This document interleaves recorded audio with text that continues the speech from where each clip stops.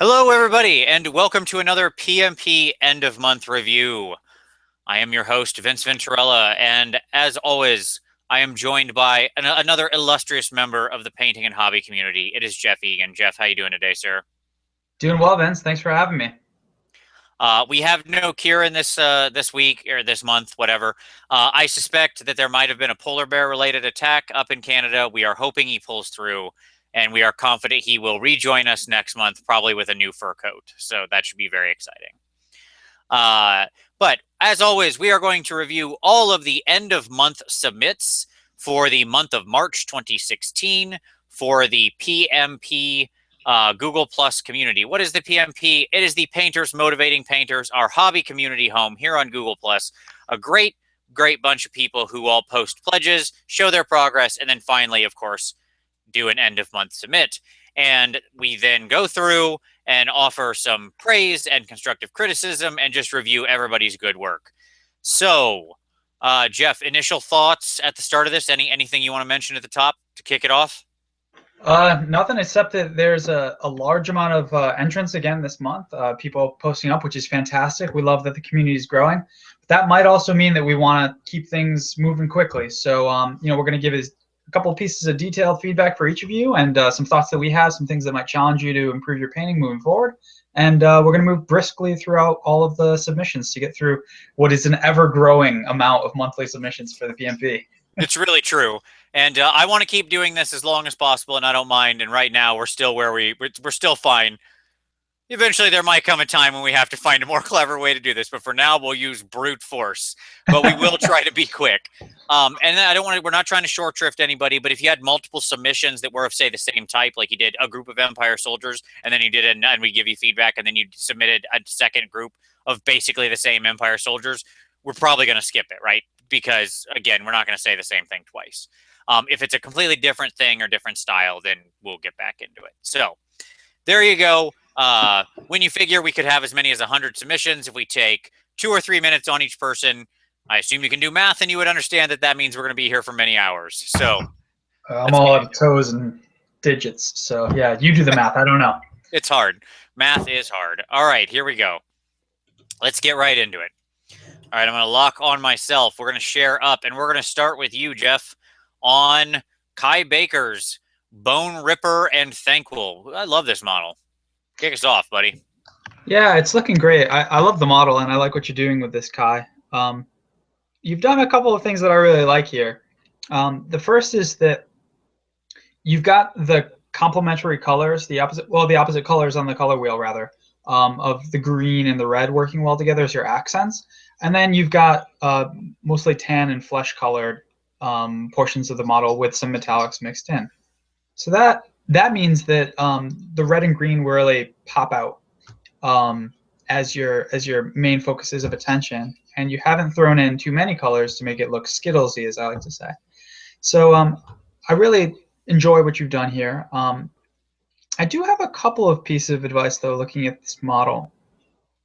I know that this is difficult because you've got the Bone Ripper, which is a Skaven, albeit a giant one, and the Thankwell, which is Skaven. But Vince, if you flip to the next picture, you can see what I'm talking about here.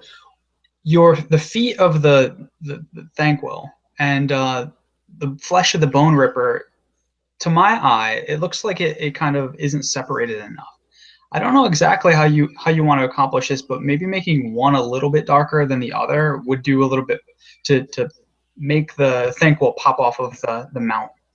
So that's one piece of advice. The other piece of advice moving forward is the way you're highlighting up your basing sand. So we can see it in this image, actually, right below the tail, the bend in the tail. Yeah, actually right there, Vince. You see how it looks very, very light where you've done your dry brush or your overbrush on the sand right below the tail. But then once you get closer to the giant rats that are on the base or other areas that are harder to get your brush into, yeah, right there, the transition's a little too stark for my liking. I think that you want to maybe get in there with your brush. It's a little bit difficult, but doing a consistent basing and then highlighting up that area that is easier to get your brush into with an even lighter color would be a little bit better way to approach that, because to my eye, it looks a little bit too harsh of a transition. And one last thing that I really like about this model, you can see this scanning through any of the images really, but we can see it on the one that we're at, is the way you've used verdigris on the silver and the bronze. I think that's a really cool technique, and it's another way of tying in that that magical warpstone green color that you've got moving throughout the model. So overall, really like it, Kai, and excellent work on such a large model. Absolutely. Yeah, my little notes would be when you have a living thing on the base, like these other rats, leave them off until the end. Do the whole base, then do your living things separate and put them on. If you've got rocks, other sort of organic and inorganic material, any models should be left separate from the base if you want to. That way you don't run into this. That's what I would say. And then Kai, my one challenge for you would be when you've got so much flesh space like this, let's glaze in some other colors. He's all in tan. You look at your skin, you've got reds. This guy's big. He's mutated. He'd have purples from bruised flesh where bones grew suddenly or muscles warped, right? So I'd love to see you work in some crimson, some reds, some magentas, things like that. Play around with some glazes. See where you get. That would be my challenge to you. It looks awesome. You don't need it. I'm saying, if you want to go up next level, that's where I would go. All right. Okay. So next up was my malifaux crew, which I was very happy got selected there at Crystal Brush. I just came out of placing territory, but I was very happy that the judges chose mine anyway to be in that group. I'm very happy with how they came together. There's a lot of little fun things going on here. Like Karis's base is scratch, and that's fun. Like the pipe is actually the tube from a Winsor Newton brush. How about that? Like always, those little tubes you get your brushes in, keep those. They make great pipes. And cut them up, hack them up. That's a fun little thing. I wanted to personally thank all the people who gave me feedback on this, because I did end up going back and taking in a lot of the feedback and making some changes. So, for example, people had said some of the bases were too boring. So I went back and added some dust, some pigment, some dirt. I burnt up a little piece of like plastic newspaper type of thing and wrote on it and had that scattered with the edges burnt around one of them. Just some various detritus and things like that. And I did write petrol on the can, you'll be happy to know. And I'm actually rather happy with how that came out. So thank you to somebody who had recommended that as well. And that was absolutely obvious. I can't believe I missed it. That was great. So I want to thank everybody, because some part of me getting selected, I am positive, was because all of you helped me up my game for this. And I just want to give a special thanks to all the PmP members who give that kind of feedback, because that is exactly what this community is for, is all of us getting better together. So thank you, everybody, very much. This crew is obviously a lot of fun, and painting malifaux crews is always super awesome. I could honestly just paint my way through the crews in most cases, just because they're fun to do. Oh, here's a fun final thing I'll talk about. And I may do a hobby cheating on this sometime, I may not. But Jeff, do you see this smoke? Yeah, sure. Okay, what do you think that is? What do I think it's made of? Yes, because it doesn't come on the model. Well, I mean, it looks a little bit too rigid to be cotton balls, but it could be cotton balls with some sort of sealant over it to tighten it up and firm it up. But I do not know. What is it? So it's like the green flock from trees, from the little like model trees. Yep, like woodland scenics. Yeah, like a woodland scenic tree. I ripped it off, soaked it in PVA glue and water in shape to harden it, and then then painted it. Yeah. I think it looks cool, like smoke. So there you go. Fun if you ever have smokestacks. I was very happy with how that worked out. So there you go. There's my tip, I guess. So yeah, there we go. Fun stuff. Any thoughts, Jeff, before I move on?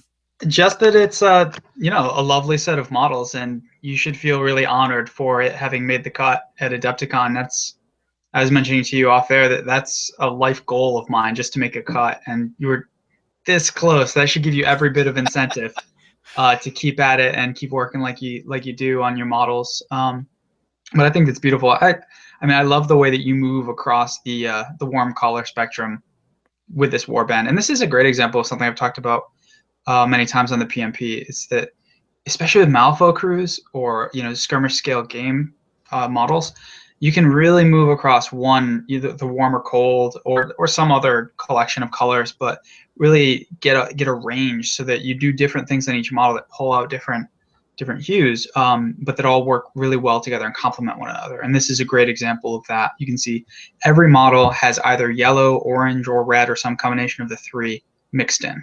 and it looks really powerful as a unit. Agreed. It's a wonderful opportunity. Like doing, and there's the mal. You're exactly right, and I'm excited personally to see what people come up with for the spring skirmish challenge.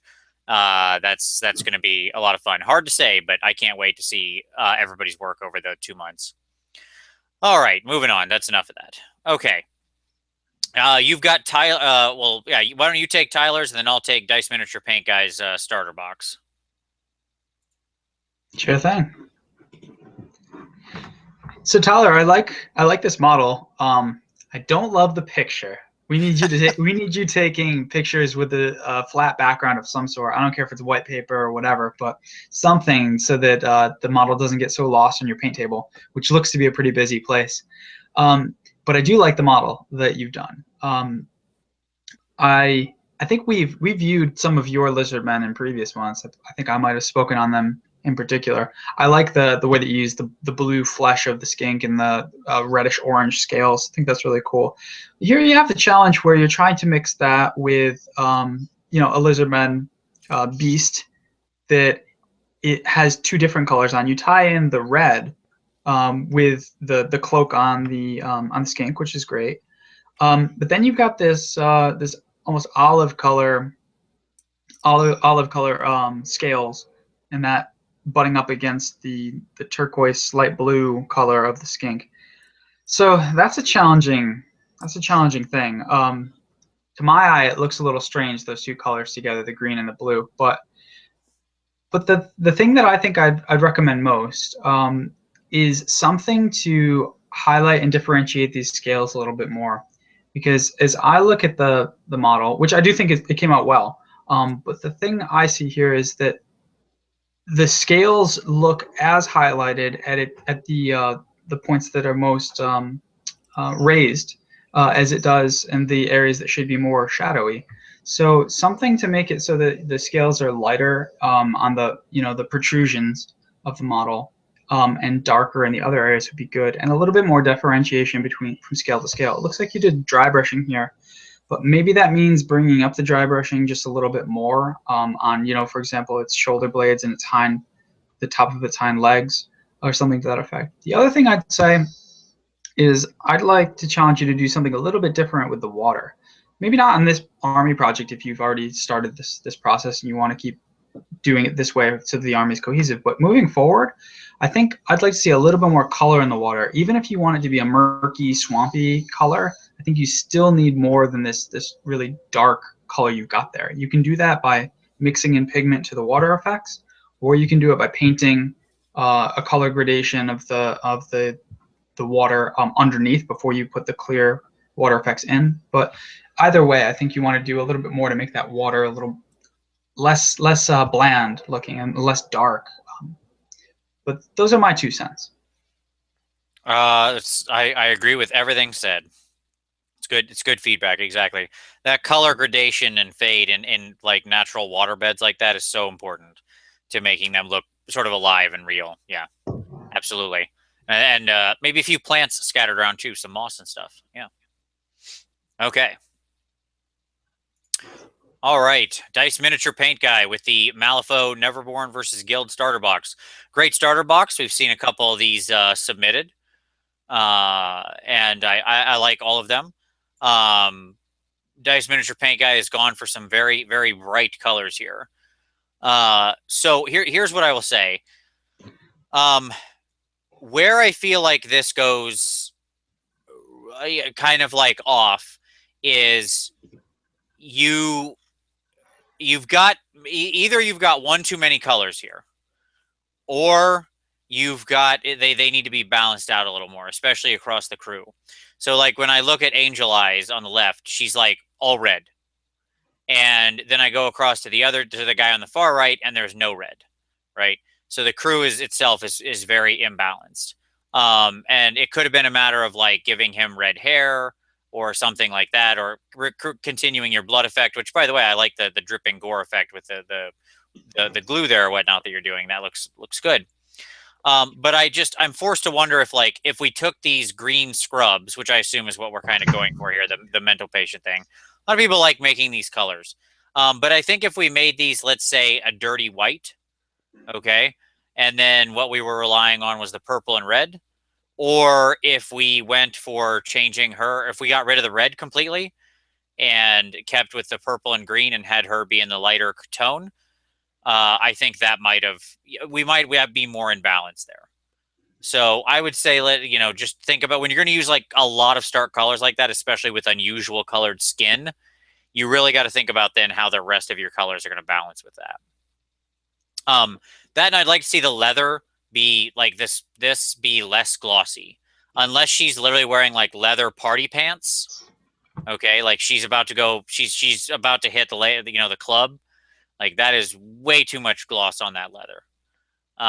Leather itself is very dull, and so that it really stands out to me. On the other hand, this crew I love, and this like I like where you're going here. Again, maybe a bit too much green. I'm not and like glossy green. He looks like he's wearing a Play-Doh cape. So I'm not sure about that, but I don't mind the color being used. But again, if you're going to use it across, we're going to use it across all of them, or kind of balance it, because they have to look good together. That being said, I'd like your blood effect looks great here. It's very nice, very random pattern, the way it's scattered around. I mean, you got a guy with a chainsaw. If there was ever a time to get out the blood effects, boy, is this the guy. And again, you've done a great job here with the way you've scattered it. You've got some different intensities of blood. That's very well done. Yeah, so there you go. That's what I would say. I think my challenge for you would be think about your color balance. All right. Seconded. There you go. You want to take, I'm sorry, I should be saying that before we move on to the next two. I apologize. You want to take Andrew's, and then I'll handle kind of both of mine that I did there in a row? For the last march, sure. Yes. So, Andrew, you are the guy who did the messenger. I see that you liked it so much that that you changed your profile picture, which is cool. There's just a hooded circle face there in your next to your name. But I really like the painting that you've been up to lately. Liked what you produced last month, and I'm really liking this too. So this is a really interesting model because, well, it's a really old model. I think you said in your description that it's from 1985. It's an old, probably Marauder Games Workshop model if it's that age, but maybe Citadel, I'm not sure. And here you've got some difficulties painting it because the face is sculpted kind of strangely. It's old. It's not the same sharp quality that the newer models have. You can see that in the flail as well. But you've done some really interesting things with it. This is almost it's a really limited color palette you've chosen.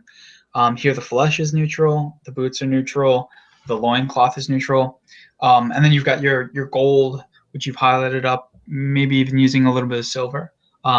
So it all looks very, and the base also is very drab and deserty, and I think that's entirely intentional. So good on you for doing that if that's what you're going for here. I like the flesh. I've got one thing that I might have done slightly differently, and then one thing that I want to throw at you in case you haven't done this in the past. The thing that I like to do is I would like to pull out the flesh even a little bit more with thin lines on a couple of choice areas. And here we're not seeing a huge, very, very close-up picture of it, so maybe you're doing this more than it's coming across, but I'd like a little bit more highlighting on like the elbow, or rather on the forearm, a little bit on the top of the hand, on the knuckles, just to make that pop a little bit more. I think something to get the color to lift off a little bit more so that it differentiates itself from the loincloth and the boots. So that's one thing that I might do slightly differently. Again, I think you've done great work here, but that's one piece of advice I've got. The other thing I want to throw at you is something that I do when I wash down my flesh. I tend to start with Bugman's Glow, the GW color, and then wash with a mixture of a little bit of Lamian medium or whatever medium you use. And then I mix Reikland Flesh Shade, Druchii Violet, and what's the other? Reikland Flesh, Druchii Violet, and whatever the red is. The red. Crimson.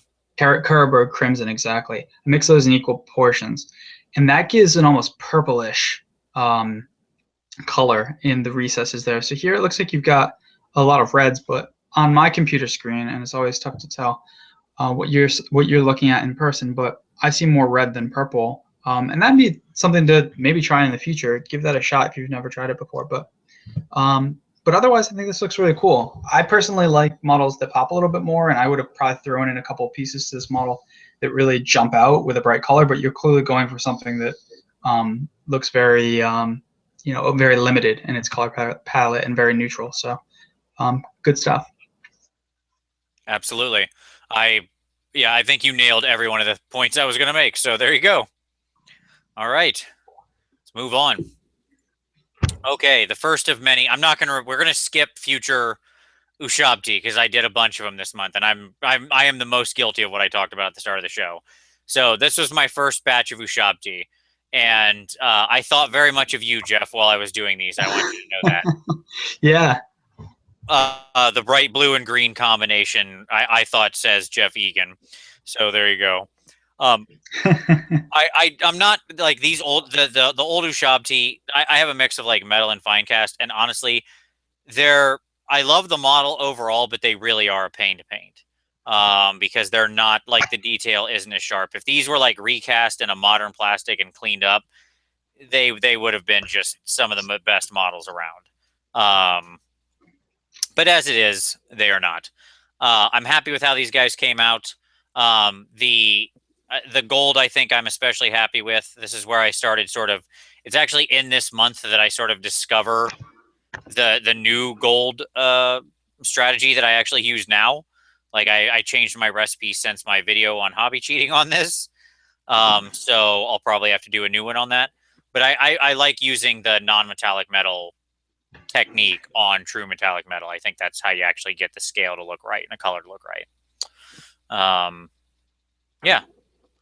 All in all, I'm not sure. Do you have any feedback for me? It's obviously hard to critique yourself, but I think these guys came out okay. That's what I'll say.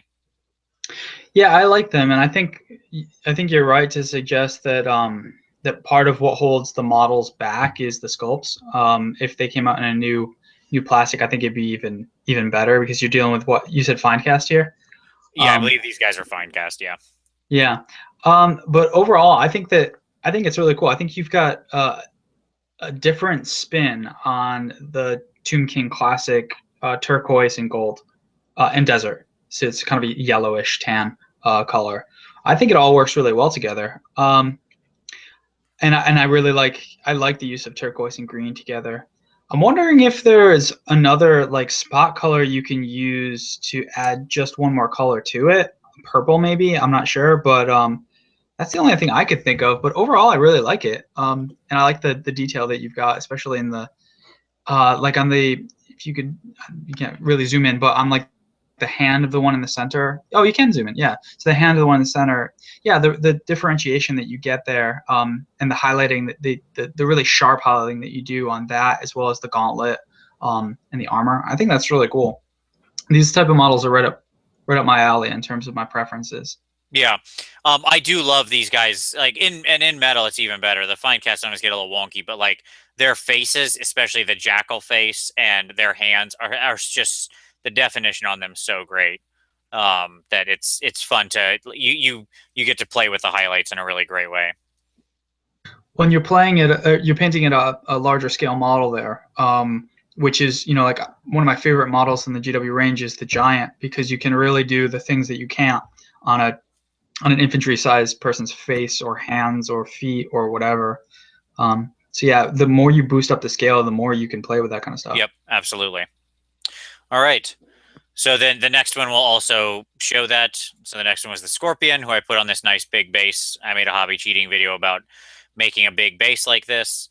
But I like this guy. I like his contrast with the claws. He's got some purple worked into him there.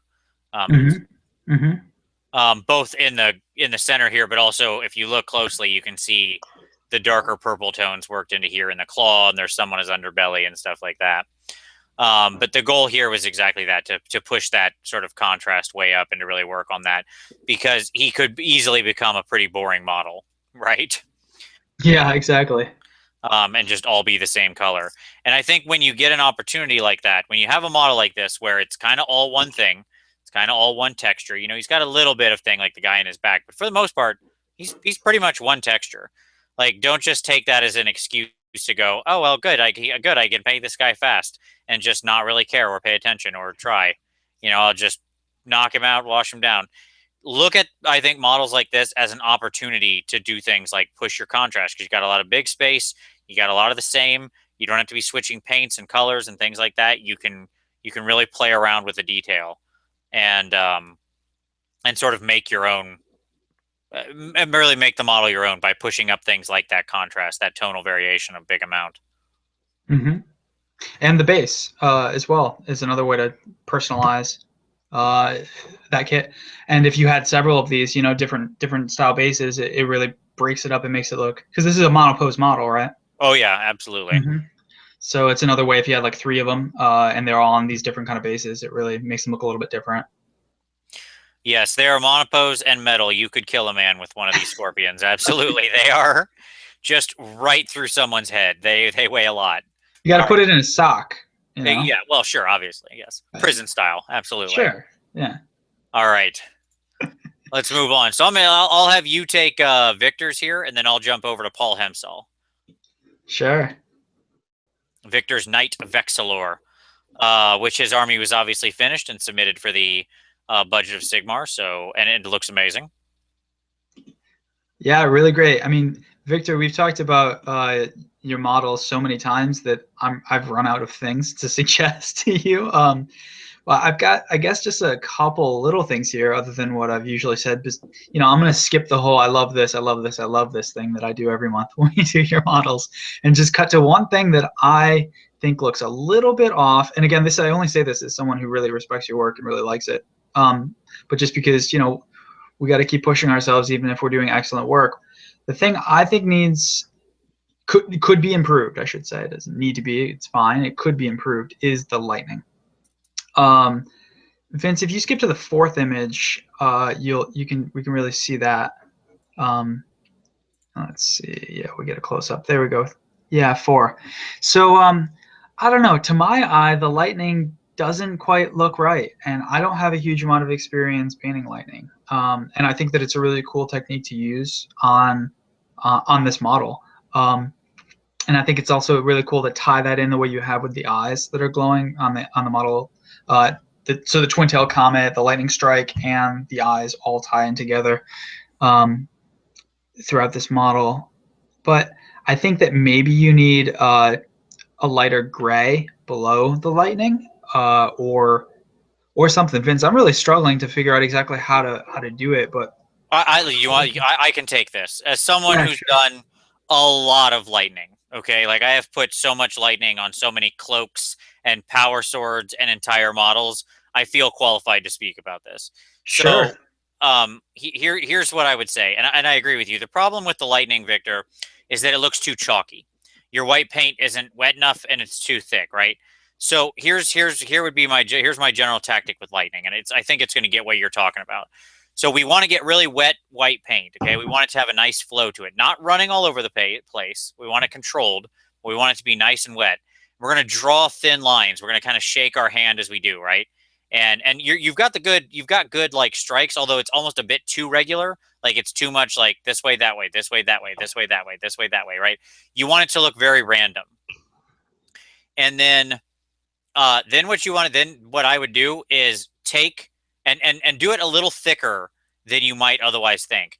Okay. And then glaze over it with your colors underneath. Just take like this blue and run a glaze of it over the lightning to make it truly fuzzed. Then take your white, get it under control again, still thinned, and run a thinner line of it right down the middle of the previous thing you did. Okay. So what you get then is sort of the fuzz effect, because lightning is light, right? And it should have a light fuzz around it where it's creating energy. Yeah. If you think of like the halo around a light bulb, right? Sure. And so doing that thicker line first, glazing it with the undercolor, and then running a thin line of the actual white down the middle in a fairly wet paint so you don't get any chalking on the white, that will give you more what I think you're looking for. So less even streaking back and forth, more just like more shaking of the hand as you move, and then strong bolts, right? So like a bolt going here, a bolt going here, a bolt coming down with one breaking off, but you're shaking your hand the whole time, right, as Mm-hmm. you're applying the brush. Mm-hmm. But the strongest color there should be, I think, neat and sharp, and that fuzzing, yeah, with the shaking is, I think what you want. Yeah, that nails it. He's also dealing with the trouble of a three-dimensional surface here. It's not flat, Yeah, so yeah, it's tough. It's it's tough, an even absolutely. harder area. Um, so yeah, but that's good advice, Vince. Yeah, that's what I would do. There you go. Maybe another hobby cheating video out of that. I need to take notes. Okay, because lightning really it can be done, and it's something that once you kind of get it down, you can get it to a place where you'll be happy with it. All right, but great job, Victor, as always. Obviously, your work is stunning, and yeah, I mean, looks great as always. Sure.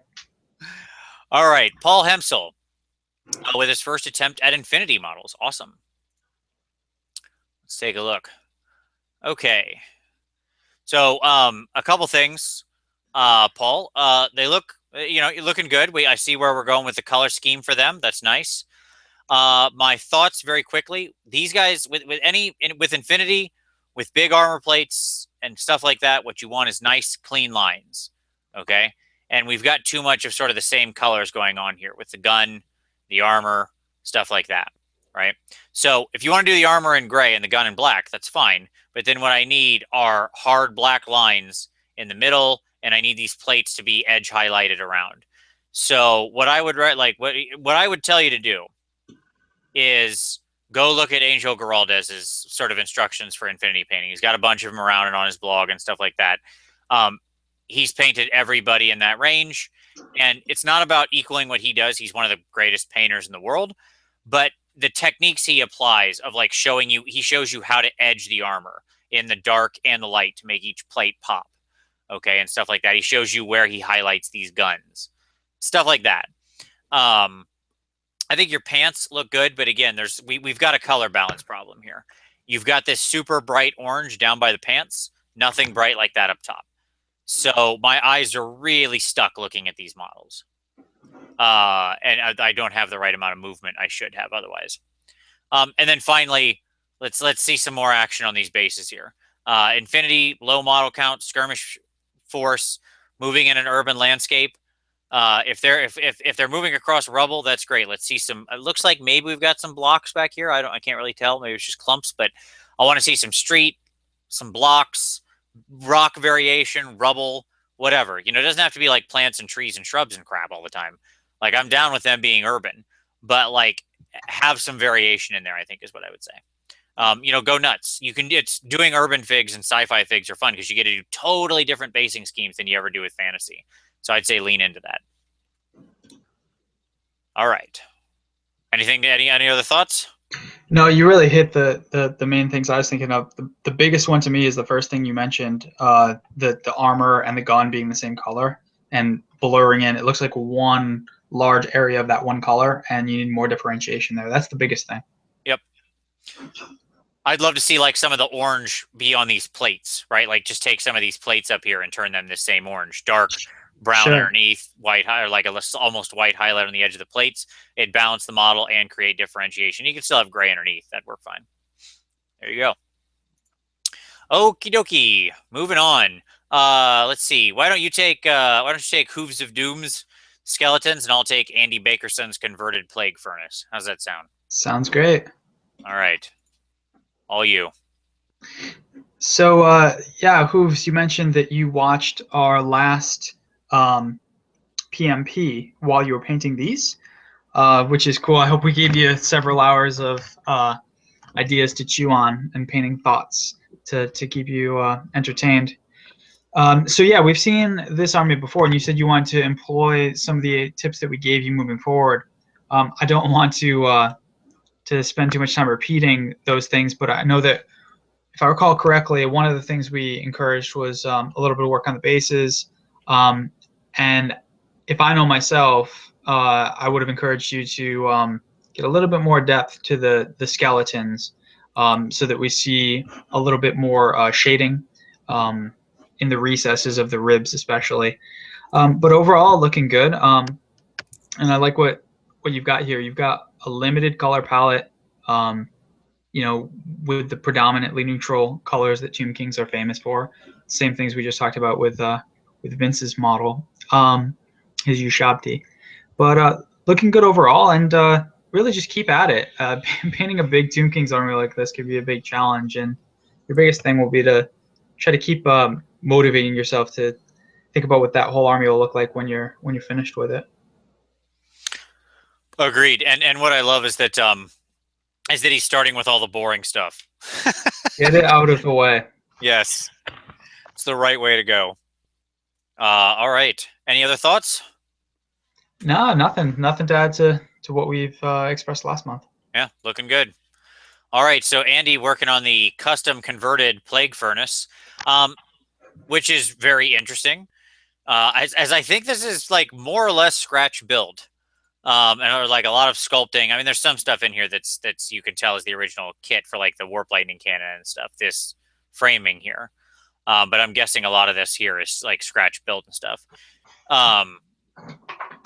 So I'm not going to comment too much on sculpting. Like when you're doing wheels, and you're sculpting that, like I can see that that's not actually a circle, which is probably fine given that it's Skaven. But I mean, the problem with it is, yes, it looks like, yes, there's Skaven things would look messy, but wheels that aren't round really stick out to the human eye. Like if you think of it when your tire was distended, how much that stands out to you, right, on your car. So people will really notice that. So I would say be very careful with sculpting that kind of a thing. It's not like the rocks where you can have them look kind of different and stuff and just have it look like be a fluke of the kind of creation of the engine. The other thing on the cleanliness of the sculpt that I would point out is up here in the cage. It really just looks like these bars are haphazardly bent around that. Which, I mean, maybe that's what you're going for. They just kind of took the metal and bent it around the rock to hold it. And that could be, and that's fine. But again, it kind of makes it feel like it really stands out as being the sculpt, not the intention of what's going on. And that's a tough line to walk. If I could cut in really quickly, Vince, before you continue, Please. That's an excellent point and something that lots of people could benefit from thinking about a little bit. So when you're doing something that's like orky and haphazard, or nurgle and gross, or skaven-y and poorly engineered, it's still really important to make it neat, in my opinion, because even if you look at things that are supposed to be haphazard and degenerated if it's nurgle, or thrown together haphazardly if it's skaven, whatever, it's still got to have an underlying structure that makes sense and just be broken or modified slightly. I'm kind of struggling to say exactly what I mean here, but it looks off to the human eye when it's not perfectly sculpted, even if it's supposed to be Skaven or Nurgle, whatever your like off faction is. Right, exactly. Like you almost want to have the cage be perfect, and then some of the bars, then once you've got it perfect, then you do a couple bends or something in the bar, or rusts or something like that, right? Where it makes the destruction feel a little more organic. Overall, I love the idea, and I love the fact, Andy, that you just jumped out there and said, you know what, I'll make my own plague furnace. And I think for the most part, there's a lot of things to like here. For example, I love what you've got going on kind of down here up front, where you used a lot of existing components and kit bashed together with wires and the warp stone and the blade. I love your like little oozing plague furnace drippy thing here. That looks great. The way you used the frame and the stone arch also looks good. That's all solid. So please don't let me make you feel like I don't want to make you feel like I'm being too harsh on it. The rat ogre underneath is very funny. So like I like a lot of what you did here. Absolutely, for sure. It's just those few things that are off are the things that stand out.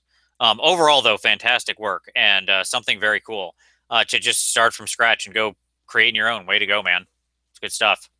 Yeah, props for the ambition of the whole endeavor. And this reminds me a lot of the older Skaven big models that they produced in like the 90s. it's kind of like a return to that a little bit with that really big arch on a smaller carriage. Yep, agreed. All right. Do you want to take some Sposs Marines, and then I'll touch on my Cinderella? Yeah, sure. I'll take Ryan stuff. Yeah, so Ryan, you mentioned in your comments here when you posted these pictures that you're going for almost a Bretonnian style Space Marine force. So the heraldry is going to be different based on portions of the unit, so that there's more individuality to the Space Marines, which is an interesting idea. And I think that you chose the one color that you can choose. Well, there are two colors you could choose to pull this off effectively and not make it look too chaotic. You could choose white, which you did, or you could choose black. I think those are the only two that you can really get away with: the absence of all color and every color combined. Because otherwise, if you chose like blue or purple, it would look really strange. But the white here does well to create unity throughout the unit, while you go into your individual color palette for each of the different models. Reminds me a little bit of Death Watch in the way that that those Marines look, because they've got their different color shoulder pads depending on their chapter. So kudos for the idea. I think it's really cool, and you used a heralder as a special model for the Space Marine force, which is really cool too. So really cool, creative, inventive unit that you've got going here. The one thing I would say, though, to give you one thing to challenge you moving forward is I think you want to be a little bit neater with your color application on the white, which is the predominant color throughout these models. Vince, if you skip ahead a couple of images, there's one you'll see where the shoulder pad is in close-up. Yeah, actually, this one's good right here. Yeah, if you go back just one. Sure. So see how around the shoulder pad you've got that black and then the white border, but the white border isn't clean and neat, and the lines aren't, perfect, which really distracts the attention of the viewer, because your expectation is that that's going to be a really clean, sharp division between the white and the black, and that's going to be a gentle bend to it. But here it looks a little bit rough. So that's something you really want to challenge yourself on moving forward. It's something that comes over time, brush control. But every time you paint a model like this, it's worth the time to go back and clean up.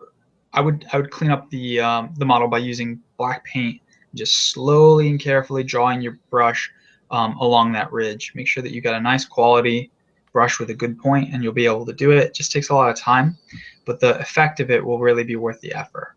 But overall, I think a really cool unit and really cool idea behind your army. You've definitely got a story to tell with your models, which is really cool. Agreed completely. And if you want to cheat for that, Ryan, get out your handy dandy. We never go a PmP review without me mentioning it. Get out your handy dandy micron pen and trace a black line around the edge of this at a straight angle. Take your pen, trace the edge, and then you don't have to worry about getting the paintbrush right up to the edge, right? You get the paintbrush close, but just let the black line do the work, right? And you'll find that suddenly it becomes way easier. Like, it's just shocking how much that actual line will guide you. So there you go. Sure. I know those markers are very popular for armor plates like this. They use them on like the Gundam models and stuff. That's actually what one of the Gundam makes a whole range specifically for them. Okay, Cinderella. This competition was insane at the large model, and there was no way this game was up high enough to make the cut. As soon as I saw the other models in the large, I was like, nope, don't have a chance, because it was insane. That being said, I was happy with how she came out. Now, can you, Jeff, spot the Warhammer model hiding in this picture? Well, it's certainly not the pillar, because that's from like an AC Moore wedding section. That is correct. Yeah, I've used those before on display boards and things. Where is the GW model? Is it it's not one of the birds? Oh, give me another second here, because I really want to get this. Okay. GW model. Vince, I feel like I know the range, but no, it's one of the birds. That's the vulture. Is that the vulture from the Stonehorn kit? It is the Raven from Archaon. The Raven from Archaon. Close. I lost one of the birds. Like I don't know if it wasn't in the package or if it bounced out, and I was like, crap, because you got to have it because like her dress is being held up by the claws or part of the dress, and I was like, man, that's fine. So I just took one of Archaon's birds and used it instead. Inventive. She has a harbinger of the end times, just helping her get dressed. Why not? Sure. This was very fun to paint. It was fun to try to paint the glass. I'm still not super happy with how it came out, but I think overall I feel pretty good about this model. What really I needed to do was take up the scene even more. Like the scene is weak. That's the problem. Like the stairs should be more elaborate and bigger. I ended up killing out that free hand on the side because out of the stairs because it just looked like junk. So I got rid of that. And I should have taken more time with the like marble tile floor base. It just does not look right. That was my first attempt at that, and I don't like how it came out. Does not look clean enough given how she is. Overall, though, she was a very fun model to paint, and I really do recommend the Kabuki line of miniatures. They do a whole line of like the knockoff sort of Disney princesses. So it was certainly fun and a different thing to paint. Yeah, I would add to that, Vince, and echo something that you said, and push it a little bit differently.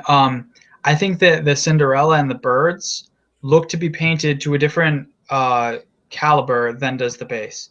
So it looks a little off because you've got this professionally sculpted model next to the base, which is not of that same amount of detail.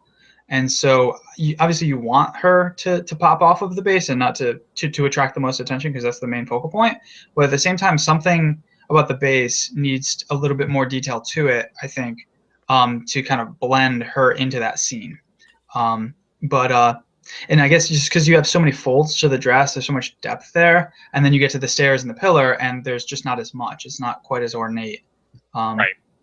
That's what I'm thinking. But overall, it's really cool, and it's good to push yourself with this kind of stuff. Like, even entering that competition where you've got so many really, really great entrants, it's still, just going there and seeing all of those other entrants must have really inspired you as to what you can do moving forward. Yep, absolutely. It makes you think about even what I would recommend to people is every so often, even if you're not going to, well, first of all, enter a competition, regardless of whether or not you think you can win. But that's what the PmP is about. It's about submitting and having things publicly viewed, right? Because in the same way, it makes you up your game. It makes you think more, take more time. You don't shortcut things. And so but I would recommend, enter a painting competition. Just do it. And, or even if you don't really want to yet, think about like, imagine you were going to when you're doing a model, right? Just actually like pretend like you're going to. You will find all of a sudden that you spend a lot more time on things and pay a lot more attention to details. And you don't need to do that on every model. I'm not telling you imagine that every model needs to be painted to display quality. You'll kill yourself doing that. What I'm saying is every so often, challenge yourself, right? Push yourself to that level. Don't let it become rote. Like it's about growing in the hobby, right? So there you go. And doing something for competition will certainly help that to happen. Okay. Fun, very quick story. We're in a hurry, I know, but see the little mouse on top of her hand? Yeah, sure. Okay, as I was putting her together, when everything was done, she fell out of my hands and fell onto the floor, and the mouse broke off her fingertips, and she got lost. It got lost in the carpet. Oh God. And that was about the most stressful 10 minutes of my life because her hand isn't actually fully sculpted, so like you can't. She has to have the mouse. And I don't know where I'd get a tiny mouse in an overcoat. Just grabbing a Skaven rat isn't going to be a good replacement for that one. So, so what did you do? You just kind of like got down on your knees and searched through it till you found it? I breathed a lot. I had to repeat mantras to myself to like count to 10, yes, to avoid losing my mind. It was fun. That was a fun 10 minutes where I felt like I was going to kill someone. Good times. Oh God. All right. Do you want to take Tom Stevens' Necromunda submission, and then I'll grab Kai's? I'll grab Kai's. Here we go. So you can take Tom's. Sounds great. So Tom, just let me. I'm scrolling through to find a close up on my screen because I like to, get a little bit more of a close up view on it. And I just closed my browser that had that up in it, but I'll be there in one moment. Okay. The other page is loading. I could look it on this. I'm just gonna get like strangely close as if I've lost my glasses to the camera. Sorry guys, you get to see my mug up close. Well, you're a tiny little square in the corner for them, so it's all right. Yeah, not terrible. Anyhow, Tom, I really like what you've done here. You're trying a lot of different ambitious things with this. You've got the tattoos that you're freehand painting on there. You've got some interesting base work that you're doing as well, and I think it's really really paying off for you here. A couple of things. I would say to challenge you moving forward, though.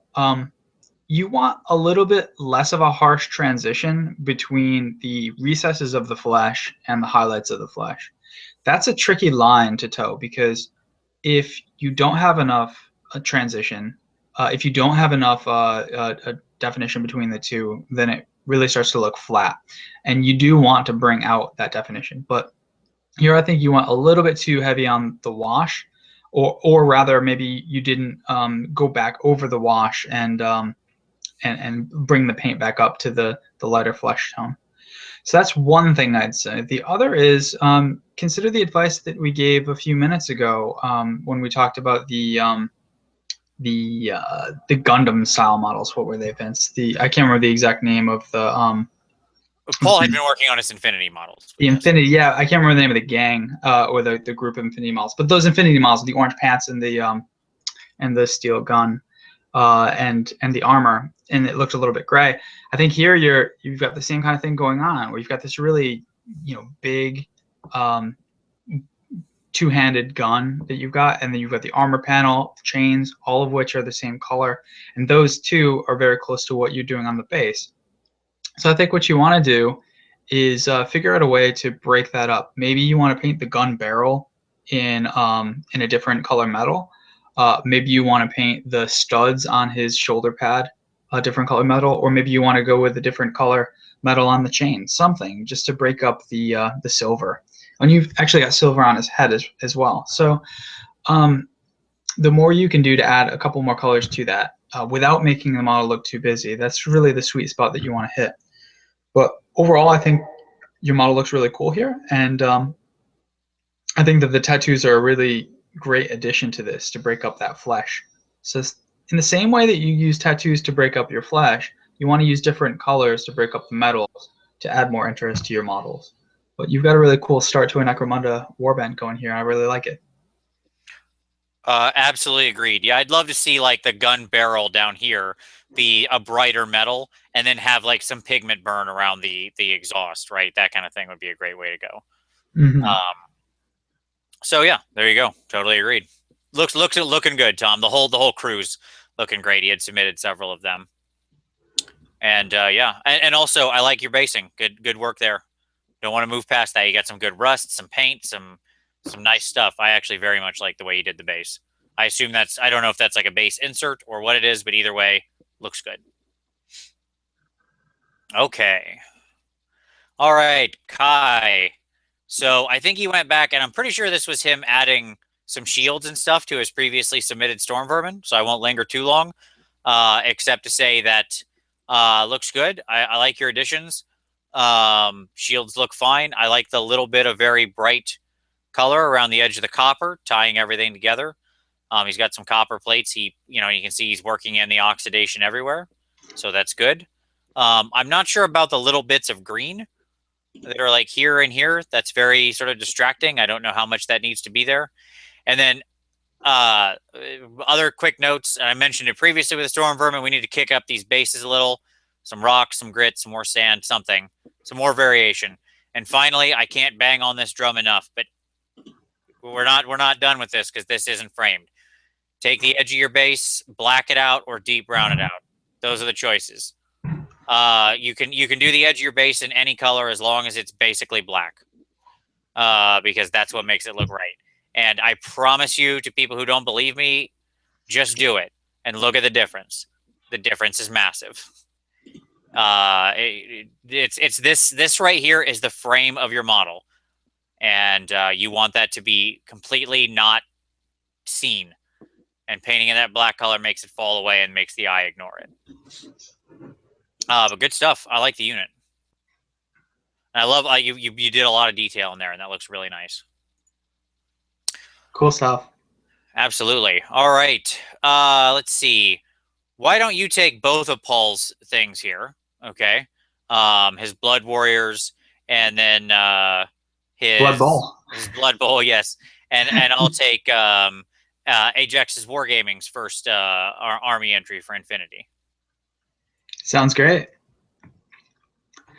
Okay, so starting we covered these before last month. We did actually. So then his note leading into it is that these are just better pictures. So I think we should scroll through them, slowly and admire what we couldn't see in previous pictures. These are much better pictures than before. Not perfect, but definitely better. Yes, we're getting to a better place. Yeah, which we, Vince and I and Kieran, we really appreciate when you guys take the extra couple minutes and post better pictures, because it allows us to say things with confidence, because we know we're looking at the same thing you are across the internet. So cool stuff. I mean, we really liked these Blood Warriors when we reviewed them in previous months. Really, really cool red gold scheme. Yep. I still don't like the purple bag. That's right. Yeah. It bothers me from 10 miles away. I could see it across the table. Yeah, that's right. Yeah, maybe a tan or a neutral color would go further for you. But and then we've got the good stuff there, Paul. And then we've got the Blood Bowl team. And this, he says in his notes, is a shout out to Kieran and his unabashed love for the Denver Broncos. He also says, before we jump over him, Vince, for the basing, he's waiting on doing the static grass because he wants to do 2 millimeter static grass over the entire base. On that point, a quick side note before I delve into a couple pieces of advice for the actual unit itself, Paul. You might want to consider some static applicator for static grass if you're going to be doing Blood Bowl. Maybe if you're just doing this handful, it's not a big deal. But if you're going to get into Blood Bowl and do a lot of Blood Bowl teams, you might really want to invest in one of the the things you could find on Amazon of the static grass applicator. There are a couple different cheap versions that you can buy. And so what that does is it makes the static grass stand up straight. And so those of us who apply static grass typically just kind of apply glue, apply the grass in a clump, and then tip it upside down and tap on the top of it, and that's decent. But for a Blood Bowl pitch, you might want to really stand it all up straight. I actually use, this is a little thing that I've used for the past few months, is I use a balloon, which I rub on my pant leg and then run over the static grass, which lifts up. It doesn't so much have the power of a scooter stick or one of the other manufacturers for static grass, of lifting every single blade straight up, but it does at least take out all of the blades that are not firmly rooted in the glue and that would dry sideways in there. So that tends to make it look like it's standing up more, but you might want to consider that. Okay, static grass points aside, looking at the models themselves, I think you've done a pretty cool paint scheme here. I'm not a fan of the Denver Broncos. I'm from New England, but still like the way that the colors work together. I would say, though, that you could do a little bit more to highlight up that bluish purple and that orange. To my eyes, it looks a little bit flat, and I think that so just taking a look at that guy in the center, for example, he's got that armor or the plating on his legs. And to my eye, the recesses of that plate and the sharp edges are the same color. So if you took the time to do some line highlighting and really got the corners of that armor to make it pop, I think that would go a long way for you. Same thing on the mitt, the guy standing next to him, and on the reddish orange as well. So that's another way to push your models a little bit further. But overall, I think it's a strong looking team. Totally agreed. You hit all the notes. My other quick thing would be, if you do the flat 2 millimeter static grass, which I get, think about also putting some paint on them, like legitimately paint, like I don't know, I don't remember what's in Blood Bowl, but I assume they're like yard markers and stuff like that, right? Oh yeah. just like you would do if you wanted to do a street, you'd have like some yellow lines and stuff like that, right? It can make them look like they're actually on the field if that's what you're going for. Yeah, hash lines and stuff. Yep, exactly. All right. All right, Ajax with his combined army for Infinity. Combined are fun. They're pretty cool. These guys look good. The blue. Okay, so quick notes. Most of this I've already said. So I won't spend too long. Combined are fun, and they're awesome because they are Plate-a-thon 2016. Like, as you can see, it's just plates of armor everywhere. Like, look at these guys. It's insanity. And you've done a good job of carving out some black here in these plates. That's good. You've got nice black lines down there in the edge. And I'm sure you probably washed the whole thing down and then highlighted back up. And often that can be good enough. So I don't have an issue with that. I think that, honestly, the steel looks good. If you wanted to go like way up to the next level, you could with some actual like non-metallic style highlighting on the metal, but it's not necessary. My note would be more on your red. I don't see the same level of tonal variation in the red. When you're dealing with a lot of like metals, which can look like this, you really want to push the rest of your colors around. Have some nice deep reds, some nice bright reds. And then finally, the bases. I know you're going for like the alien planet base with the blue. I get it. It doesn't work here. And it doesn't work because you've got this hyper bright blue against nothing else blue. Like there's these tiny little, you've done these tiny barrel pieces in blue. That is not enough to balance out that color. It's so stark. If these guys were walking on like the Martian Iron Earth, it would blow your mind how much more cohesive the model would look. Like not even painted Martian Iron Earth, just straight out of the pot. Okay. And then lastly, same thing I said before. Let's black up the edge of that base. That like you can see the difference here. Look at this guy. Look at him. The difference is massive. So there you go. So yeah, that would be my challenge for you. I mean, overall, you did a great job. You've got all the colors in. The paint job is actually very clean, which I like. Combined should look very clean. They're all futuristic and alien and weird. So you've got the right style. It's just a couple little things you need to push around, and you're doing awesome. Any thoughts? I mean, I think you really nailed it. And the thing that's most distracting me when I look at this is the blue basing. And yeah, I think that I would just basically be echoing what you suggested here, Vince. I think that the unit overall is strong, but it could definitely be pushed a little bit further. All right. Moving on. Okay.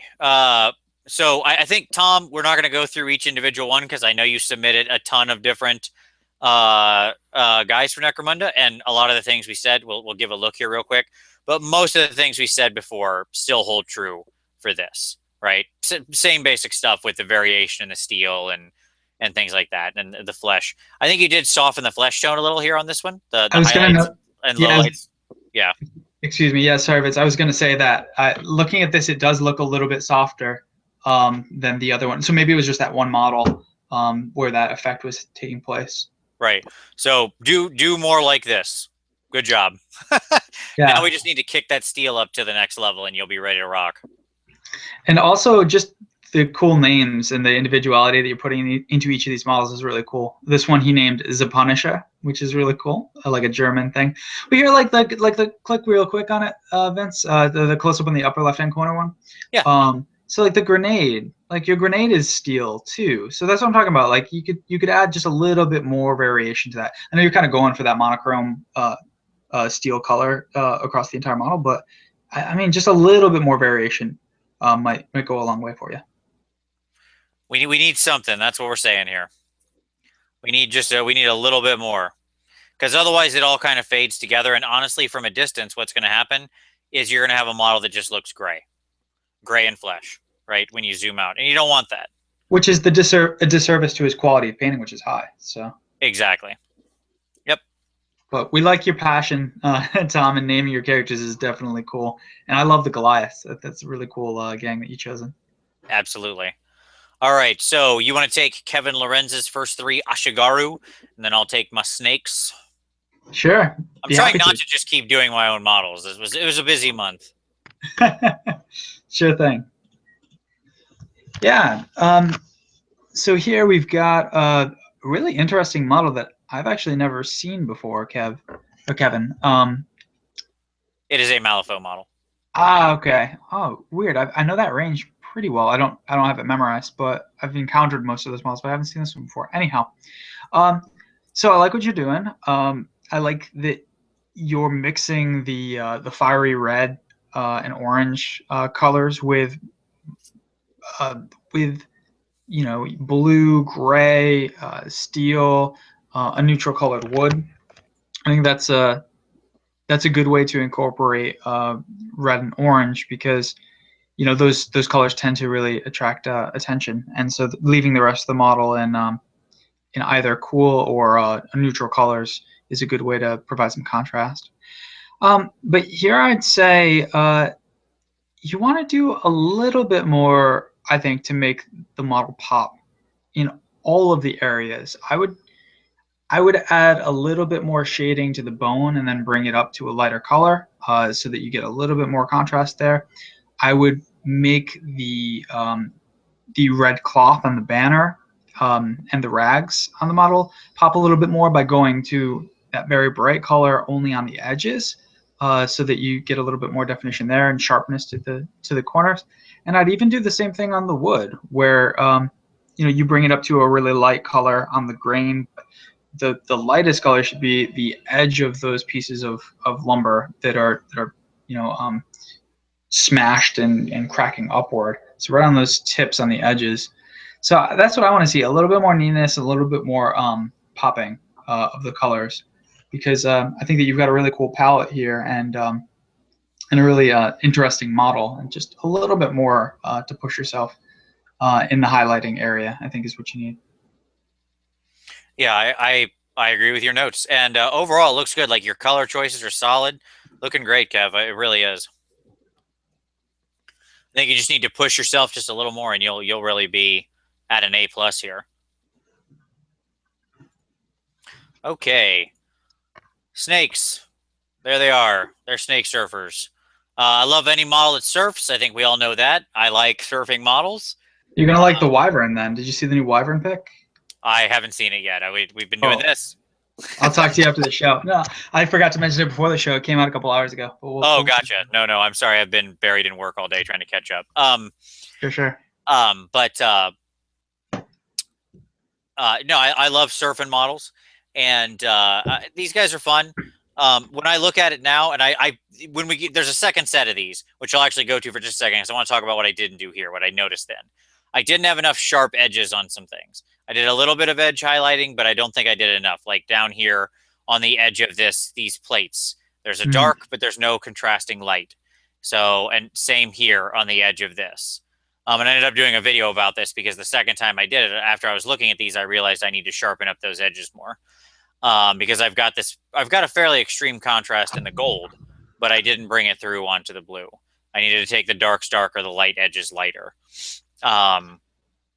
There was a great seminar on color choice at at Adepticon, and I'll probably do a video about it. But basically, it showed like when most people paint, they tend to use a range, and that's exactly what I did here, of like a light color of that to a dark color of that sort of thing, right? And you stay within that same range, and you control the tint and the shade. Take how you normally do it and go 2 steps, but only on less than like 5% of the model, right? Or 5% of the color coverage. Does that make sense? So you have very extreme dark shade, almost black and almost white. Never fully, but almost, right? At each side. And you're just the tiniest touches. And I think that's what I didn't do here, and it shows. Yeah, I needed to push that more. So there we go. Do you have any other critiques for me there, Jeff? Nothing beyond what you mentioned already. I think yeah, I'd probably go with a little bit more hard edging on the body of the snake, but otherwise no. I think this is fitting in nicely with all the rest of your Tomb King stuff. Lot of snake surfing. All right. We should reference this one just because I do love his bounty hunter. Let's just look at this one together, and then I'll have you take Scott's spirit hosts, and I'll go up and take the skeletons. Because I want to give you bleep bloops. All right. Ah, cool. Love Bleep Bloop. Okay. So, my God, I love this. So I believe this is from the first toughest girls in the galaxy, from TGG1, and this is obviously their female commissar model. I love this to death. Boy, is this right up my alley. Sorry, I wanted to zoom in here. By the way, Tom, thank you for such great pictures with like so much. Like he uploads big, high quality pictures, lots of zoom. Way to go, man. Okay. My couple. First of all, well done. You got the blacks looking good. And you do have a bit of like variation in between the black leather coat and the black here and how glossy they are.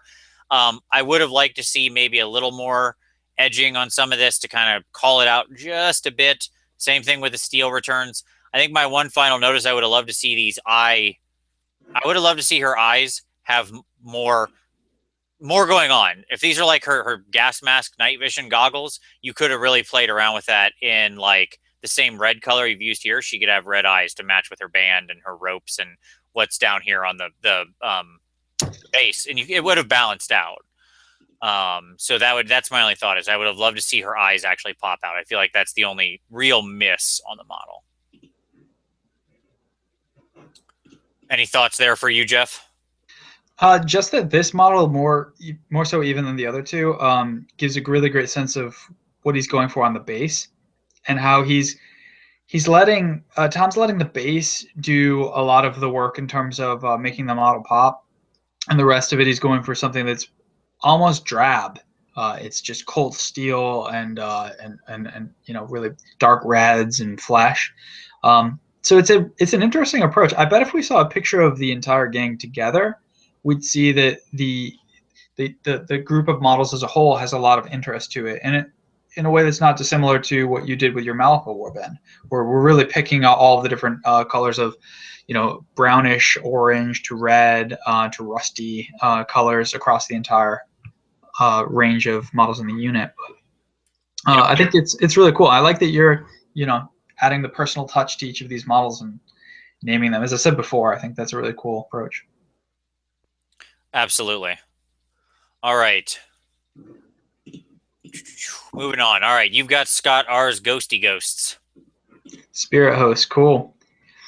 Yeah, he says something in his comments that the airbrush trick did not seem to work for him. He says, quote, "So a little brush work was needed." I don't know exactly what you're talking about there, Scott, in terms of the airbrush trick not working. Was that in reference to something that you said in a previous Panasonic events? I think it was in reference to my talking about how to paint ghosts with an airbrush, yes. Okay, with like Zenithal, right? Yes. Yeah, okay. Well, either way, I mean, first of all, Scott, keep at it with any technique. Things take a lot of practice like that. So, don't get discouraged if it didn't quite work the way that you thought it would the first time. A lot of practice is necessary to make anything work. And Zenithal highlighting isn't too difficult, so give it another shot sometime. But anyhow, I'll say that these models look really good. It's basically your generic spirit hosts. Not a huge amount to say. You got the shading to them. They look very ethereal. You went with a more bluish color ethereal rather than green, which is an interesting take.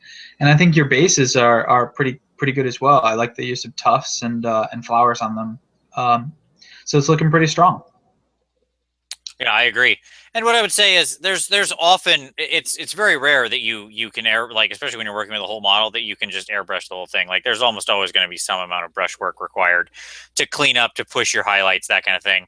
It's not about doing the whole model with the airbrush. It's about, getting a lot done with the airbrush, right? Like you're able to get way ahead of the game as it let it do the heavy lifting for you is the key. Right. And then that lets you focus on just taking it up to 11. Okay. As opposed to, we've all been to that point where we get to the end and we're like, oh, I just want to be done with this thing. Everybody had that happen. Okay. Moving on. I'll take this Daniel Chalmers skeletons, and then I'll grab I'm not gonna, like I said, I'm not gonna do the rest of my ushabti. These ones are red. There you go. I've now reviewed mine. Okay, great. All right, so Dan, with his big skeleton army, now he's made some progress on these, because he talked about how he wants to do the eyes, and so he actually filled the eyes and has them glowing in some of the newer models he's done. So I like that. I guess my only thing for you, Dan, I love so much of what you've got going on here. You're using these weird different shields, so look to the more historical shields.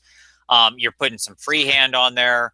You're really being experimental. You've got a lot of different bases. You know, we look there standing on rocks and stuff with the guys that are done up top here. So well done. Like, and I think these looks like some progress peaks that had been in the past. Oops, that's last month. Okay, let's go forward. So it's good. You're going the right way. You've got some good weathering on this. What I would say to you is this.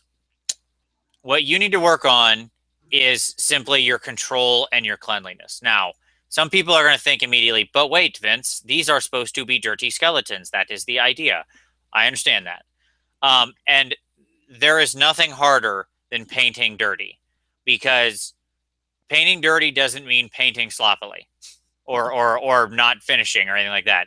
So what I mean when I say you need to just like up your cleanliness game a little here is think about, like, with your freehand, let's get some sharper contrast on that, like here, right? Some black lines around the edge, something like that. Like, get this to be unified and clean. I understand that, like, if somebody just painted this on, and so it can look a little messy, and it's good. I love the freehand you've done. You want to take it to the next level, we'll sharpen it a little, right? We just sharpen up the colors a little bit. Sharpen up where your edges are, where your paint's getting applied. How the dirt is applied, where it's running down from, as a, you know, like on a shield like this, it would collect down here in the ridges, right? And it would streak from the top as it got hooked on the metal and then streak down. This middle part might actually be somewhat clean, right? And so variation in how the dirt is applied, stuff like that. I think those are the kind of things that'll take you up to the next level. But I love what you're doing here. It looks great. And these guys are so super duper unique. So yeah. So yeah, on that cleanliness point, Vince, this is like what we were talking about before with the sculpting with Skaven. And I brought up Nurgle and some other things. Yeah, like you say, you have to do it neat first and then dirty it after. It's kind of like when you do object source lighting, you have to paint the model first and then apply the object source lighting to it, typically. And there are other ways to do it, but that's my way that I prefer to do it, because then you have the structure is sound. And then atop that, you're building the grime and the dirt or what have you.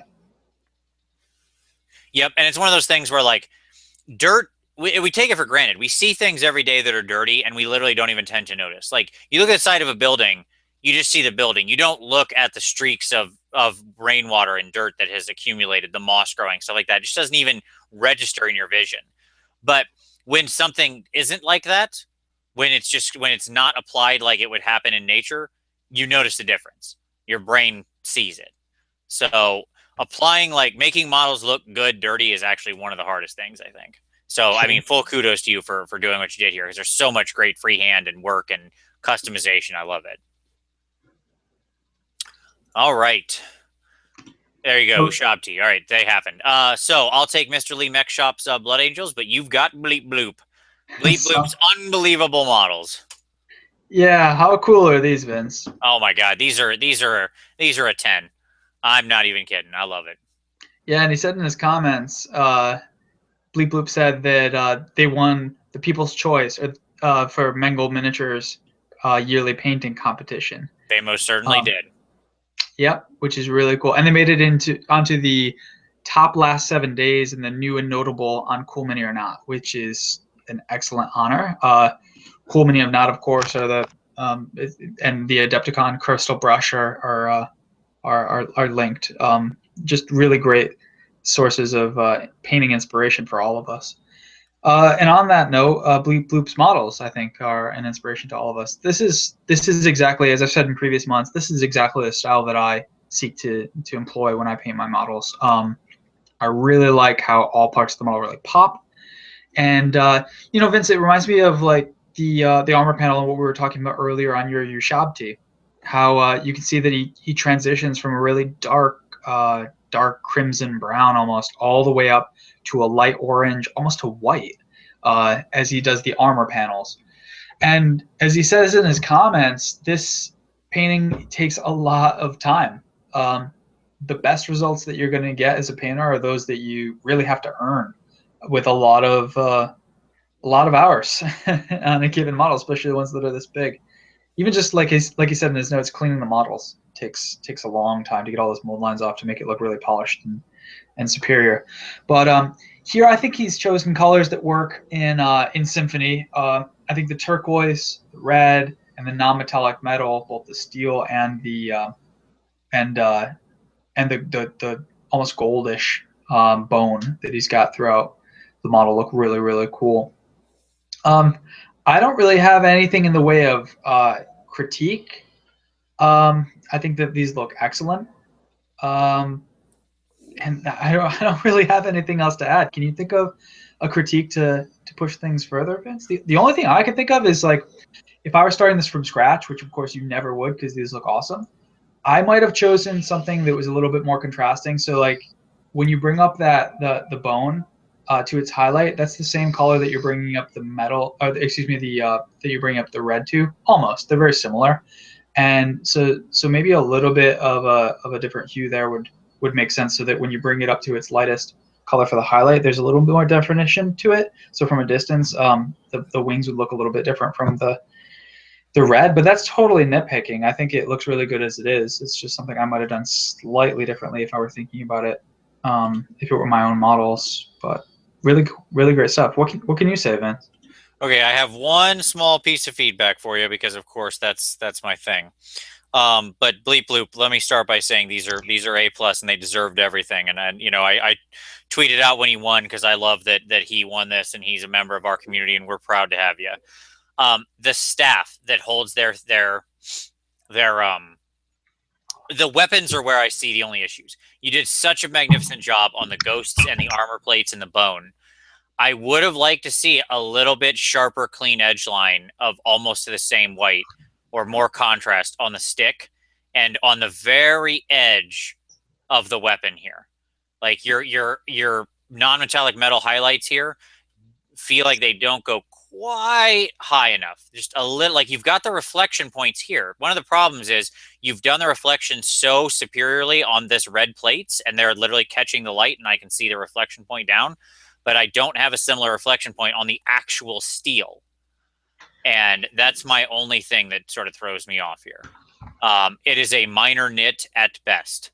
But there you go. As I said, A+ work.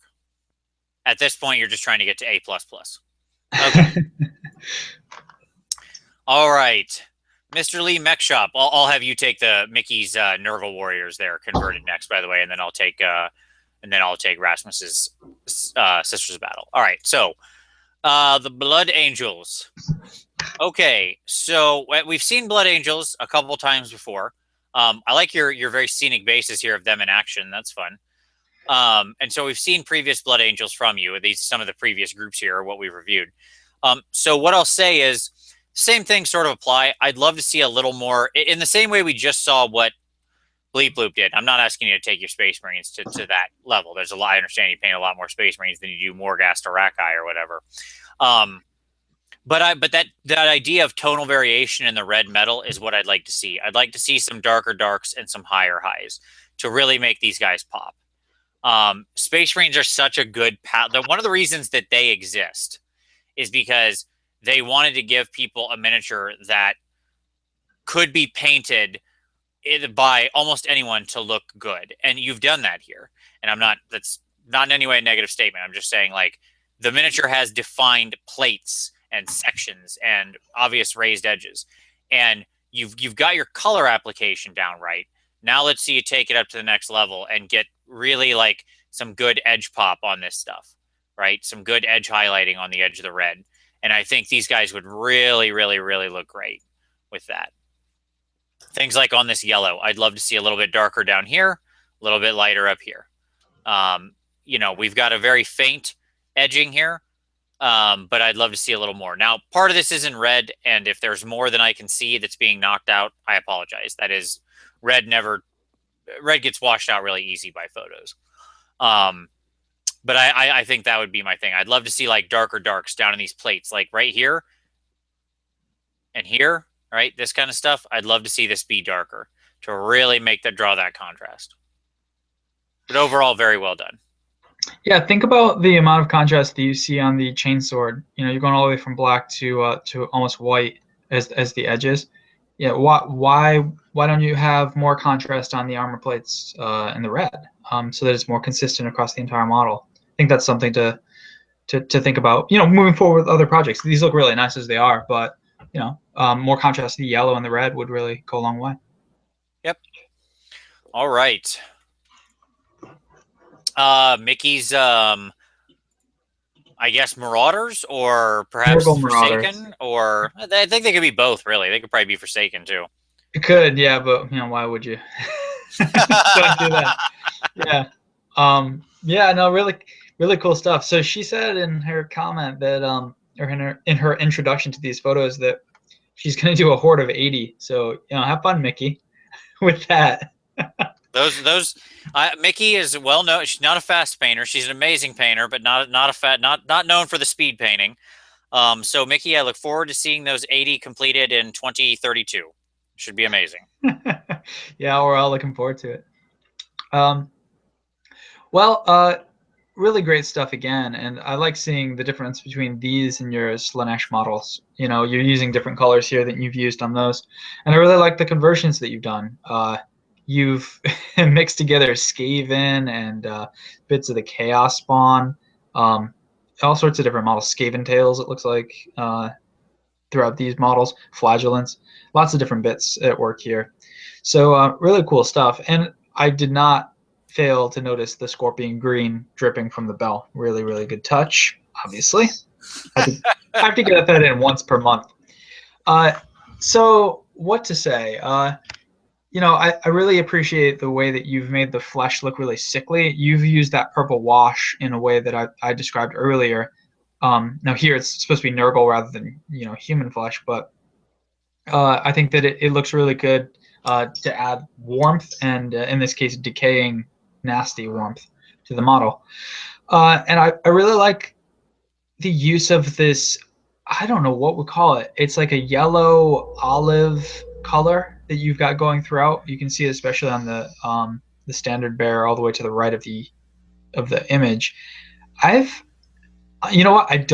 I honestly don't believe I've ever seen that color employed on a miniature. It's almost like a camo green mixed with a little bit of yellow and highlighted up. And it's really interesting take on Nurgle. Gets us away from just the typical brown and green color scheme. So I really like what you've done here. And I also really like the striations that you've got on the bone.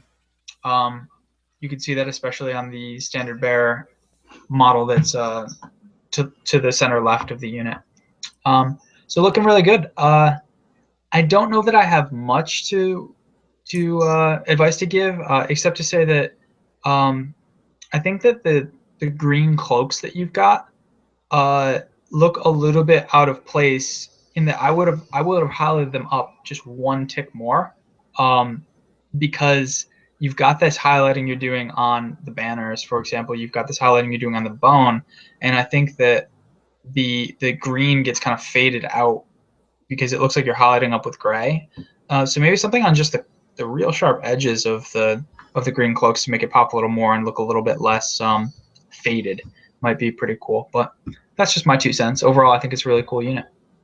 Agreed. I wonder if you couldn't have used the yellow. I think that's an ochre base, by the way, in there is what I would say. Sure, yeah, sure. So I wonder if you couldn't have used some of that ochre in the highlight color for the green. Because the green almost appears minty as opposed to the yellowy sort of greens in other places like that scorpion and whatnot. So just a minor thought. Overall, I mean, absolutely stunningly fantastic conversions, obviously. And oh boy, that's 80's a scary number. You're four done though. So exactly. There you go. We've started. All right, Rasmus with the Sisters of Battle I'm gonna say rhinos or what, like the one on the left, probably. I don't know. I don't remember what these things are called. I know the one on the right is special because it's got the big pipe organ. Um, Obviously, great Sisters of Battle stuff here. We've talked about this previously. So I think what I want to see here, Rasmus, is you've got some good rust and dirt effects on the treads. That looks nice, but your black and your pink are really flat. When it comes to these big vehicles, like it's easy to just have them accidentally be this big flat color. And so what I would tell you is the following. Um, you need to, and when you're going to do black, you're in a really tough way because there's no way you can get darker in the recesses. So that's why I actually tend to stay away from black vehicles because, first of all, the vehicle would never stay this black or clean, right? You'd have weathering and discoloration all over it the second you took it out. Like, think about the last time you saw a black car on the road after any, like, that didn't just come from the car wash, right? There's salt and dirt and all these sorts of things. And then, in addition, this is a tank driving through battle. So when you've got a big flat color like this, one, get your edge highlighting to get your plates out there. Two, let's see some weathering, some battle damage. Like, doing vehicles is a completely different skill set than normal painting because it's less about creating those highlights, although you still can and should. And it's often more about patterns and freehand and weathering and that sort of stuff. That's what takes your vehicle up to the next level. So what I would challenge you on, Rasmus, is, and weathering is an easy thing to do because there are so many products out there meant for weathering vehicles. Because this is a huge thing in like historicals and modeling and stuff like that.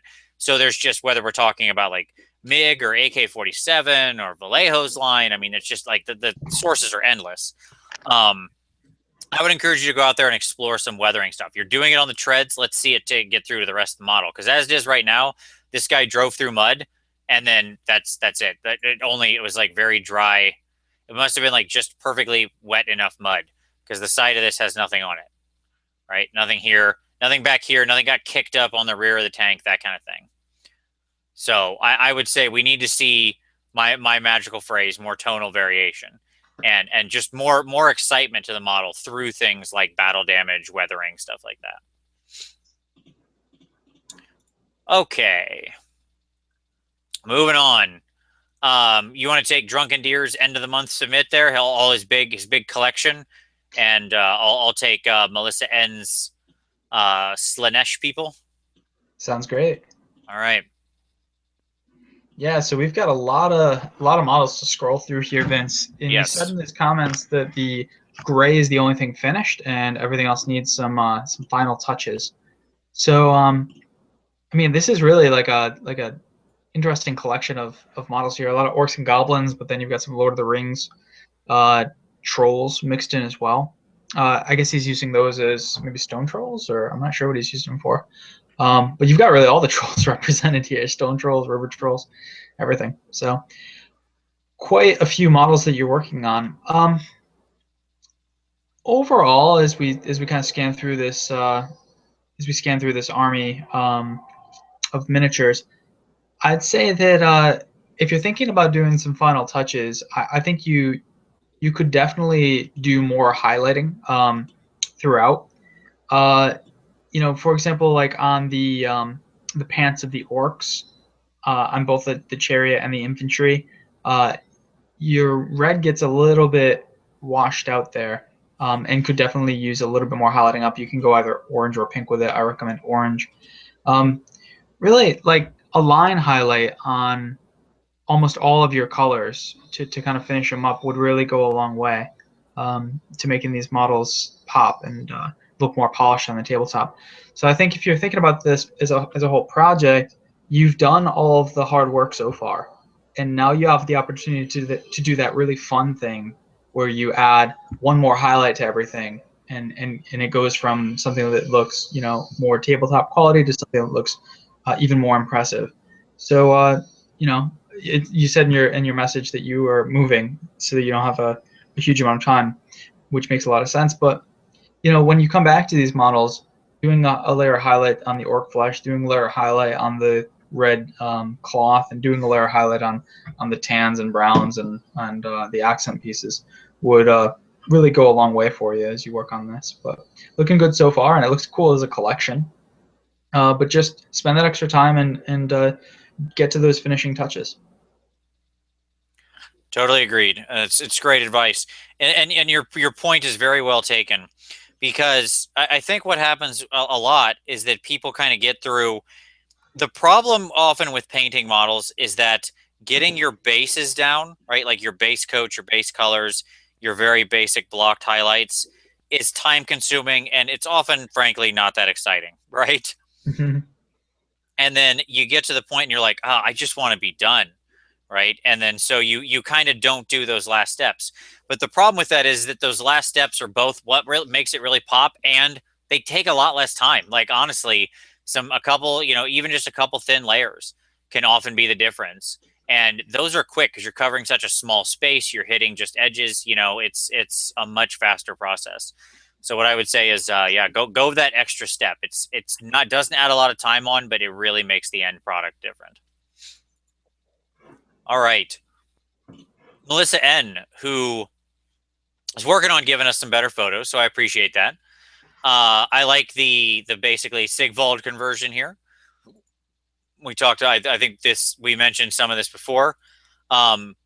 So I like your conversion. I like how you're getting bold and sticking all these different things together. We got the Tomb King, Space Marine. Like we just got a lot of different things all in the same sort of color scheme: the purple and blue and gold. So in all of these cases, here's what I would say. I think, Melissa, you're moving along. You're getting the right stuff down. My next step for you is going to be mainly just focusing on things like your brush control. Like you did some freehand back here. That's good. That's great. And as you can see, it's the slaanesh symbol. It looks good. Now let's focus on some brush control for making that nice and clean, well cut out. Maybe adding a second brown edge on the lower part here or around it just to really make it stand out. That kind of thing. Your brush control, like if we flip around to the other side of the shield here, sorry, let me find the picture. There we go. So like this should be nice and clean, and then having some highlight, lighter purple here at the top of the ridges, right? I want to see some more tonal variation. Like you did well here. You got the darker color down in the ridge. You got the lighter purple up here, but then we don't really have it pushed as much on these hairs. And on these like hairs on these big mohawks, it's the perfect opportunity for it because you can just get out your dry brushing technique and go to town. And that alone is going to take you to the next step. Here, you're just going to trace along and like on a line right here across the shield where it would be catching the light on the top part in the middle. This should be, lightened up a little, right? And then you'd get darker down here and on the edge. Just that kind of thing. Little stuff like that, I think will really take you up to the next point. The same is true for most of these guys. I do like that you picked out the edge here on the turquoise. That's good. I've picked out many of these annoying edges on this sort of Tomb King thing. This is part of their aesthetic. I know how challenging it is, and he did it well here. Like, this is good. Like, this is a little tiny thing, but I've done this same rotation where you're fading up this lighter blue into this darker on this, like, I don't know, the Tomb King belt buckle that so many of them have. I want to see the same thing here in the purple. Okay. And of course, as always, when we're highlighting purple, we don't use white. We use flesh tone or gray, depending on whether we want it to go cold, a cold source of light or a warm source of light. Okay. All right. So, excellent tonal variation, by the way, up here on his old Kopesh. That's very nice. I like that. You've got it maybe a little too silvery, but Jeff would tell you it looks great. And then down to the very nice dark brown down here. No, I like it as a sharp silver on the edge. Yeah, we disagree fundamentally on that. We'll never see eye to eye. Never. But the important point here is the one you already made, Vince. That Melissa's painting is getting better, and it's been a pleasure to watch her mature as a painter, even over the past just couple months. Absolutely. All right. Okay, moving on. You want to take Lee's Attack on Titan Giant? Sure thing. We just got to make sure we don't skip Zarduk. Oh, did I skip one? I did. I'm so sorry. Oh, I'm sorry, Zarduk. Yep. Thank you for catching that. All right. I'll tell you what. You take Zarduk's and then take the Titan, and then I'll take the Star Dragon after that. Sounds like a plan. I'll give you 2 in a row. Haha. Sure thing. So Zarduk, I want to give you 2 compliments, and then I want to give you 1 thing to challenge yourself to push yourself a little bit further. The first compliment is the basing. I really like the way you've mixed in both the rock and the different types of tufts that you've used. Here you've done the great thing, which is mixing 2 different types of tuft, green and brown. I think that's really powerful because it gives more variation to the natural scene, which makes it look more pleasing to the eye. The second thing I'd say, and this is clear on this model, on this image and the other ones moving forward, is that you've got a really cool color scheme going here. Green and brown on dwarves, I think, is pure win.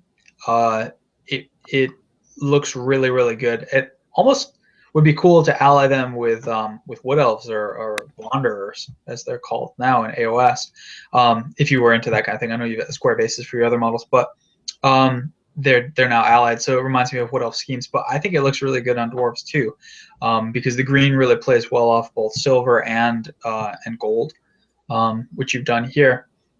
The thing I'd say to push you a little bit further, though, if we get to one of the models with some freehand, Vince, the banners, either there, if you zoom in, there you go.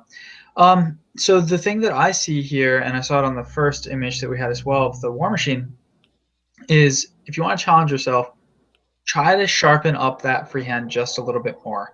That might come in the form of doing black underneath the white icon that you're drawing, the rune that you're drawing on there, or it might come with using a different color to back it up. Maybe it's got to be something dark, so maybe like a very, very dark brown could work as well. Depends on what you're going for, but I think giving just a little bit more time and attention to the freehand would go a long way. I spent a lot of time last week working on a model for D&D that I'm painting that has a freehand shield with an icon on it, and God, the thing took me a couple of hours to do, but I was really pleased with the result. I'll have to get it up here on the PmP by the end of the month. But the more effort you put into that freehand, the more you make it pop, the more it's just icing on the cake for a unit, because you've already got the fundamentals down here with your miniatures and the composition and the highlighting. Spending a little bit more time on the freehand is a good way to challenge yourself moving forward. But overall, really great stuff. Totally agreed. You hit my notes exactly. All right, you get the next one too. Haha. Yeah, now this is an attack on Titan thing. I've seen people do this before, but I'm not familiar with that reference. What? It's an anime. Gotcha. Okay, that's why it looks anime-ish. Makes a lot of sense.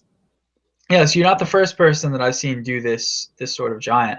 But I've liked it every time I've encountered it. It's really cool. It's supposed to be like skinned, right? Is that like the thing? Yep. Yeah, they are sort of flayed giants in the anime. Yes. Okay, gross. But really cool. So Lee, I think that this is a really interesting take on the giant and using that anime theme that Vince was just talking about. I think it came out really well. I think that you chose some really good accent colors here to the reddish flayed muscle sinew that you've got here. You chose brown and green and a bleached bone color, all of which work really nicely. And then Vince, if you skip forward, there's another giant in here. So here you've got a grayish mutated giant that's missing an arm. But just a couple of things to push you further. One, the giant kit is notoriously difficult to hobby with because it's got a lot of gaps and it's got a lot of mold lines in unfortunate areas. So as you can see down the left-hand arm of this giant, Vince, if you zoom in closer, let's just say the arm that exists, that's fully there. So it's the right that we're looking at, but his left hand. Yep, if you flip back one image, sorry. And then there you go. If you could zoom in on the... That is as much as it will let me zoom. Oh, okay. Won't go any further. So on my screen it's small, but maybe you guys are looking at it on a bigger screen. But anyways, there's a mold line going down there that really detracts from the look of the model. It's not the end of the world, but when you think about assembling the big kits moving forward, you want to make sure you get rid of those mold lines, just because it can be really distracting and it takes away from an otherwise really excellent model. But here I think that you've got the thing you've really got going for you is the story to this disgusting giant that you've created. He's got an arrow sticking out of his eye, arrows sticking out of his belly, blood dripping, dripping out of everywhere. But he looks really cool. I like the color selection for the flesh on both giants. It's two totally out of the box ways of painting these classic Games Workshop models. Yeah, he's actually got the whole giant battalion ready to go from the new book because he's got that many giants. It's amazing. Can't wait to see someone do that. That's really cool. All right. So I'll take my Star Drake, and then I'll grab Lee's, and then we'll give you Archaos's herald there. How's that sound? Sure thing. Okay. So I'll be somewhat quicker on my Star Drake here, or my Star Sphinx, as it were. So this was I wanted a second necrosphinx that was a little more entertaining. So here we go. I did a video on how to do these kinds of galaxy patterns and stuff. They're actually shockingly easy. And I think they look pretty cool. The wings are from the Worm Gear set, in case anybody wants to know. That is to say, it's a Reaver Bones set, but the wings are a hard plastic. They're not the soft bones material, so that's rather nice. They'll actually keep that shape. In fact, they'll keep that shape so much that it's almost impossible to heat them up and bend them, so it's almost the opposite problem. That being said, this was fun, and again, it's about pushing that contrast on the gold. If you look at like the front here, it's not quite as clean as I would like when you get in close. I needed to smooth this out a little more. Metallics are notoriously tricky, but I should have worked a little bit harder on that, smoothing that out. That being said, I like how this guy came out. I think he's fun, and he's a fun necrosphinx. Can you talk a little bit about your thought in painting the wing and your method in painting the wing? It looks like you airbrushed in some not constellations. What's it called? Like space colorations. I don't know what the word for this is. What yeah, is sure. it? Nebulas and galaxy patterns. Yes. Quasars or whatever. Yeah, I don't know. Sure. Other space words. Absolutely. Sure. So my idea was to just make it look like, he had space in his wings, right? And so I didn't really honestly think too much about it. You use just like a couple masks to create your lines. I kind of walk through how you get those firm lines in the in the video, and it's just all about using masks here and there to create the effects. And then you just start mixing in some colors back and forth, and you glaze with them in the same way with these, in the same way you do with any other model, because you want to create a fair amount of variation in tone. So for example, here on this sort of dark matter cloud, right, we've got like the fuzz of the white here on the bottom, and then with some blue tone mixed in, some black, some dark purple, all that kind of thing, right? The same with the sort of spinning galaxy up here. It's that sort of thing. You want to just have I did not have any idea what these were going to look like before I started, if that's your question. Okay. Yeah. I just literally started doing this. Like in the video, you watch it. If you watch the video, you'll watch this happen live. All I did was literally just start going and knock it out. Looking at it now, I noticed I missed a couple little spots of gold here on the edge. These kinds of things bother me. Like there's this little bit here and here. Should have went back. Like I know I went back, but I still missed some apparently. So that's always infuriating, this tiny little spot of not black where the gold went off the edge. But yeah, just get into it. I mean, one of the great parts about the universe and doing galaxy stuff like this is there's almost nothing wrong, right? Because it's just a million different variations of what's out there in the universe. So, hey, whatever you like is basically the answer. Just get into it and start banging some stuff around with a little template. And by the way, my templates that I'm using are a piece of poster card that I got in the mail for an advert that I cut into sort of straight lines and round lines and circles. So, really high-tech stuff. Cool. All right. Oh, and obviously do all that before you do the gold. You watching the video, do not try to do the gold first. Like I painted the whole wings and everything, then went back in and did the gold. Okay. Inside out, yeah. Yes, inside out. Start with the inside, then go out, is what he means. Just to be very clear there. We're not referencing the popular Pixar film of 2015. All right, so this is a super fun conversion. Corgus Cole has apparently upgraded his Fleshhound, as near as I can tell. Boy, did that thing get bigger. This is his Lord on Manticore, I believe, is what he's aiming at here. So he obviously used the Magma Droth kit, and then attach the actual Manticore wings, which I love the Manticore wings. They are some of the best wings because they're textured and they have veins and they've got big bone protrusions sticking out of them. I mean, they are just fantastic. They're great wings to paint. Some of my favorite. We're a little far away from the mini here, Lee. I'd love to see more close-up stuff. But from this distance, here are my 2 notes for you. Your variation in the red is good. I could even see it going a little higher, especially on the wings where we could dry brush in a little more stuff. That could be there. I don't know. It could be that it's distance or light washing it out. But I like it.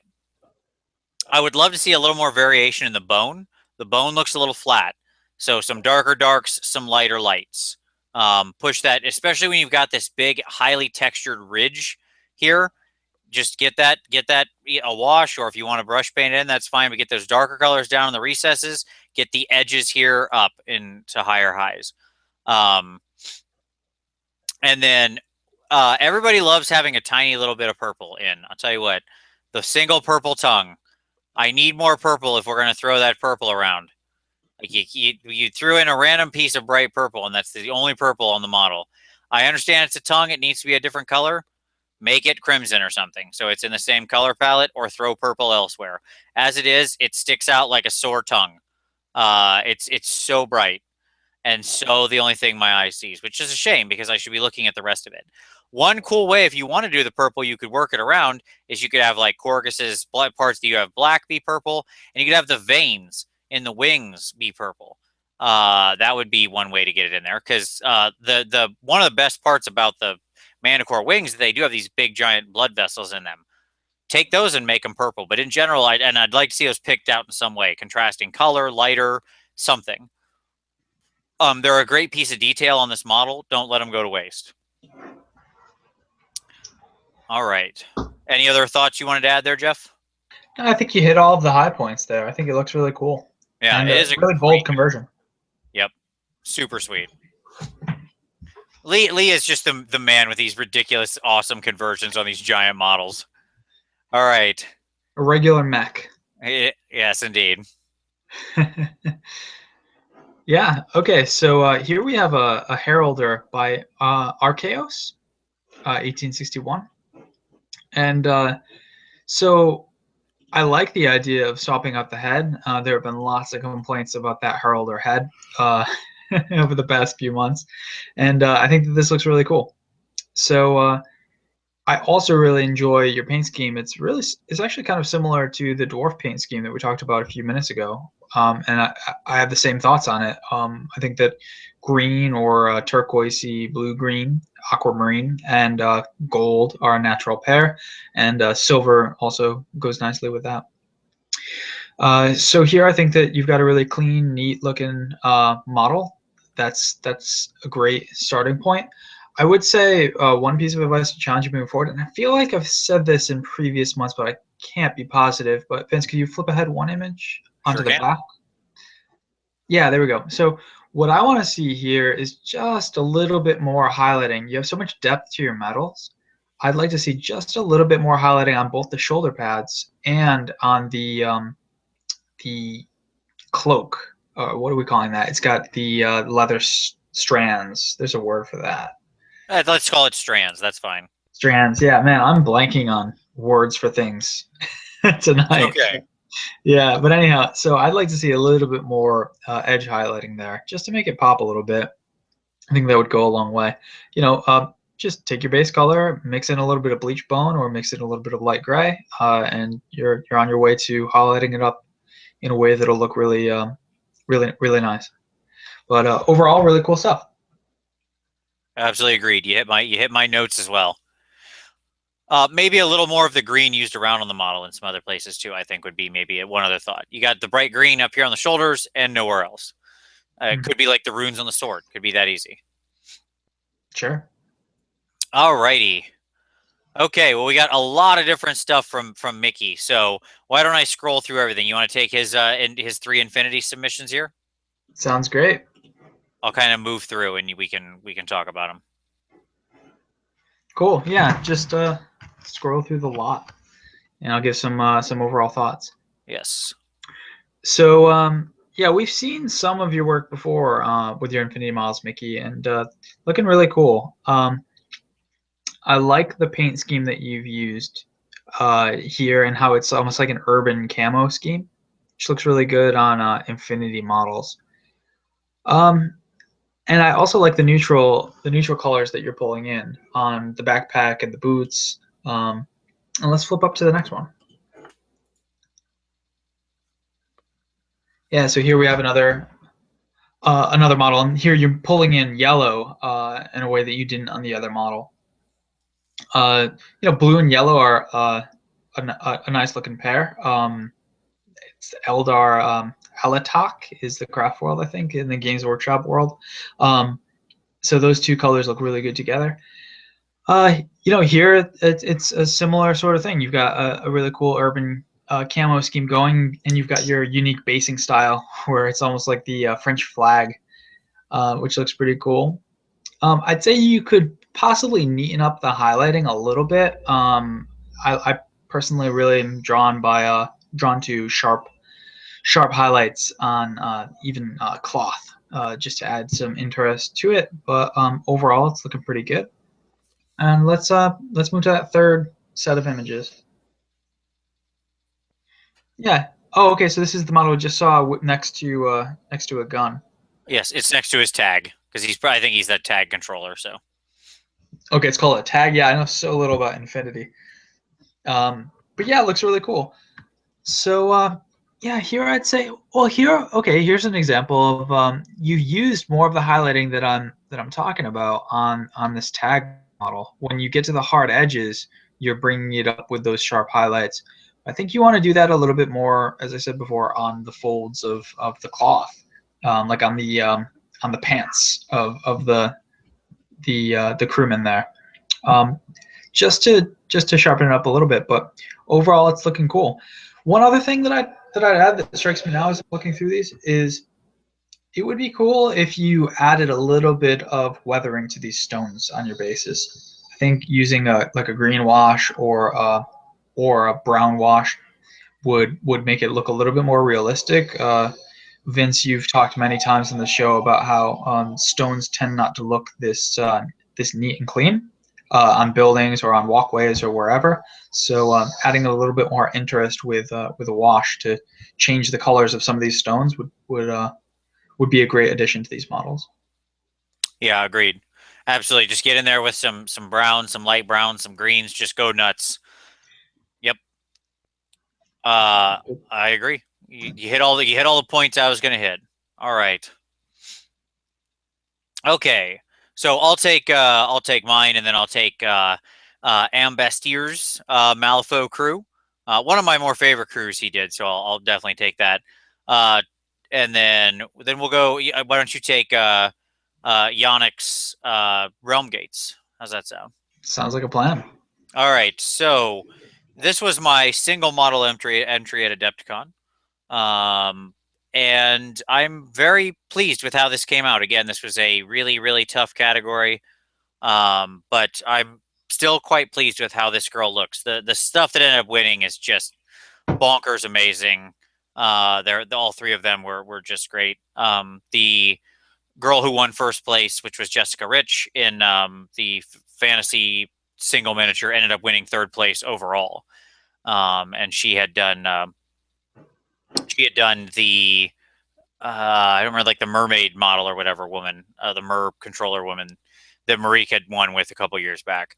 At any rate, this model, I'm happy with how this came out. I like framing single models like this. It's a good example. But this is just sort of a fun thing where you have to go in and do all these. This is a Wrath of Kings sculpt. I'm not super pleased with their sculpt. I found some of the detail pretty darn hard to pick out. But overall, I think it turned out pretty good. I don't know. Any thoughts? Any immediate feedback for me, Jeff? What should I have done to take this to the next level? Hmm. Well, it's tough to tell. Let me zoom in on my computer and my image and take a even closer look at it because I can get a little closer. I'm using a really small laptop here. Okay, so here we go. Yeah, I'd say I like your color selection, and I like the scenery that you've chosen here, and some of the object source lighting, some of the little details that you've got here look really good. Um, I would say that possibly doing a little bit more with the flesh might go a long way. Overall, I really like it though. I mean, I don't know what I do to the flesh, but for some reason, when I see it and I see the purples and violets, it's just kind of getting lost in there. Do you agree with that, or what are you thinking? Yeah, I think you're right. I think that there should have been like, and there's a little bit of like red tones and stuff mixed in there, but it kind of gets lost, right? I think what I needed is some even darker shades to take that down in the flesh, like especially in the cheeks, sort of in the upper chest, kind of in between the breasts, that kind of thing, right? Having a little darker tones in there. Yeah, yeah, something like that. I think is what you need to do.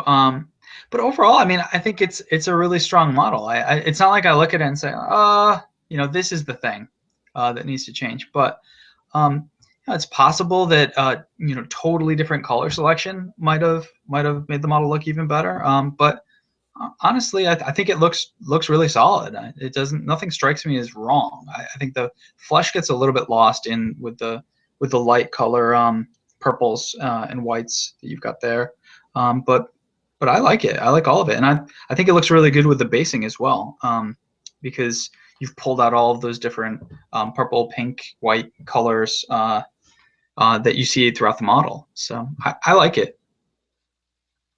The sword was one of my favorite parts to do. If you can see that there, like that was actually super fun to do, like the full non-metallic metal style with the blue non-metallic metal on the sword was actually a lot of fun. Play Yeah, around and with that some more. And that color blue really works well with the purple too. So it's an example of a non-metallic metal color that really works in tandem with the cloth. Yeah. All right. It was fun, and I like how she looks. Speaking of non-metallic metal, let's talk about Ambastir and his non-metallic metal here, which is what this is. And doesn't it look great? He did a great job. So this was something he talked about over the month. So this is Sonia's crew, if I remember right. Guild. I'm trying to keep my guild people straight. Sorry, I don't play guild, and I don't, and our guild player is rarely around.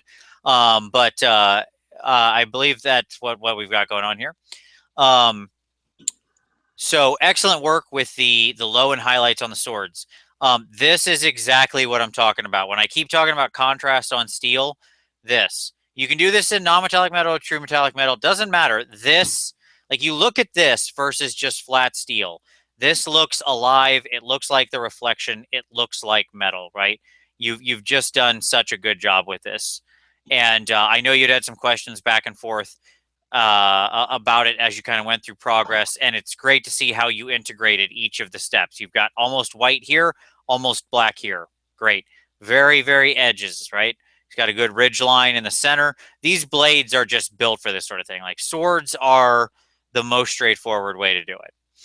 I like how you've got a little bit of blue tone kind of on her jeans and his pants and stuff like that. Kind of work throughout. It's a gray blue, almost like a denim color. Looks good. Obviously, we couldn't really work it into the skeleton, and I think we can forgive that. I don't know where you put it on that guy. Um, but you've also got the fire theme running throughout. What I would say is with the actual flame, and I think it's there. You've got just a little bit of red tones. I would have liked, and this is good. I like your tiny bits of red here. I would have liked to see a little more orange red here in the lower parts of the flames. Like your fire is so yellow.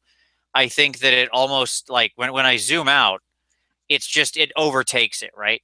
So I would have liked to see some more rich kind of orange tones in here on the edges and the upper parts here. I think your red percentage is about right, like your real red. But I think maybe a little more orange yellow, straight orange and orange red. You could have a little more of that kind of mixed around there. Probably the same on her sword. We get to one where we can see her sword from the side. Yeah, same thing on her sword. There we go. Yeah, and especially since the wrappings and the hair on this female model have so much of that orange in them, it'd be Right. a natural thing to add onto the flames, or to expand upon on the flames. Yep. But overall, these look great. So that would be my challenge for you is, when you're doing the fire. I think if I was going to give you any one other note, it would be your wood. It looks good. I'd like to see you push it a little farther because it's all kind of in the samey tone. I'd love to see a little more like green and stuff like that worked in there. Just some other tonal variation. Again, just washed in, nothing big. Just here a little bit or there, a little black, little green, little darker brown, that kind of thing. But great work, sir. Great crew. All right. The portals from Yannick. I hope I'm saying that right, by the way. I'm guessing. He's got an umlaut. It's got to be a soft J. Right. That was my read on it too. Yeah. First umlaut in the PmP, maybe? He might be the first umlaut. Yeah. I don't know if that's true, but it's Yeah. not he's one of a rarefied small group of umlauters. I always wanted one in my name. Anyhow, so Yannick or Janik or whatever we're calling you, I really like these two realm gates, and the more times every time I see these realm gates on the PmP, I think to myself, I really should buy one of these and paint them up because I think the kit's really cool. So here you've got some pretty interesting adaptations. You've got both the yellow ethereal color and the blue ethereal color on the two different realm gates. You've also gone to different accents that complement those colors. So on the yellow realm gate, you've got red on the pillars, and on the light blue, you've got some dark blue on the pillars. I think that's a really cool way to individualize these models. But I've got two pieces of advice for you and things you might want to consider. One, I think you could go for a little bit more weathering on these stones. You've done it in some places. I see that there is some weathering that you've done, but I think you could go even further and darken up the corners of the stairs, for example, and the grooves between the panels of stone. Look at Vince's model that we were just looking at a couple of minutes ago for a reference. You see a really wide range of stone colors in that figure that he brought to Adepticon with him. The other thing I'd recommend is I would highlight up these Realm Gate mist, smokish mist parts of the piece as well. I'd mix in a little bit more gray or a little bit more I'd go light gray. I wouldn't go straight white because you'll bleach out the color too much. But a nice Oud 1 gray, if you're using the Games Workshop range, would be really good. And I do that on just the sharpest tips right in the center, in the ring around the center, getting further and further away from the stone. Right on those tips, I would do a nice ethereal looking light gray mixed in with whatever your color here is, either the yellow or the blue. So that's my two pieces of advice for you. But overall, I think you've got really, really cool pieces of terrain going. Your table is going to look really great when you play Age of Sigmar. Agreed. All right. Tom, I know you did some more Necromunda. We'll look real quick. I don't want to skip anything. Good tattoos. I like that he's even got the big words. That's fun. Kill. These guys are bros, man. They're here to party. Same stuff we said before more or less applies. Okay. Somebody asked me about the size of this bone giant. I think I don't have the picture in here. Okay. But I mean, you can see that's a regular tomb guard or whatever, right? So he's big. This guy was fun. He was fun to play around with and change his weapons out and stuff. I like how he came together. Overall, like there was some fun things. Like I tried some pigment to do some of the shading on him, some actual like dust pigment because I wanted him to be a little more dirty because he's big and he, would collect dust and stuff. So some of the stuff like around his skull, this is actual pigment up here, worked into a medium and then sort of faded out. Overall, I like how this guy came out. Yeah, I don't know. Thoughts? Yeah, I like him too. The only thing that's striking me here, and it's something I haven't really noticed with your other Tomb Kings models, but the challenge with one of the challenges with Tomb Kings, I think, is that you've got that bone color and then you've got desert, which are so close together on the color in terms of colors. And so, to my eye, they look, they're already supposed to be, weathered and bleached by the scorching rays of the sun, just like the desert sand is. So it's difficult. But to my eye, it looks like the base and like the rotten cloths and the bone look really, really close together in terms of the color. So there isn't as much differentiation as I usually like to do on my models. But that might be just a Tomb King thing that is a difficulty of that model range. I mean, unless you do like an orangish desert, that's going to happen. But overall, I think it's really cool. And it's a really cool model. I've never seen this model before. It is the Reaper Bones Colossal Skeleton, and he's like $15. It's a Is great that deal. all? Yeah, I swear to God. It's huge. Reaper's got some great deals. I agree. And it's funny because the sand actually has a little more white in it, but it really didn't come through on the photo. So, but that's okay. But that would just make the problem even worse of what you're describing. Kind of.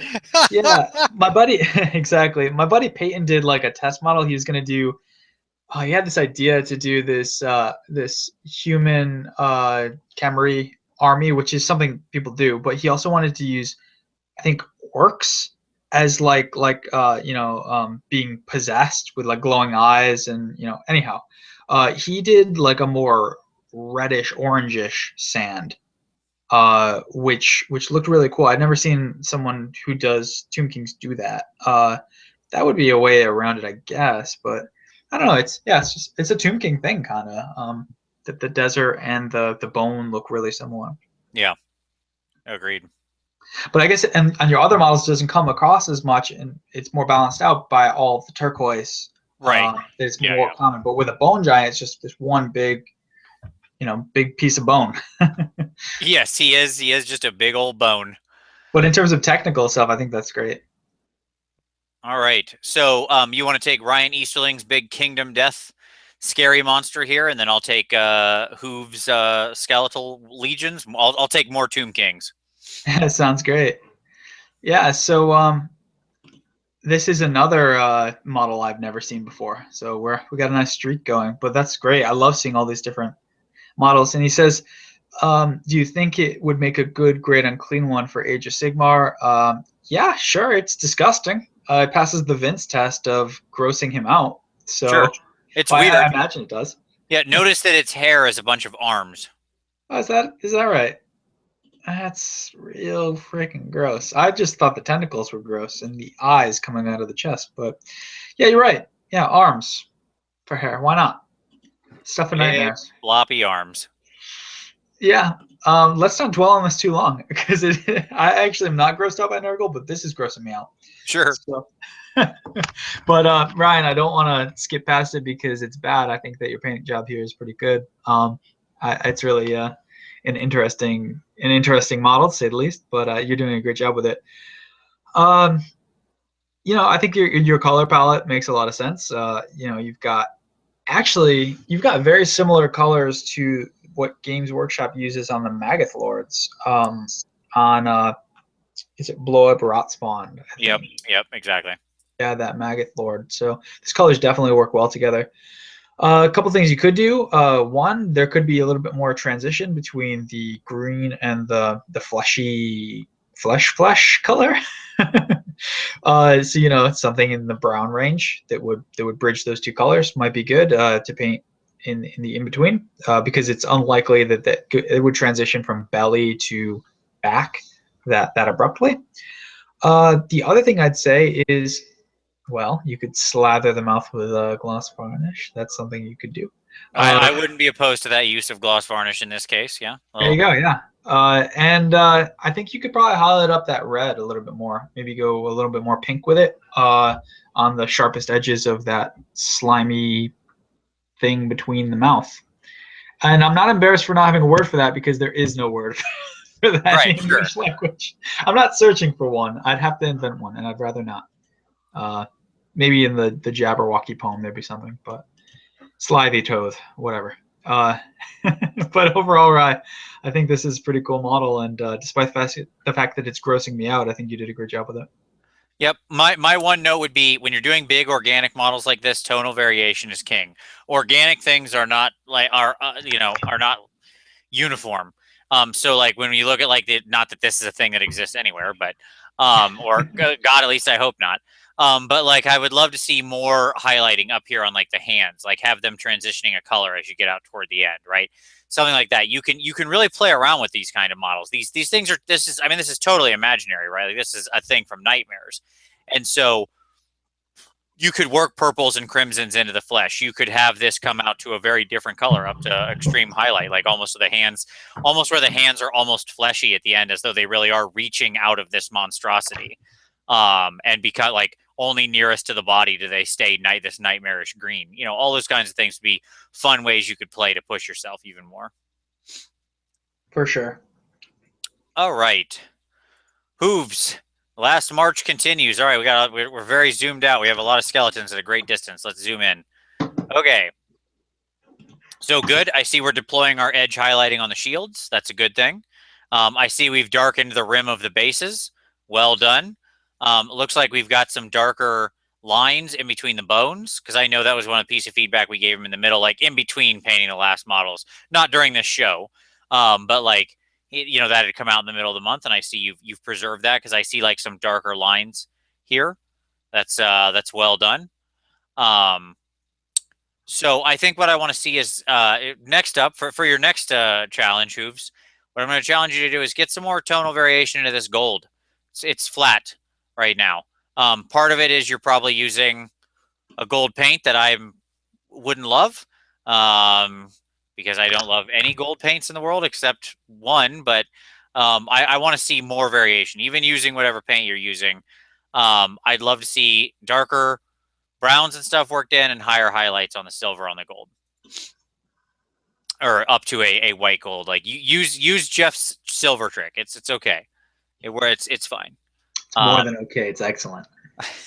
Well, let's not go that far. Yeah. Okay. And then other than that, with the horsemen, so my only note here is probably with this red, like you had the perfect chance to bring more of this blue in that you've been trying to push throughout, and then you used red. I don't know why we suddenly left turned into the red. Like I see how you've got some of it here on their bow straps, but that honestly just looks like ruddy leather, okay? Because it's so small as to be almost not noticeable. But here, it's like really noticeable because it's the straps. These should be the same blue as this, like the little straps on the side of their head, all the same cloth. And I think you would like it would just tie in a lot better. Now here we've got with the chariots, you've got a lot more red. So let me tell you my one note for you here. And here's my big one. Use less silver. Okay. Turquoise and gold and bone all look right together, and they all play in the brown spectrum. Even your maroon is playing in the brown sort of, and it has it all. There are brown tones and all of that. The way that the blue is working is fine. But you have like it becomes really noticeable here where you've got too much of this steel. It's out of balance and it makes the models look strange. So like for example, on these plates here, where the skulls are, we don't need the silver. Like you just don't need it. It's an extraneous color that's creating too much confusion in the model. If this was gold and this was gold, and say like this skull up here was gold, not just the ring, you'd be a lot more in balance. Like if you want to do your weapons in metal because they have steel weapons. That's fine, but be really careful with how much the steel you work in, because steel's very cold, and it plays against, like, it's out of balance here with your warm tones. So that's my one feedback there on the chariots. Also, let's liven up these bases a little now. Now let's get some more rocks and stuff around here. We're good. You got them rimmed. I like it. When we got a big base like this, like a chariot base, you got a skull buried in there. I like that. Thumbs up. That's good. Now let's see some more. Let's see some rocks. Let's see some little desert scrub plants or something. Doesn't have to be much. Deserts are tough because, it's one of the toughest things to model and make look interesting. But I'd love to see some more just rocks or anything scattered around there. All right. Any other thoughts, Jeff, before we move off of Hooves? No, I really I agree with all your thoughts, and I'd echo the silver thing that you said as well. I think that was my big takeaway from that. Yep. In all honesty, I'll tell you, like, it's too late for this because you're already deep into it. But I don't like having steel at all in the color palette of Tomb Kings. It doesn't really work. So I would minimize it as you go forward. I really would. Yeah, and like a lot of the advice we give, often we're talking about what we would do differently with finished models. Sometimes people take those pieces of advice and run with them. Other times, I hope they just file them away and consider them when they make choices moving forward, and maybe they decide to employ them in certain situations. But we're always talking, we hope that you'll all be miniature painters on the PmP for a long time. So think about it moving forward. Yeah, exactly. Absolutely. All right. Moving right along. We might have to step this up a little bit. All right. I'll take Scrange's submission here. And I think this was his first submission. And we'll let you take Skeleton Flowers' long-awaited submission into the messenger pick competition that he and Mickey and Andrew had with his giant zombie dragon. Sounds great. And Vince, Scrage has one more submission right above this, so you might want to tackle them in tandem. Oh, yeah, great. Okay, I'll just With knock out both of those real quick. Yep, absolutely. All right, so Scrage, let's take a look at your Skaven. Okay, so, all right, I like what we've got going on here for color choices. Your blood has some variation, which is good. I think one of the things I'm going to say right out of the gate is I feel like our paint isn't thin enough. I don't know, like, I know you're going for dirty metal, but metal doesn't get dirty like that. That is to say, you've got dirt here or something. Like, either metal paints can do this when they get dry and chalky. So I don't know if that's maybe the case. Like, I don't know what caused this, and that's my issue.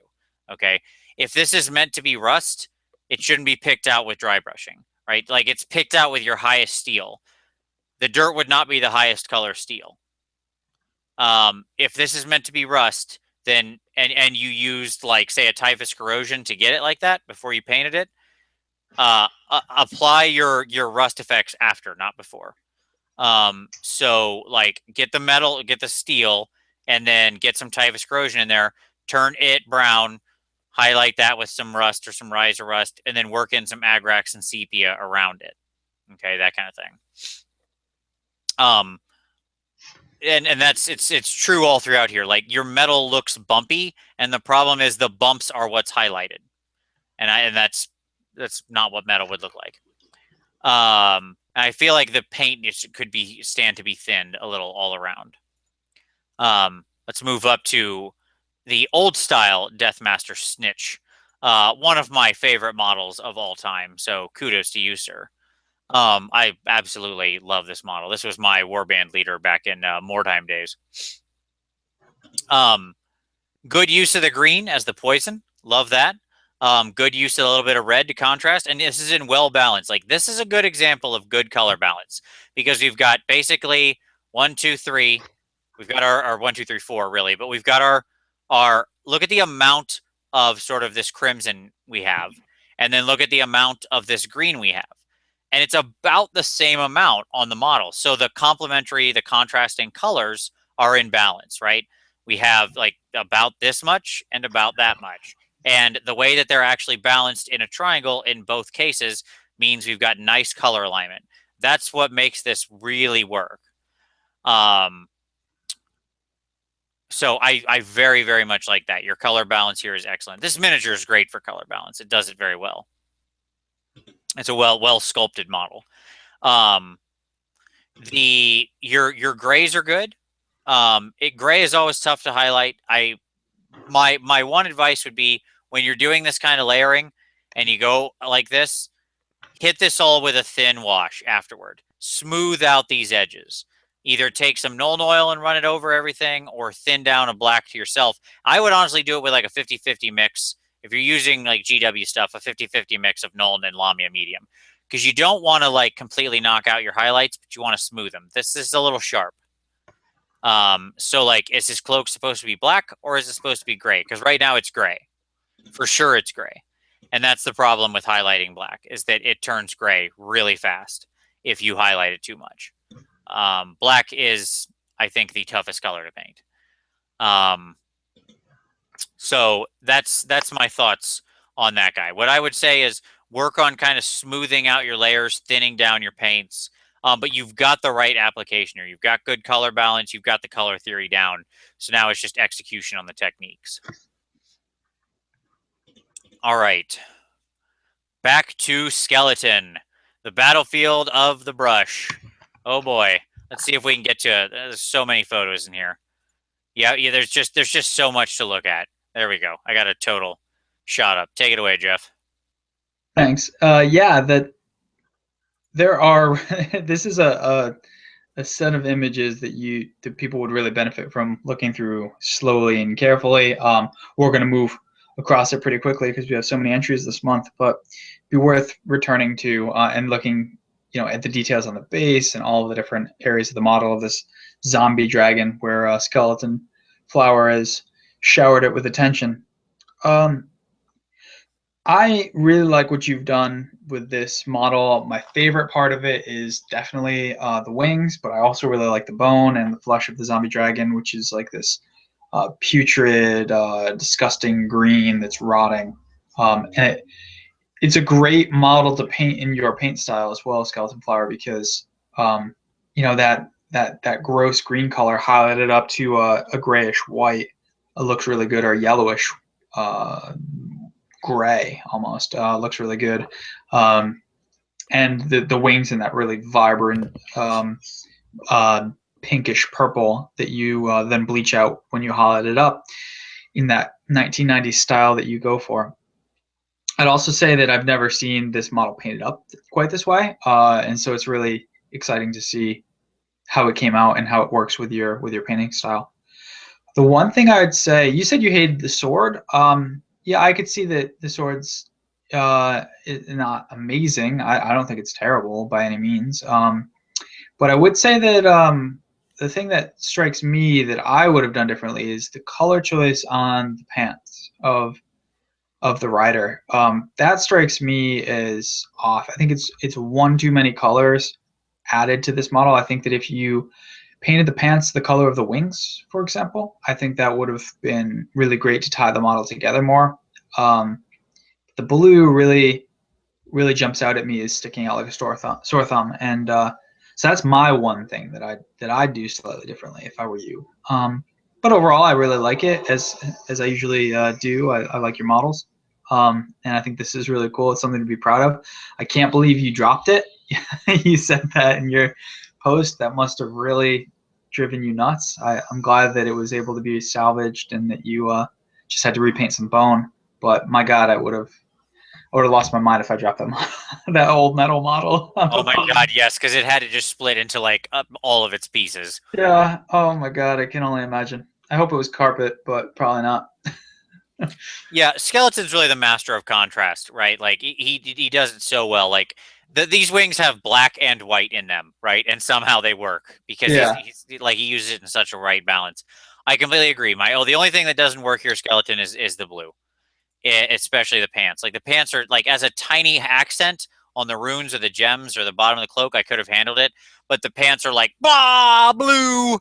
I am blue. And it's right in the center of the model too. Yeah, it really just like stops your eye from moving, and it shouldn't. I honestly, I would have taken them the same purple as the top of his weird headdress thing. That would have worked. Yeah. And I think that would have been fine. As just that's like the blue works with the purple as a very slight accent color where it's not really ever stopping the eye. So that would be my only thought. Overall, absolutely stunning. And just to be able to do this with this very, very, you want to talk about a 90s model, boy, this guy. Also, your basing is just phenomenal. Phenomenal. That's a Yeah, base right there. Yes. Centerpiece models deserve centerpiece bases, and you have done it, sir. All really right. great.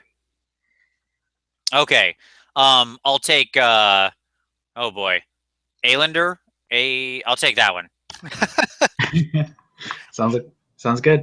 And then let's see. And then I'll take my snakes and we'll have you we'll show Tom's real quick and then we'll jump up to Omry. I'll have you do Omry's dwarves. How's that sound? Sounds like a plan. All right. All right. Alandar. The Highborn. So we had kind of looked at I think we looked at I'm not trying to remember. I don't know. I don't know if we looked at part of them last month or what. But I like very much what you did here. Okay, so some quick thoughts. The capes are a little glossy. Like there's a little too much reflection and shine on there, so I'd matte that out a bit. Because those I can't picture anything a wood elf doing being glossy. Your choice of the gold is really unique and interesting, like the way that their armor works, and I like it. You've got good contrast in there. That's very solid. Your little weird green imp under the branch is balanced by the green in the flowers. So that's good. I like the slight bit of green hue glazed into the steel, and the gem looks fantastic. So well done there. Really, what I would say is the hair on the left guy looks a bit too much like his armor, looks a bit too much like his flesh. I don't know if maybe just simply making his hair a different color, maybe a more brown or a more ruddy color or something mixed in, kind of he could be strawberry blonde or have a more lighter brown tone. All of those would have been possible, but it just looks a little too much like the armor and kind of makes that look like it falls together. And then on the wood that he's standing on, I'd love to see more variation in that wood. Again, you've got great tonal variation in the armor. I'd love to see it carried through on the wood because that's this natural organic piece of bark that's toppled over this tree that's sat there and been weathered. Like that thing could have stood there for 300 years before this elf decided to perch on it, right? The point being, like it should look like it's been out in the weather some. So some green tones, some darker browns, blacks, anything like that, I think would look really nice. Okay.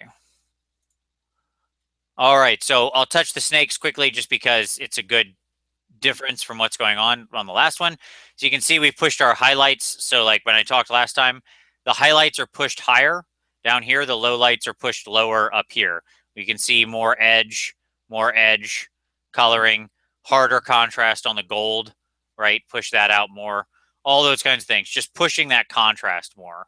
And so that was really the mission here. Minimize the dark lines. I felt like they were a little too strong on the first one, so I cut them back a little bit. And yeah, I think that's about everything I changed. Yeah, I think that's a big improvement off the models that we saw earlier in the episode, earlier in the month. Yeah, I agree. Like it's a that's not me trying to be an a-hole or something. I just mean like no one's going to accuse you of being immodest, Vince. The first thing you say whenever you talk about your own models is, I hate this and I hate that, and it's terrible for this reason, but sure. So don't worry about it. All right. I'm not trying to be like, oh, look at the stuff I did. Like, that's not the point of this. I only want to share what I did to try to share the lessons or that I learned as I screwed things up. Nothing more. So I think like when I look at these, my one big problem is I didn't push the variation on the bone far enough up, like under his helm. This should be darker down here, right? It's those little things that I see, you see later looking at it. So I should have pushed that farther, and I did not. It should be matching. Like I've got extreme contrast on the gold and the blues and stuff like that, but then the bone looks still too flat. And making sure you're highlighting the whole model to the same level of contrast is really important, and that's where I think I whiffed here. So yeah, there you go. Lessons for the future. Okay. Let's take a quick look at Tom's next submission. There's a very fun. Again, all the same lessons we said before, or things we said before, and all the same things he did well. Still here. I very much like the woad style, almost Celtic tattoo on this guy. Looks good. He's just going crazy with these tattoos, and what I love about it is everything is unique. That's great. Very great for the gang. Okay, so Omry, his first post. All right, so he's got some dwarves. Yeah, he said that Scrage encouraged him to post up his models, which is great. I'm glad to have another member of the community. And he's got 3 postings in almost succession here, so we could work our way through all of them. Yep, I'll cycle through. Yeah, he said he wanted to start with some of the old Slayer models, and so he has some of the Dogs of War Slayers and this Slayer here, and then he's got a Fire Slayer toward the end as he works into the new stuff. So he's keeping the same kind of paint scheme. And on this first model, this was more of like a test model that we just looked at there. So yeah, we can move on to the next post and then to the third one too. So here you've got a really cool paint scheme. You know, orange Slayer beards, which looks really good, and then you've got your obsidian that you've highlighted up with blue on the edges. That looks really cool too. If we could actually zoom in on his base, at first I was going to suggest that he needs to do a little more with his base, but then I looked closer and saw the detail that he's going for here.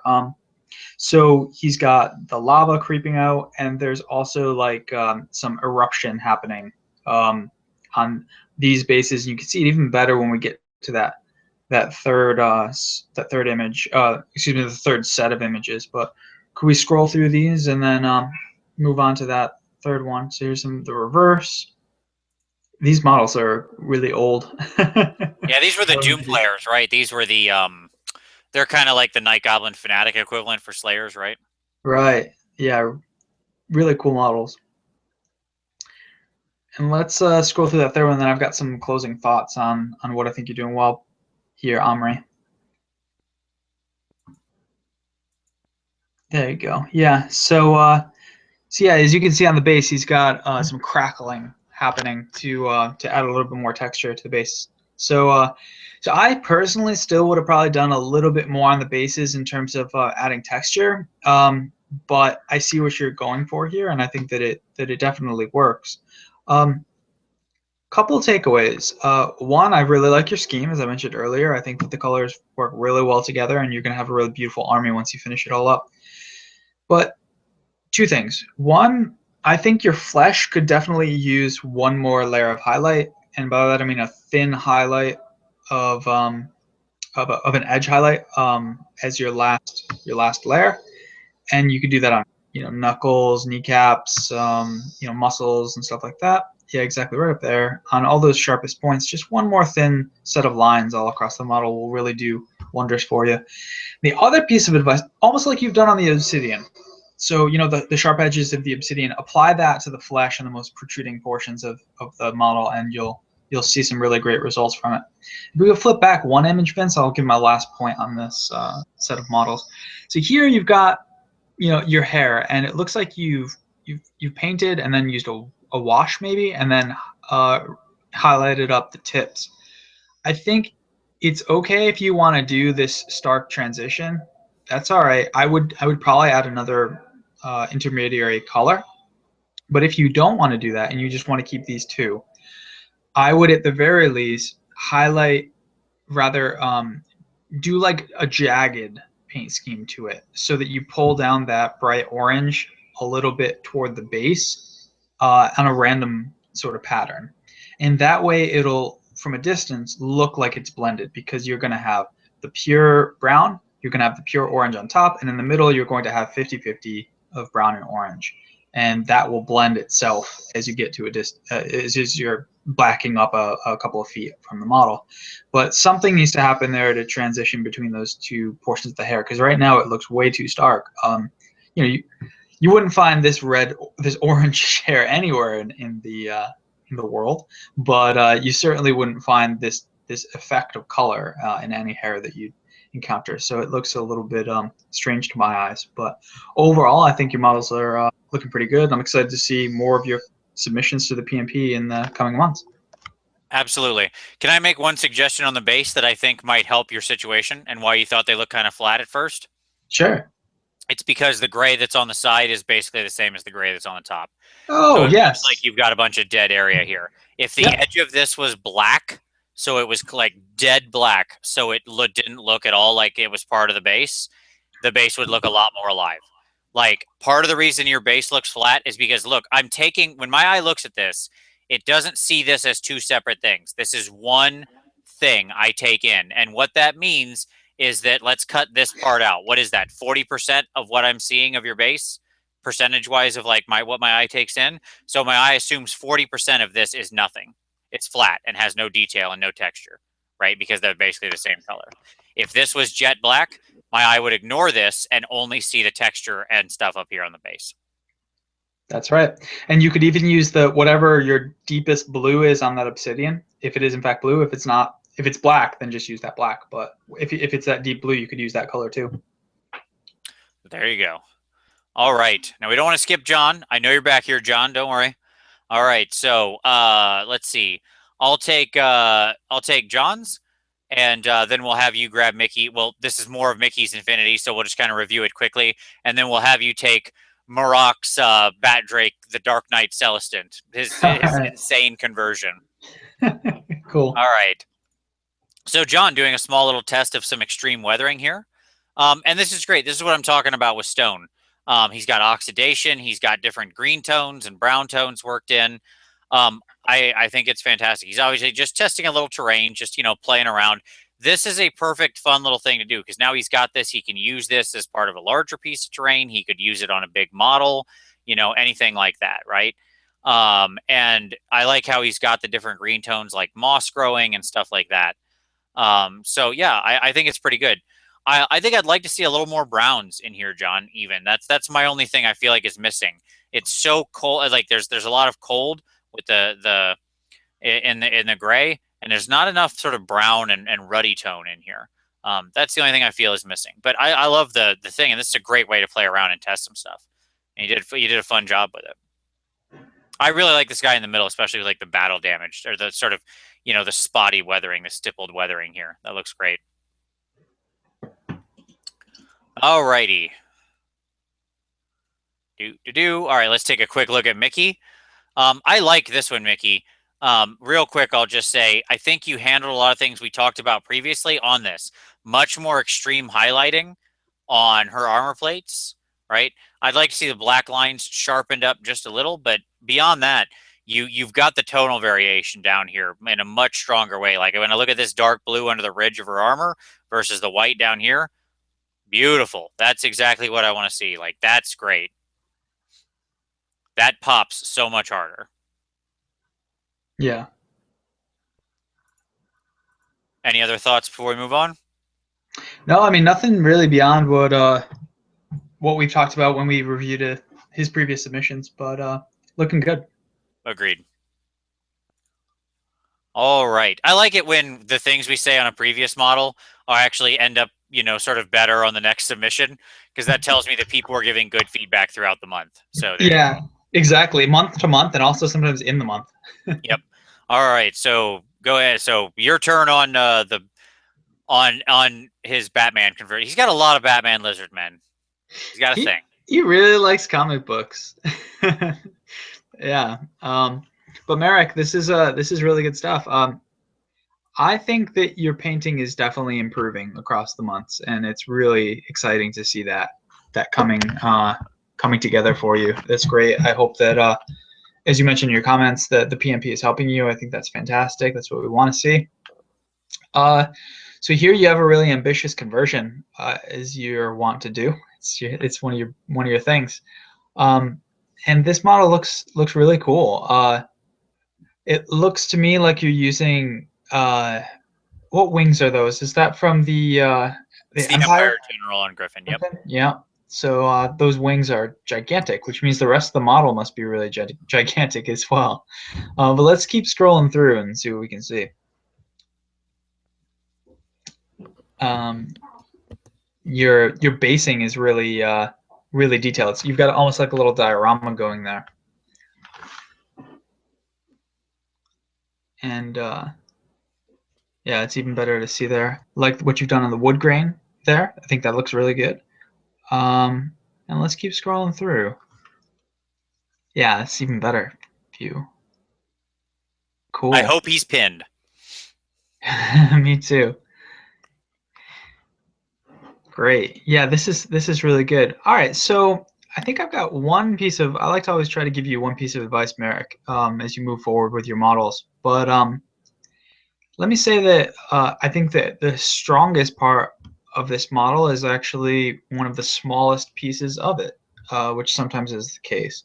I think that those barrels that you've got, which we can see on image, if you flip to image number 6, Vince. So the highlighting that you did on those barrels and the way you made that wood grain come to life, I think is really, really excellent. And what's making me think is why not do that on the wings as well? So on the curved portion of the wing where it's that like the arch as the wing folds at the top on either side, yeah, right down those lines. Why not have a little bit more highlighting there so that you're doing the same three-dimensional effect as you're doing on those barrels? It'd take a while to do that really careful line highlighting on those edges, on a couple of those feathers in those areas, but I think it would really pay dividends for you. I think it would really make the whole model pop. You know, you've got like the highlighting you're doing on the barrels, the highlighting you're doing on the flesh, all of that looks great, but then we get to the wings and it's this massive portion of the model and they're not highlighted up as much as those other smaller things are, and it makes it look a little bit off to my eyes. But you know, I think that like I said at the outset, this is an example of your painting really improving over the weeks and months that you've been working on it, and just keep at it. You know, keep pushing yourself each month. Absolutely. Here's my little note for you, Merrick. This gold should have a very dark line at the bottom of each of these plates to segment them. Just so they actually look like hard edged plates. Right now they look a little too samey, not enough variation there. Now I have a funny aside joke. Why is he wearing a mask? Who is this guy protecting his identity from? The 13-foot tall winged lizard? I'm pretty sure if he took off the mask and was walking around, people would be like, wait a minute, aren't you that guy? With those giant wings. Yes. I don't think he's going to blend into normal Mordheim society. No, just a funny joke. Like, that's, no, I understand because he's Batman. I get it. But I love the idea of him like going home and taking off the mask and blending into normal, just like walking out and be like, wait a minute, aren't you the Drake Lord Celestin? What? No, that's not me.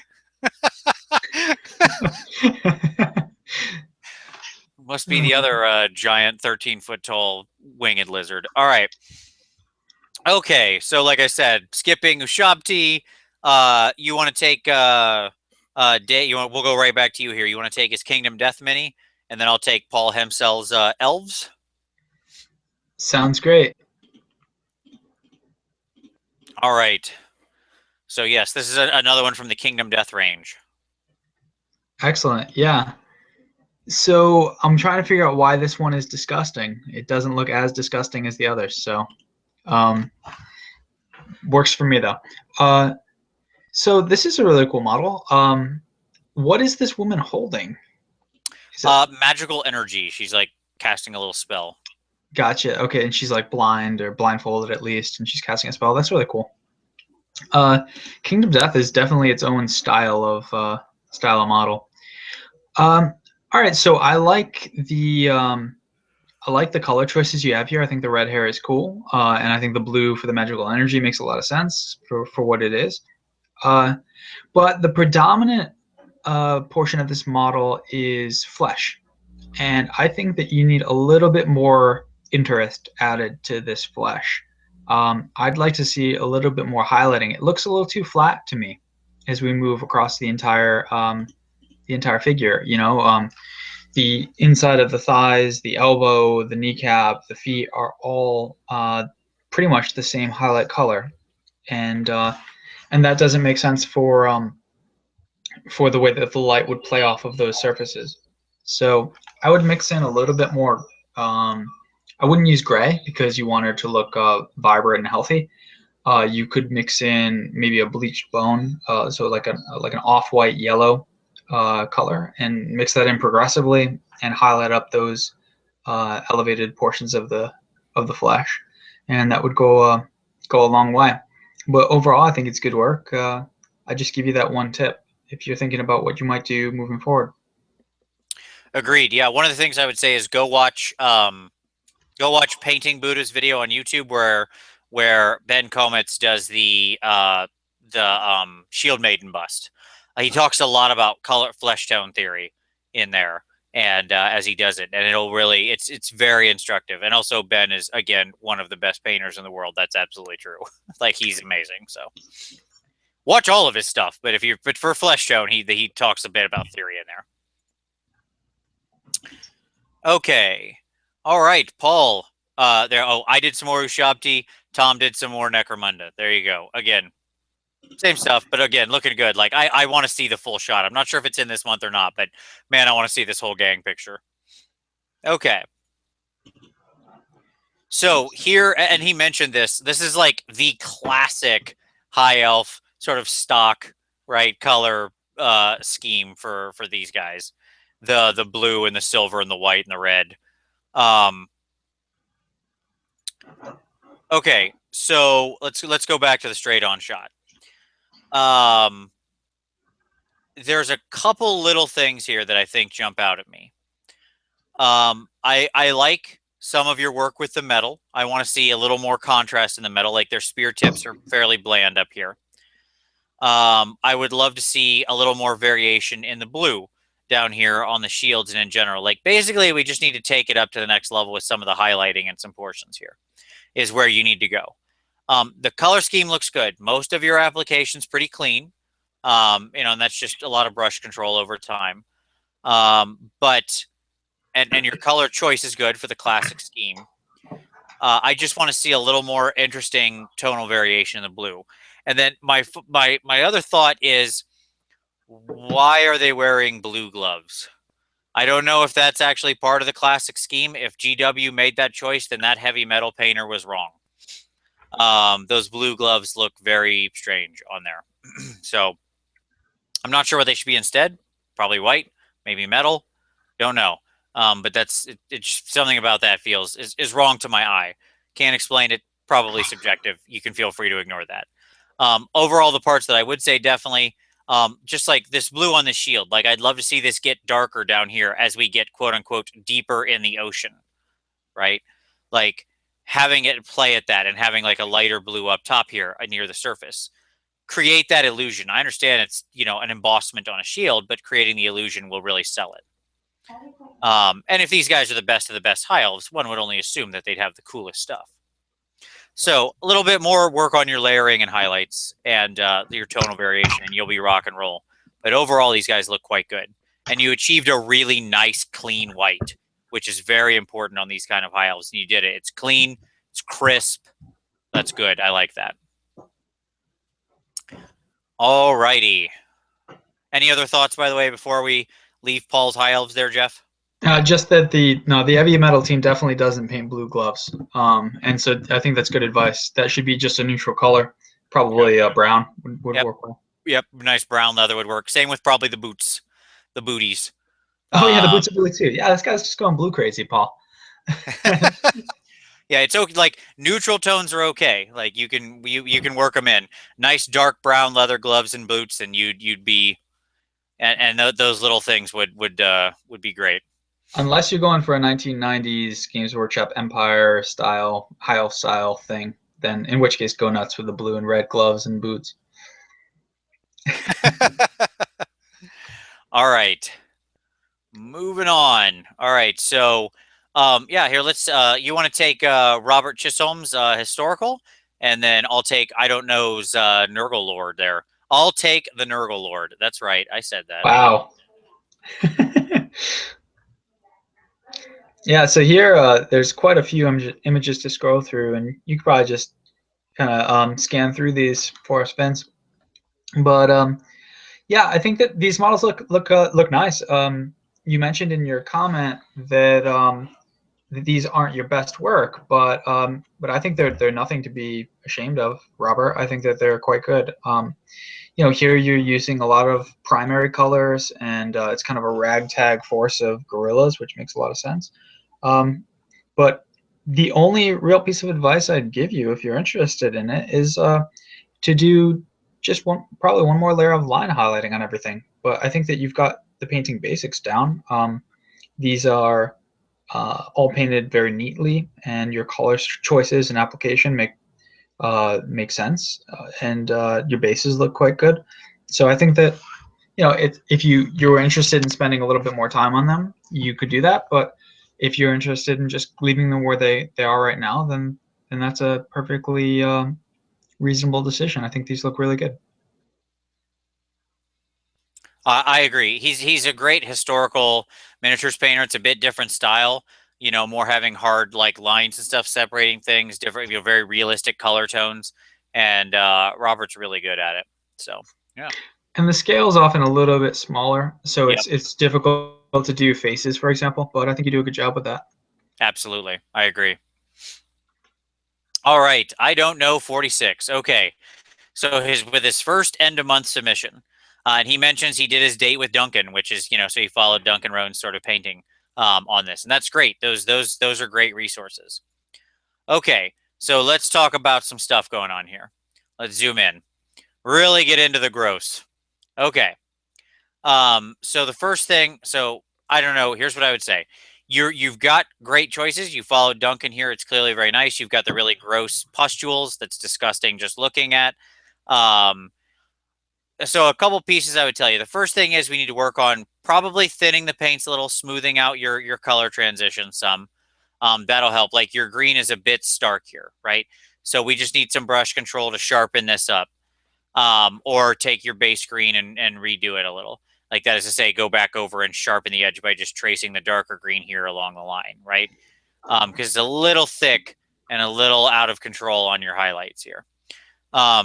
Your base is ridiculously disgusting. It's fantastic. All these different colors and weird things going on. I like that. I like the use of nurgle's rot in here. That's well done. I like that you worked in the brown tones and stuff into the pitted axe. I'd like to see you work in a little more darkness here and take the bright silver and trace the edges. In the same way you did this, you want to trace the edges of this on the pitting where it's catching the light. Okay, so it'd be the lower edge. Metal reflects at the lowest point. You can actually see that happening for real right here, right? Like if you look, I don't think that's highlight. I think this is legitimate light catching this. So like what you're trying to do when you paint is the way this light has reflected here and here and here, you're trying to capture that and make it so in neutral lighting conditions, that's exactly how it looks. Also with so that would be another piece of advice. I think just general sort of cleanliness with how you apply your paints is going to be your big challenge. But you've got all the right color choices here, the right ideas. You're using a lot of different colors. That's good. You're on the right strong path here. I don't know, and I think you're doing very well. So I just want to see you basically start pushing these techniques. With the bone, you generally want to go in one direction or the other. So from very dark to very light, or very light to very dark. You kind of walk through dark to light to dark, and I'm not sure what. I don't remember if that's actually how this model does it in the picture or not. I know the bone shoulder things on this guy are weird in the main picture. So he's painting it based off of Duncan Rhodes' tutorial, and so one thing that Duncan does is he darkens the tip progressively with washes, but he importantly does just a bone color all the way down to the base.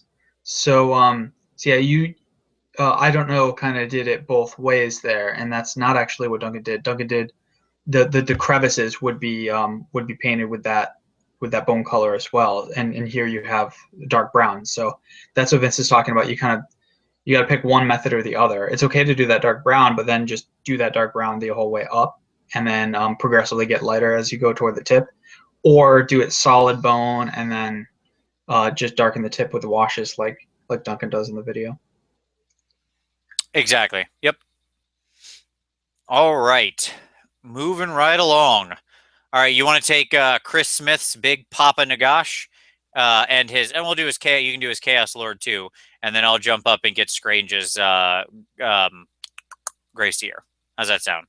Okay, sure. And Tom Stevens also has that full pick of his Yep, necromunda guys. So we could, exactly. Yeah, don't worry. We're gonna jump to that right after we go through this cycle. We're gonna look at that. sounds great.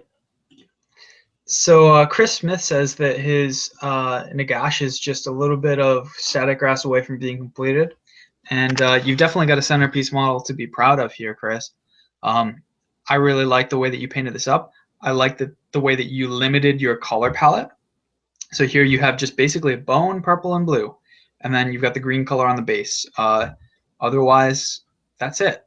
And I think that's a really strong effect to have. What to say about recommendations? Well, I think that it looks like you used a lot of washing here, which sometimes has the effect of, well, kind of washing out the color a little bit. So you get a more pastel, bleached kind of effect. And if that's what you're going for here, then that's totally fine. But if you were interested in making it look a little bit more vibrant, then you'd want to go back with those colors and highlight them up with the pure color, so that it's not just like a whitish color with a wash. That's up to you. It's just a stylistic choice. I mean, perhaps you want your Nagash to be, this undead guy who's deteriorating and whose clothes are degenerating over time. So that makes sense if that's your approach. I'll also say that, like I recommended with the spirit hosts earlier in this month's set of submissions, and as I recommended with the realm gates, I think it would be good for you to go back and brighten up the tips of the ghosts, the spirits, a little bit more. And then the thing I'd say to you that I didn't say to the two other people is you might want to hit it with a glaze. And that will bring some of the richness of the color back, so it looks both ethereal and whitish and spooky, but also still has more of that blue color. So that's something you might want to try there. Some really intense pigment that you could wash over to make it look a little bit more glowing blue rather than just white. But otherwise, I think that there's not much I could say to you here. I think it looks pretty solid overall. You hit exactly the note I was going to say about the glazing on the ghosts. One thing you want to avoid with ethereal stuff is chalkiness, right, in your highlights, because ghosts shouldn't have any kind of like chalkiness to them. They're sort of these smooth ethereal spirits. If you think about the way ghosts look in pictures and like not real life, but you understand what I mean, like in movies, right? They're always very smooth in energy. Energy doesn't have any kind of chalky dryness to it. It's energy. Right? Or whatever ghosts are supposed to be made of. I don't know. Ghost stuff. All right, you want to take us, and then it's Corgus. Sure, yeah. So here's a very different method to your painting here. You're going for far less of an ethereal thing. Right off the rip, you got to clean up the base a little bit. That black needs to be neater because it's the frame of the model, and you want to make sure that you've got that going on. But overall, I think this is strong. I think you're going to add that static grass probably to this model as well, to give more interest to the flock, which is great. Here I'd say, and Vince, if you bring us to image 4, you can see that the back there. I think you want to do a little bit more highlighting on here, because I think that your black looks a little bit too drab. I think it needs to go up with a little bit lighter gray on the sharp edges, especially on the peaks of the cloth as it folds. And I think you want to do the same thing with the red cloak below. So mixing a little bit more of your highlight color and doing some lines going down, some thin lines. I think that's where you want to be. But overall, it's looking good, Chris. Absolutely. All right. So Scrage with his Grey Seer. And so I already hit a couple of these notes in my original comments to him, so I'm kind of repeating myself here, but I'll I'd like to see these lines smoothed out in the black, again in the gray. Like that's a bit harsh of a transition again, because we tend to want to over highlight this, and it doesn't need to go up that far. So again, just hitting that with that glaze, bring it back down. Now, what I love, your warp stone effect here, fantastic. You smoothed around the yellow, looks very, you've got some darkness down here, very, very dark green, very, very pure yellow up here. This is fantastic. Yes, keep this up. Right here, you got 3 warp stone chunks, or the ball, or whatever it is, in 3 instances of warp stone. Looks great. With your copper stuff up here, I would think about maybe, utilizing some of the oxide, maybe having a little of that mixed in. We've seen a lot of that in the Skaven stuff. I think it would look good mixed in here with what you've got going on. Again, light touch, not giving it a bath, just very light touch.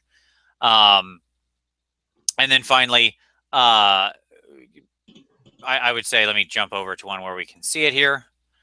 Here we go. Smoothing out your red, again, same thing. Just like take a nice red glaze. Red is very translucent, a little bit of thin red, water, medium, whatever. And you don't need much to thin red. That's what's great about it. And you'll bring all this kind of in line very quickly. And that would make this look very nice. Okay. But yeah, well done. I like the gray seer you've done here a lot. It looks good.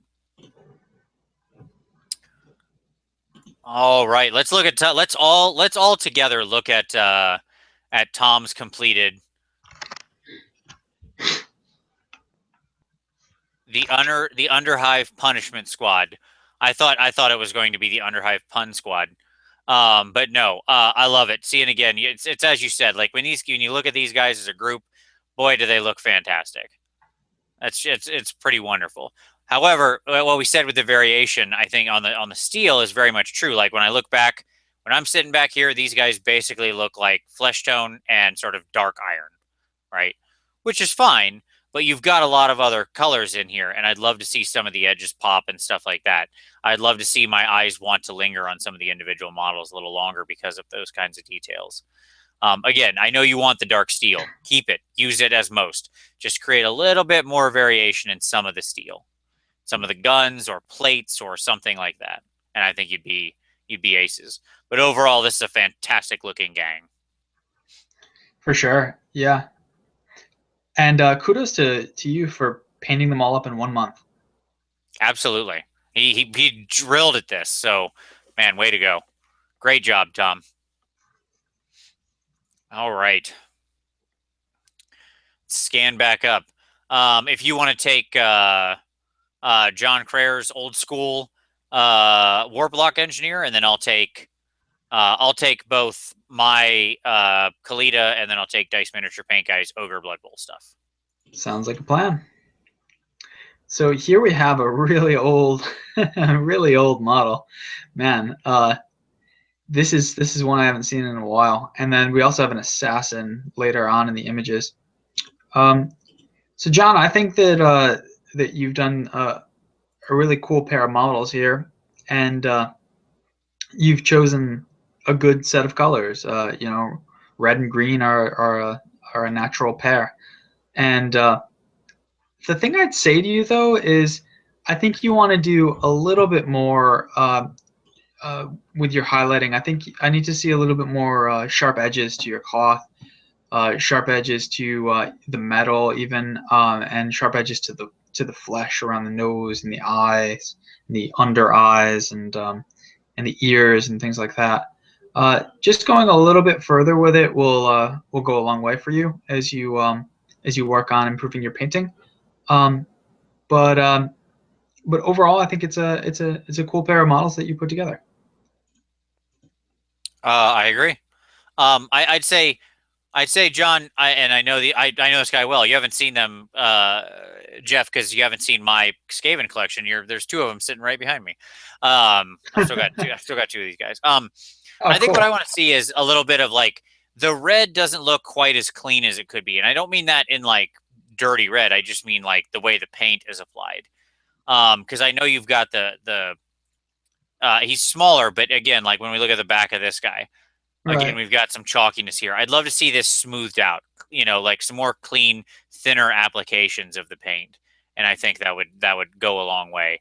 You know, if you want to have like the dirty cloak, if you want it to look dusty, paint your highlights cleanly. The highlights shouldn't be the dirty part, and then dirty it up with an after effect, is what I would say. But overall, yeah, again, I agree with what Jeff said. Good color choices and good. I know he turned part of this model around from an old Salvation, so good save. You definitely brought him back to a very nice place. Okay, so this was my final piece for the last March of the Tomb Kings, and I have a video on doing marble. If you want to watch that, there you go. So that's for the body of this guy. It's actually not an extremely complicated thing. I'm happier here with the transition in the gold, smoother. So I mentioned that last time. This we managed to meet it this time. We even have a little bit darker, but it looks smoother throughout. This is probably the Khalida I'm most proud of that I've done. We finally fixed the bandage problem. I think her bandages are always tough to make look good, just because she's kind of a messy model. But I'm pretty happy with how she came out overall. All right, so here's the test. You know Khalida, Jeff? Yeah, basically, yeah. I mean, I've got a general sense. All right, so for sharp-eyed viewers, you will notice that there is a thing I changed on this Khalida that is the thing I am most happy with that I finally did. And that is her other hand, her left hand that is not holding the staff, is normally this big, dumb, oversized claw. It's the worst modeling choice in the history of GW on an otherwise stunningly beautiful model. And so I just dremeled that thing right the hell off of there and gave her a new hand and just holding like a sacrificial dagger. And I'm very happy for that change. Sure, yeah. Well, it looks cool. Obviously, this is combined of a lot of different components. Corpse cart, right? Yeah, this is the mortise engine coven throne stairs and curtains, and then that center sacrament piece is the mortise engine, obviously the war sphinx, and then Khalida herself. And then the snakes are a jungle swarm, an old school metal jungle swarm, all just broken up and put all over the model. Excellent. And I like how you tied together the turquoise color with the snakes. Yeah, I feel like I'm not sure if they're varied enough. I almost feel like the snakes need a little more variation because they almost feel too samey. So I'm not sure if I might go back and touch them up some. Like I want them to be mostly in that palette to show that she's got all of these same asps with her. It's her thing. I wanted this to be very monotone, but I think the snakes are the weakest part of this. I think I need to work in a couple other tones somehow, and I need to figure that out. Maybe different colors on the faces of the snakes. Yeah, like pull it more into kind of a flesh tone in places or something. Just they need a little bit more variation. They're fairly flat given the contrast in the rest of this model. Right. So things to do. All right. So that was fun.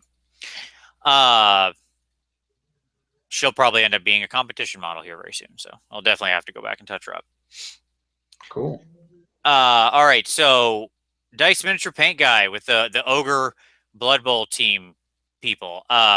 First of all, I love the Noblar being fired, the Elvis Noblar being fired out of the cannon. Amazing. Dice Miniature Paint Guy has an imagination like few others. I love the stars and stripes pants. It's pretty great. Looks like the American ETC team. Yes. At the Warhammer European Team Championship. Absolutely. Just a ton of photos too. It's a big team. Okay, and my notes on them would be fairly similar throughout. And that is some of the stuff, like there's still like when I look here, we've got too much glossiness still in the skin. Like this skin should have no gloss to it. This needs to be matted down. And I feel like some of this like paint around here got a little thick, like on here, because I can see like the texture to it. I mean, you're getting an 11 on creativity here. Okay, let me just say that right out of the gate. These guys are hilarious and fantastic. But I feel like this, basically what we need is to kind of get this smoothed out, either thinner applications at the base or something like that. I like the use of oxide and the minimal blood effects, just, some good after effects. Just again here, like on his fists, just nice and minimal. It's good. The other thing I would say is this, like, these are ridiculously visible. Okay. Like, I get it. This happens to my models sometimes too, where I see it, where I don't get these lines, but this is, you got to clean this up, bud. Like, these models are too loved and you spent too much time on them to have this giant crack in the mold, like in the line where it's not sealed. This is, like Vallejo plastic putty, liquid green stuff, whatever the case. You can use any of 10 different products. But, or just real green stuff that's then put down. That's fine. I don't care. But that's too much for your, it's very distracting from what is otherwise great work. That's why I don't like it. Yeah, and then around the back. So if you flip to that, yeah. So see how the arms connect there? It's one of my pet peeves with ogres when people build them and don't fill that in. I've painted up some ogres before and filled them in, and it's just night and day. Because you get used to seeing it. Because even the Games Workshop doesn't fill in that gap on their ogre models, and it's really, really distracting. It could definitely be improved if you just fill it in. Yep, even just a little extra super glue to kind of, soften it up, just a very thin application of super glue or something, right? Whatever you glued it together with. And I'm not trying to say get rid of it. You want a little bit of the muscle fold there. It's just when it's this much, it just soaks up any wash you touch these things with and is immediately like the starkest thing. Right. Overall, great Blood Bowl team. Super fun. And a lot of good weathering, creativity, freehand, stuff like that. I'd say with some of the stars, I'd focus on cleaning those up a little bit. Like here we've got a droopy star, and here we've got, I can still see the blue underneath and stuff. It's beautiful. It's just a matter of taking that execution up to the next level. Okay. All right. Do you want to, let's see, where are we at? We're almost through the month. Coming down to the end. Yeah, I think we've got about 20 submissions left, but the interesting thing is that a lot of them are people we've already talked about, and some of them are, like, for example, Archaos. Yeah, let's move through some stuff here together. So, like, Archaos, yeah, very similar to what last time. Good head swaps again, right. And this time it's interesting because look how with the green actually being down here helps to balance that out, just a little bit of it. Yeah, absolutely. But again, it's a really strong paint scheme, and it looks really good. Yep. And I do love the Bretonnian Knight and stuff head swaps. I think they work really well. It's a good way to add some more character to your models and to differentiate what are otherwise very monolithic models. Yep. Chris with his big Neferata. See here, he's waiting on static grass as well, I imagine. But yeah, you definitely need something to break up that base. Yeah, agreed. Most of the same things we said about Nagash also would apply here. I would say I'd love to see Neferata's face be a little cleaner and pop out, be a little brighter flesh. She's like pale, beautiful vampiress who lives in the Silver Pinnacle or whatever it did. I don't know where she lives now. She lives in New Lamia now. There you go. So her skin tone shouldn't look the same as the bone, right? Yeah, you just need a little differentiation there so that it pops out. That should be the focal point. Yep. But other than that, most of what we said as Nagash would also apply here. Okay. All right. So now, if you want to take Dave's thing here, you want to take both of Dave's because those are both kind of new things, and then sure. I'll take Matthias's Iron Warriors there. Sure. Cool, Dave. Yeah. So we've seen this type of painting before. I think you did this last month on your models, and I think you'd benefit from some of what we talked about earlier in the episode concerning lightning. It was one of the first sets of images that we looked through. So take a look at that portion of the episode and consider that. And I'd say I have similar advice to you as I had for your previous submission that we talked about. you want a little bit more highlighting on your models. In that instance of the earlier model, it was flesh that you wanted to get a little bit more contrast in. Here, it's the red and it's the blue. On these sharp edges, you definitely just want another layer of highlight. That'll make it look so much more three-dimensional, and it'll make it look like the light is playing off of it in the correct way. Let's just skip through a couple more images and see how it looks as he flips it around, Vince, and then we can move to his other submission. Yeah, so looking good overall, but if you skip back to image 2 before we move on to the next submission. Yep, you Yeah, got so the exact note I was going to make. Go ahead. yeah. So this robe, we can see that you're starting to highlight. If you look at that fold in the left of center, or rather the raised area to the left of the center, you can see that you've got a highlight going down there, but it's just not sharp enough. And the edge of the cloak definitely needs to be even more sharp as you branch out there.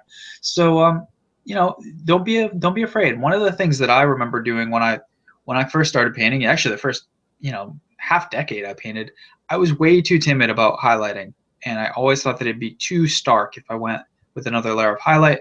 And the more painting I do, the more I realize you really just need to push it. And when you go too far, you'll realize it, and you could easily backtrack. But definitely push it a little bit further and see if you can reach that threshold. Yeah, agreed. And as for Dave's other submission, which we could flip to, I think my advice would be very similar to the other pinup model that you had earlier in the month. Here, we just need to see a little bit more contrast on the flesh. The inside of the thigh and the tops of the thigh look like they're exactly the same color, and we just need to see a little bit more contrast. You can do that with thin lines. You can do that with a wet blending. You can do that with washes even to do the recesses darker so that it shows you that contrast. It's really up to you which method you want to choose, but I'd recommend doing it and taking your models to that next level.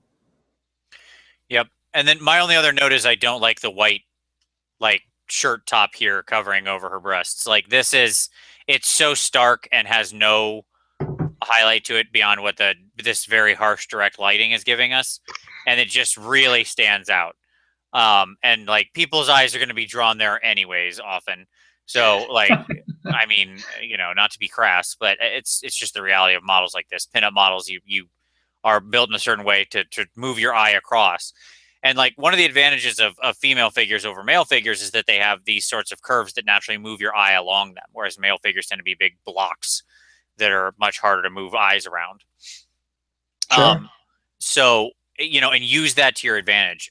I would say this should either be the same blue as this. That way you've got another point of this bright blue, or just carry on the black and have her have the full sort of halter top of the blackness. And that would be fine too. But yeah, the white is a little stark. Okay. All right. Matthias, this big bunch of these iron warriors. Is that enough blood effect for you there, Jeff? Blood for the blood god, indeed.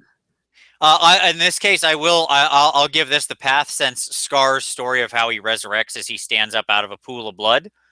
That's how he actually comes back to life when he dies. Gotcha. Okay. And he even made the pool of blood down on the base that he just resurrected from. So I'm giving you the pass on this insane amount of blood effect, because that's what somebody would look like that just came out of a pool of blood.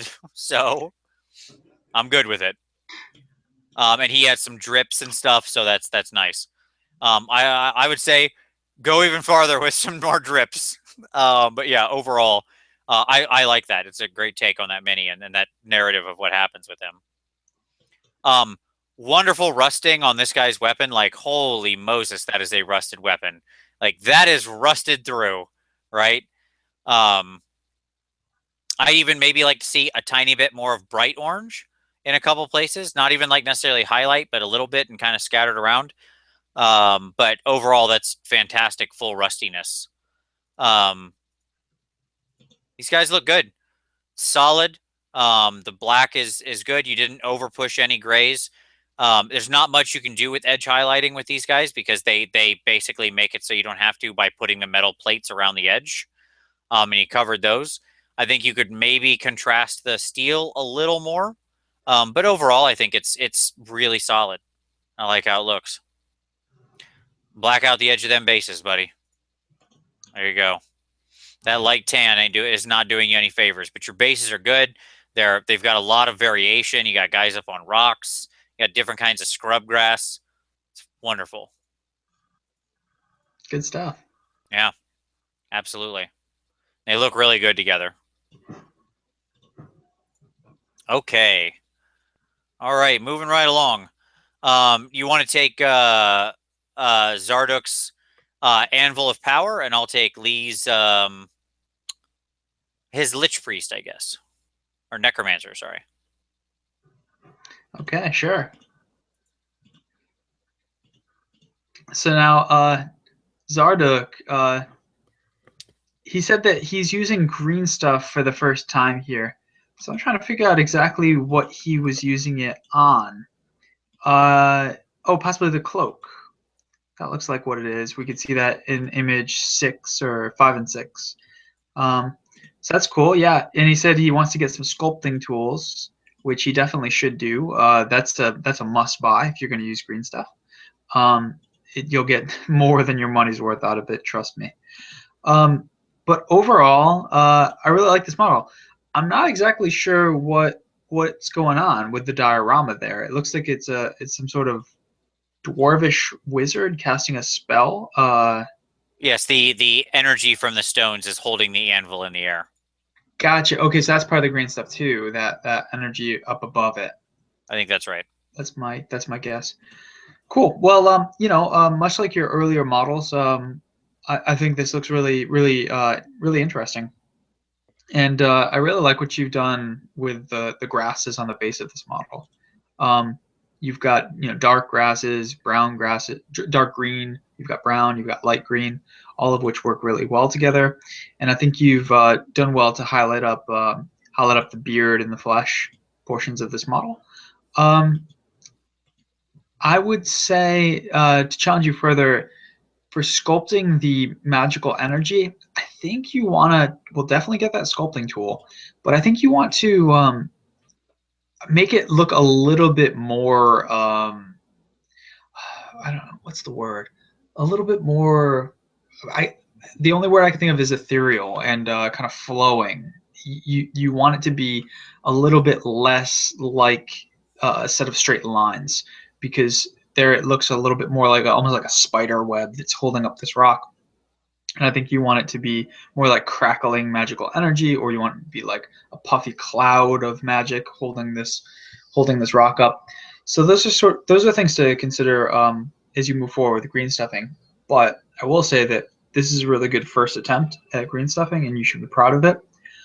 It takes a long time to get good with green stuff. I myself am not fantastic with it. I only use it mostly for gap filling and the very occasional sculpting bit, but never anything quite this ambitious. So good on you for giving it a try here. But just keep at it. If green stuffing is something you want to do, practice makes perfect.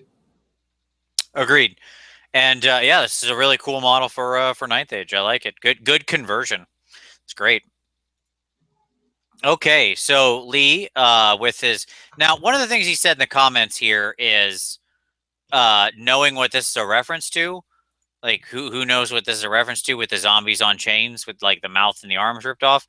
I assume it's a reference to Walking Dead, but I don't watch that show, so maybe people who do watch it will know for sure. Like, there must have been a person who had sort of neutered zombies walking around, I guess.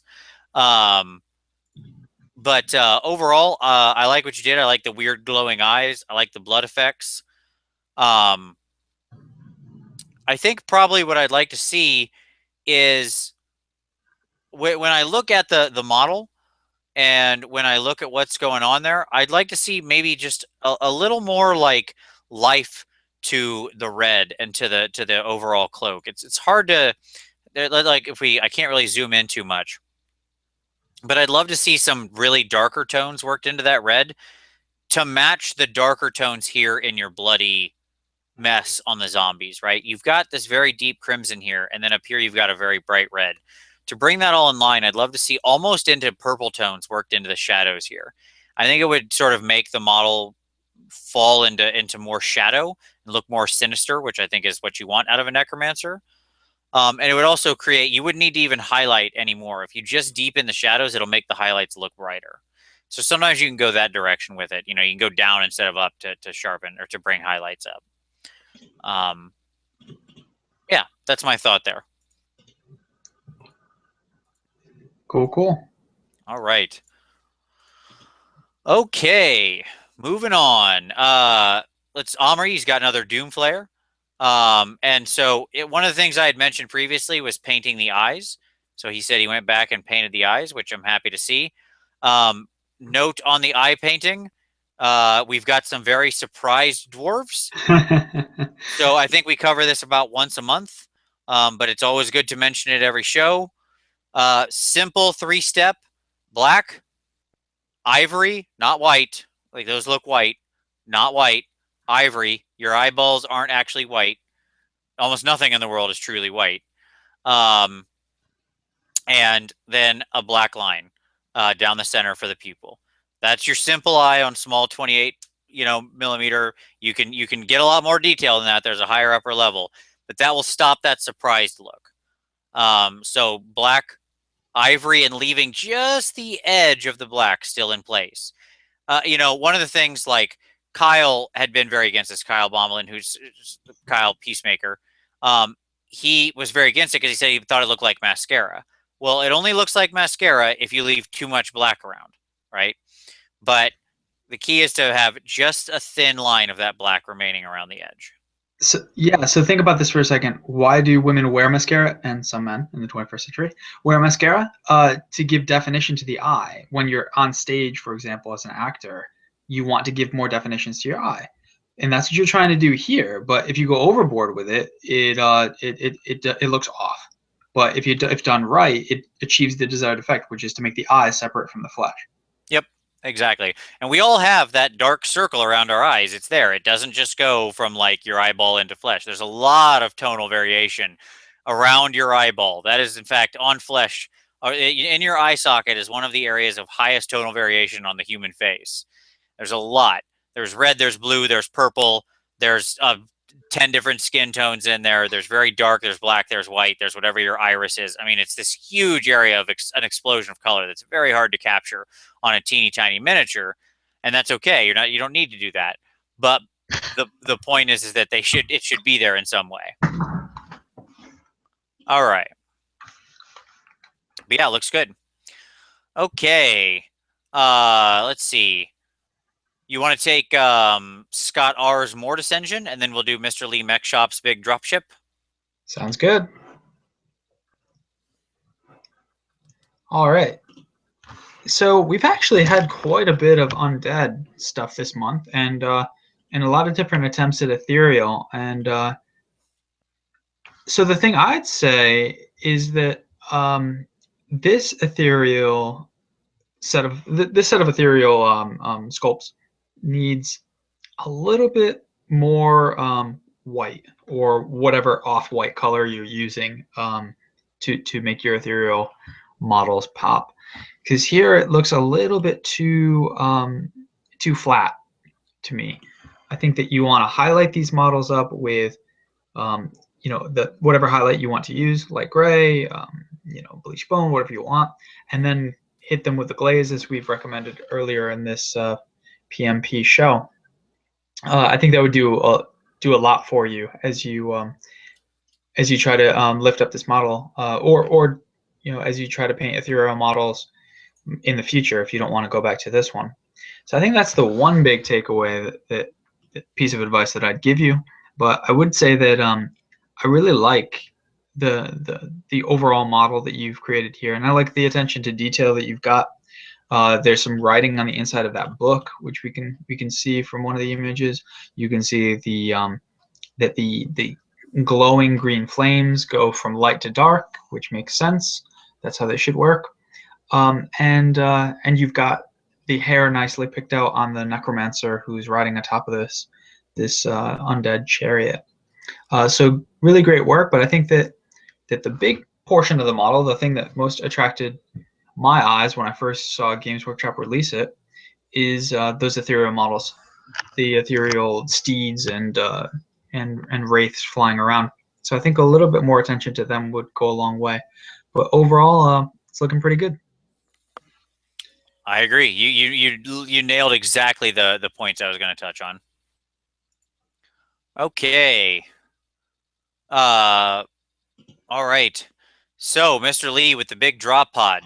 All right, first thing I'll say, so this talking about vehicles earlier, this brings it right back in.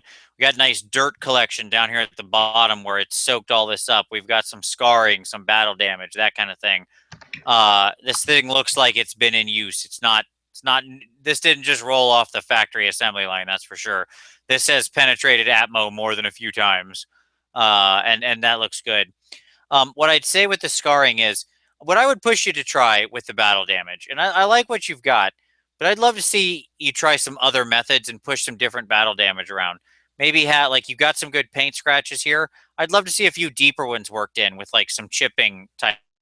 There's a lot of ways you could do it. You could do it with chipping medium. You could do it with just like stippling or sponging on some dark and then highlighting up the edges with light, or light and then drawing dark recesses in.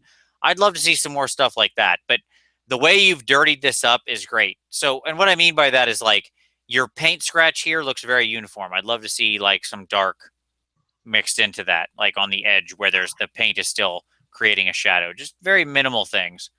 And then my only other note is your edge here, your steel. This never got cleaned up from your steel, and I can see red kind of up on it, and then not, and then so on and so forth. So I'd love to see that, like just the little edges here cleaned up. Not this, because I get this. This is where it's worn off on the edge. That's cool, but I don't think that's what you're meant to be doing here. So just a little bit more control on that. All in all, though, I love like the yellow and black, the freehand, and you've got some great dirt effect down at the bottom as it's weathered and built up. It's fantastic. Or where it's, I assume where it's burnt from entering the atmosphere, really, realistically.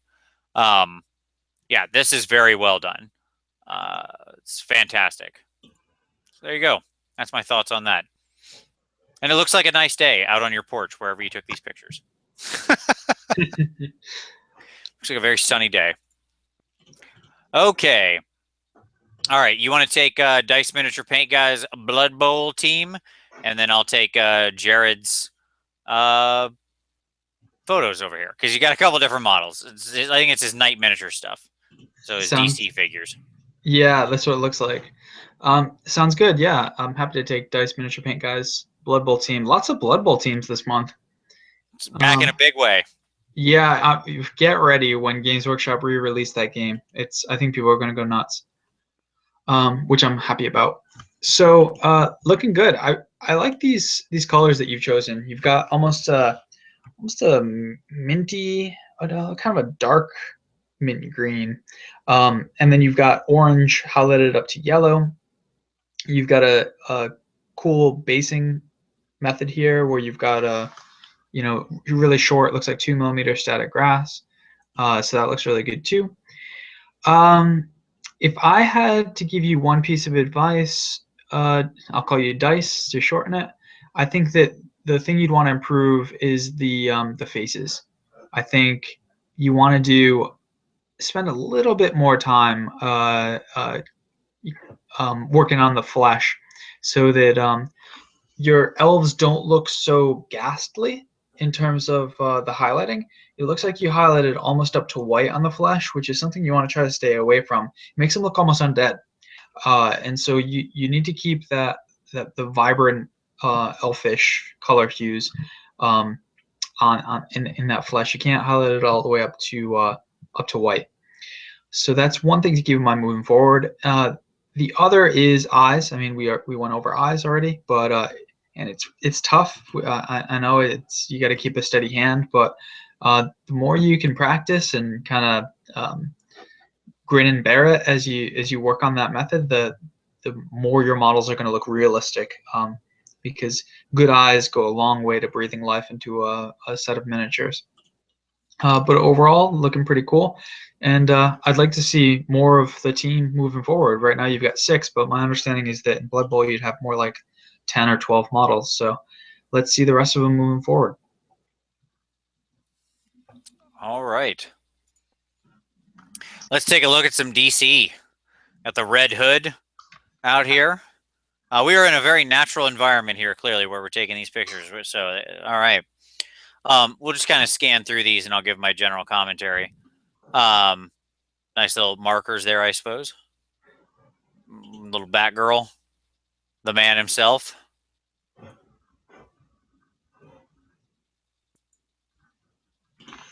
Oh, nice. We got multiple Robins, little Damian Wayne Robin, and yeah, that's great. Okay, so my general thoughts. So on the let's talk about the models first. So I think we need to work with our control and our highlighting, and basically your dark now I understand maybe you're going for a more comic book look, and that's fine. That's okay. Like hard lines and stuff like that are different.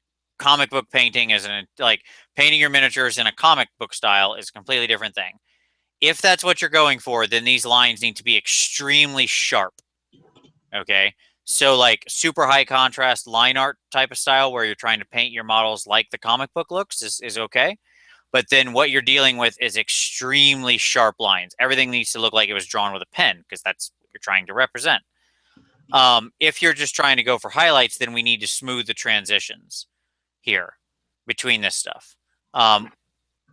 So it basically we need to go one direction or the other. That's what it really boils down to.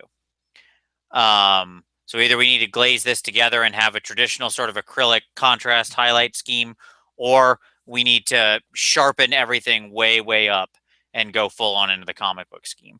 And there's a couple good videos out there if anyone wants to see, like you can search, painting your miniatures in a comic book style. You'll find lots of good stuff on it. It's a really interesting way to paint, and these knight models certainly invite that. The thing I would say for this, so for your little like tokens and markers here, these need to not be just on the flat base. You are doing yourself a massive disservice by leaving them just on the regular base.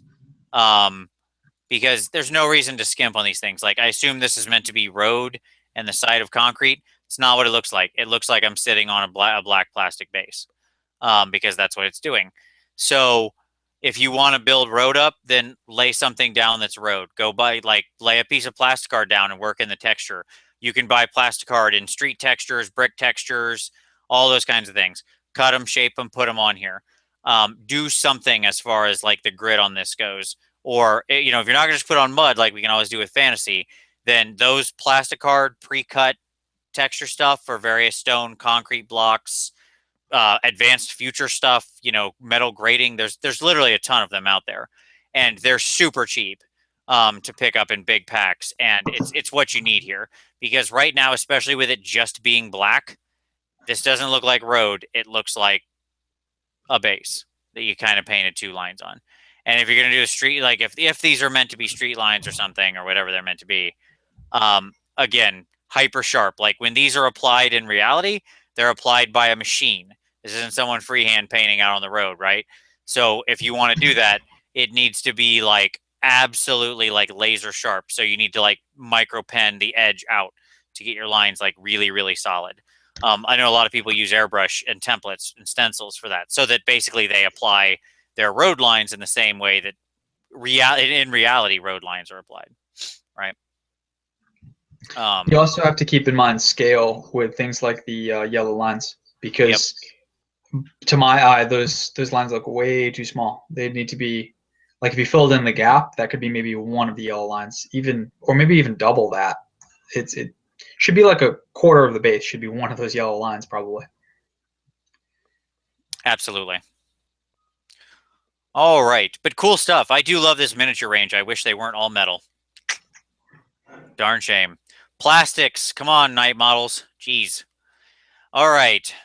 Let's see. Oh, we're kind of up to the last day. All right. So, would you like to take Steve Wren's Varangard? Steve's a very well-known painter. I'll give you the tough job of critiquing Steve Wren, who's an amazing painter, and I'll take Will's Final Force that was misposted. Will. So it didn't end up in the hobby challenge voting. I'm sorry, Will. I'm not really blaming him, but I kind of am. No, it's fine. I'll take his. Okay, sounds good. Yeah, so I've seen Steve Wren's models for years and years. He used to run almost like a PmP style thing for oh god, was it the old Warhammer forum? Or something to do with Bad Dice or Healing Hammer. I remember that being promoted on one of their shows a long time ago. I think it was Healing Hammer. Yeah, I'm positive it was Healing Hammer actually. Yeah, because Dan Heelan was a moderator on the Warhammer forum. Anyhow, there was a painting blog that he used to do on that forum, and people participated much like they do here. So nice to see him posting in our PmP community. That's excellent. So here we have some really cool Varengard, and what I most like about these, besides the Scorpion Green, is the way in which he converted them to be slaanesh. I think that using the slaaneshy steeds in the heads mixed with the demonic mount, he's achieved a really, really cool effect. And also, Vince, do you know what he's done on the back of the base? Those are his wound markers. Yeah, good call. All right, so you're in the know. I saw someone do this at the Holy Wars GT, and I'd never seen it before. I was like, oh, what a cool idea. So really, really, really interesting way of keeping track of wounds. And, of course, they're skulls because it's Games Workshop models. So why not? So, Steve, I like what you've done.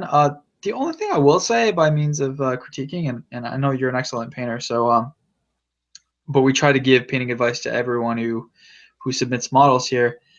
I'd say that my eyes get a little bit lost on these models because there are so many bright colors, and I'm one to really champion bright colors.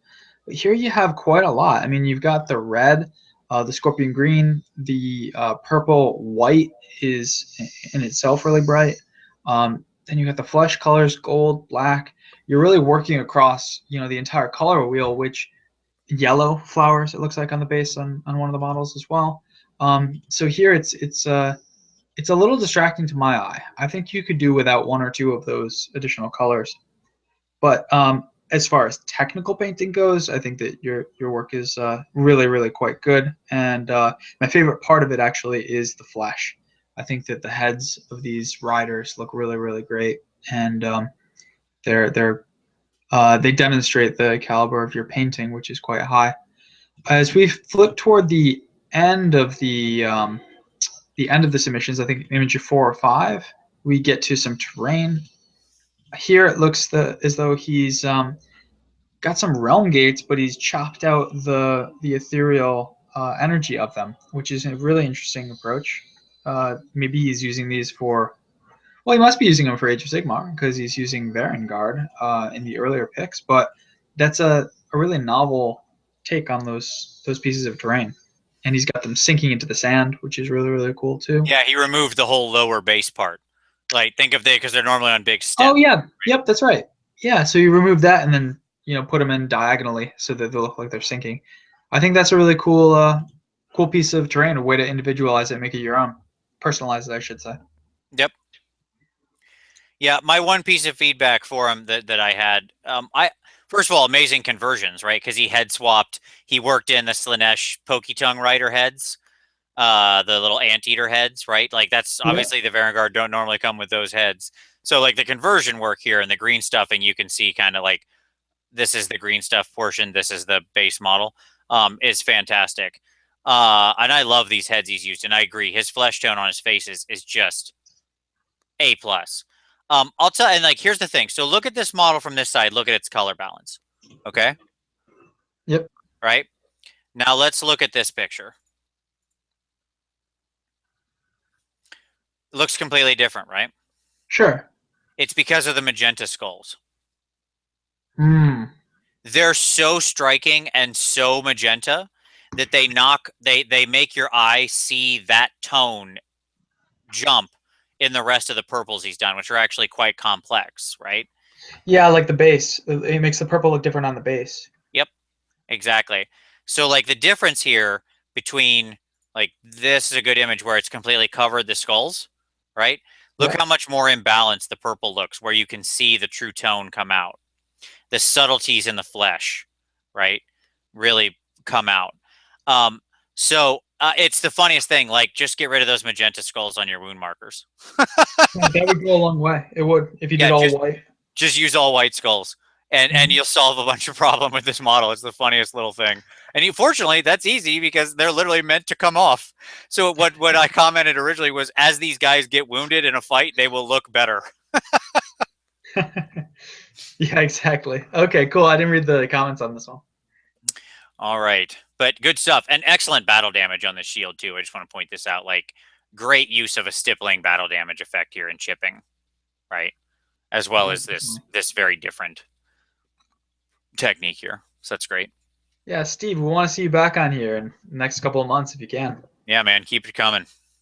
All right, Will, with his the big finished product. We've got the whole Cornate force ready to go. Look at all those Blood Reavers. My God, banged his way through 40 Blood Reavers. Boy, aces to you, buddy. That's a lot of muscular dudes you painted your way through.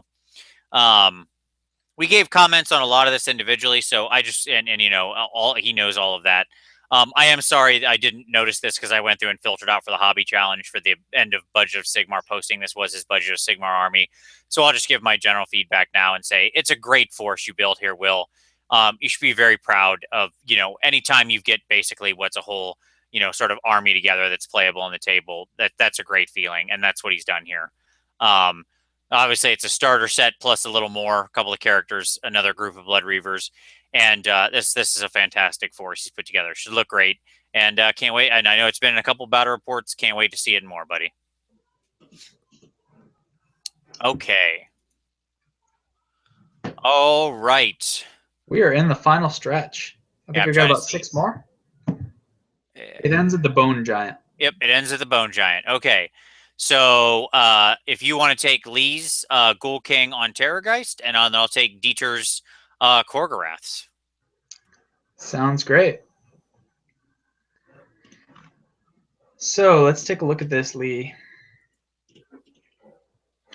Well, I definitely like your choice of the red wings. Image number 2 and 3 really show that. Oh, and 4 too.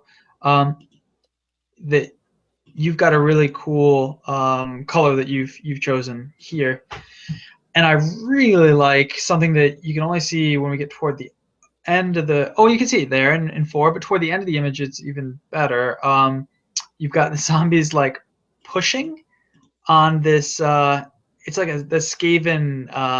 what is this? The Doom? Not the Doom Wheel. What's it called? The Plague Furnace? No, the Screaming Bell. I was going to let you get there. I knew you'd get there. Got there eventually, yeah. So the zombies just kind of hoarding and mounting over that, and the Terrorgeist crashing into it. What a cool diorama that you've created.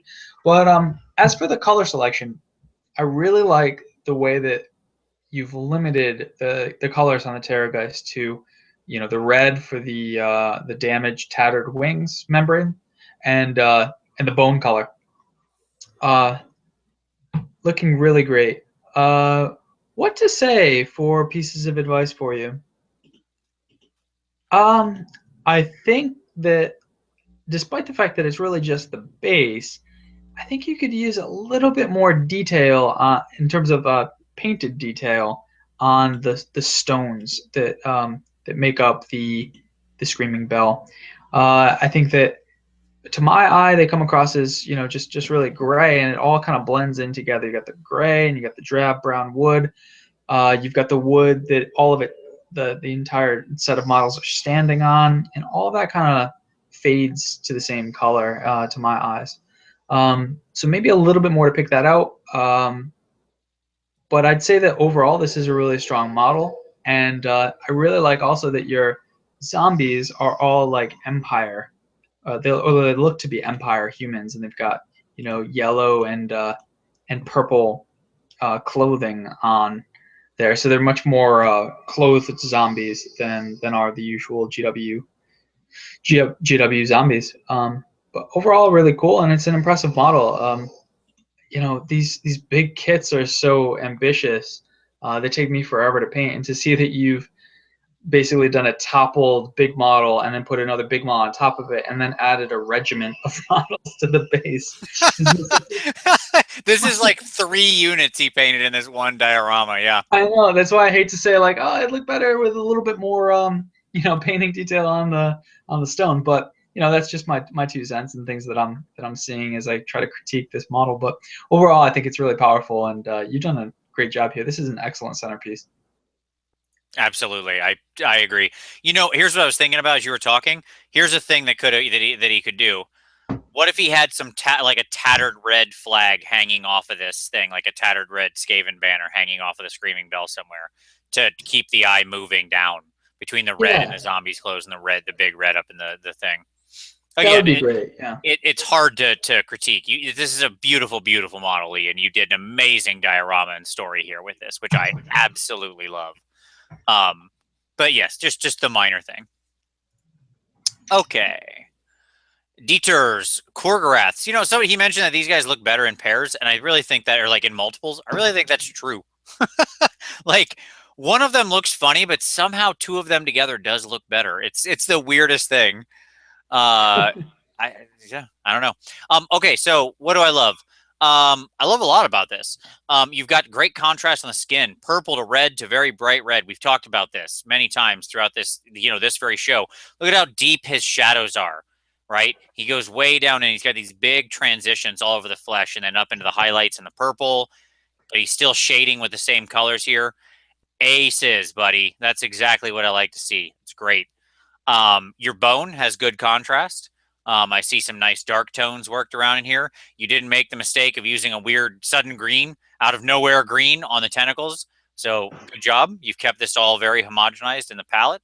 I like it. Yeah, I will say I really like these guys. If I was going to give you something, it would be some very minor stuff. Like I would love to see these scars where he's healed from these wounds and these veins picked out even a little brighter, take them up another notch to make them really stand out. Maybe the same with just the upper ridges of some of these places. Like your red is good. You've got some great tonal variation in it. I'd love to see just one more step up here into a lighter color. Could go pink, could go orange, however you feel. Dealer's choice. Because you've got just a hint of it up here. And I like your highlighting up in these skulls, nice dark black. That's good. I think that's probably my big note is I'd love to see that. Like you did it here. Like you edge highlighted the edge of this big corn symbol in his chest. Take that same thing. Take that same strategy back here on these scars. Right? So those pop just as much as the front. Mm-hmm. Yeah. Good striation work on the bones on like his toes, his toesies too. All right. Okay, we've talked about Victor's Liberators many times. Let's just jump in here real quick. This is one of his last units for his budget of Sigmar. I think we all agree they look great. Yeah, let's just admire them and work through these. We'll take a moment of silence to all together. Let's all together appreciate Victor's amazing work. You can tell each time that he's getting a little better. He's improving his technique. Like it's minor stuff. Like his blends this time on the chest are so smooth, right? For sure. And I've watched that happen as he masters, working his way through the army and really mastered the painting of it. So just great stuff. Okay. So if you want to take Dieter's Dread Spears, I'll take Mr. Boney for the end of month. And and then we'll do Chris's together. Sure, sounds like a good idea. Well, here we have Dieter's regiment. He says he's got all of them but the command that are painted up and ready to go. And so here, you've accomplished something great by painting such a thick unit of Dread Spears. Really looking good. I also like the color choice that you've made. I'm partial to the dark blue Dark Elf paint scheme. It reminds me a lot of some of the early Dark Eldar paint schemes for when Games Workshop released them in the late 90s. One of the earliest armies that I used to fight against when I played Warhammer 40k. My friend had a Dark Elf army of his own, Dark Eldar rather, army of his own. And so these look really good. Your flesh looks looks appropriate. So a little while ago we were talking about elf flesh that looked a little bit too chalky, a little bit too white, and made it look almost undead, a little too pale. These, I think, are an example of elf flesh models that look really good. You've got just the right amount of vitality to the skin to make it look quite good. What to say? I think that overall it's a strong unit and it works quite well together. You've limited your color palette to basically just blue, black, and flesh and silver. I'd say that you could go with one more accent color if you wanted to. That wouldn't take anything away. You might do just, for example, I don't know, just the folds on the shields, the serpent on the shields, the what's it called, Vince? I'm getting too tired here. But the fins, like Yes. I got there You got eventually. there. Yeah, maybe you do the fins red or purple or one other color if you want to add just one more. That might do a lot to add some interest to the unit. But overall, they look neat. They're tidy and they look well painted. Yeah, I love it. I don't and honestly I'd be against the other color. I think they look great in this sort of like very strong thing.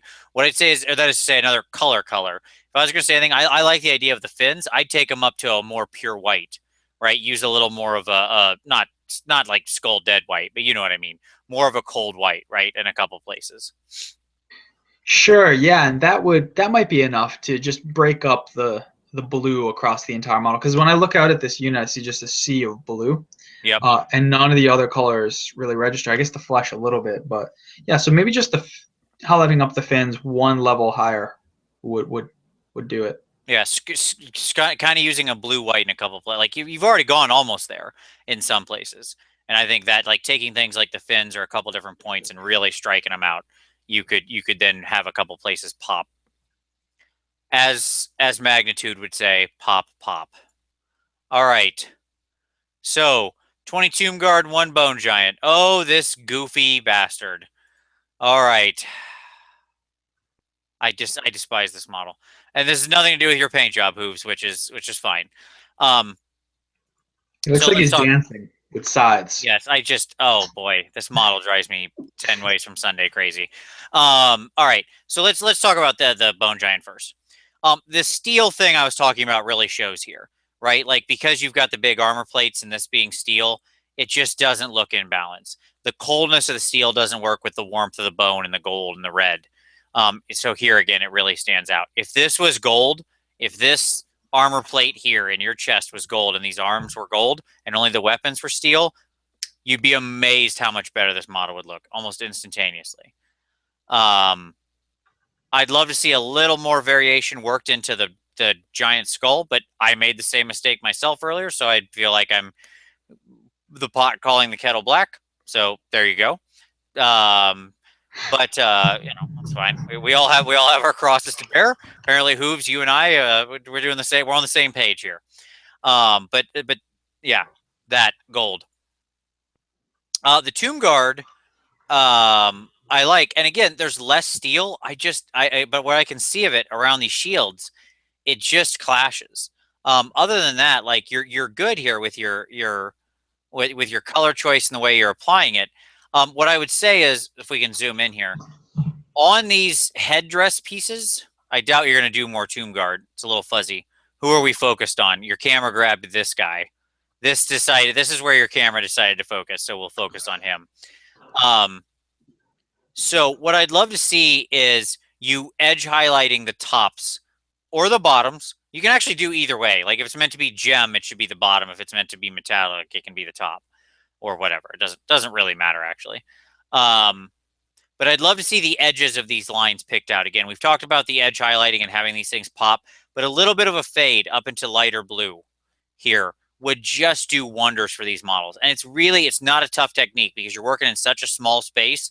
You don't need to do a lot of blending. And he did a little bit of it here. Like I can see it on the edge of this guy's, their little facey side strappy things, whatever they are.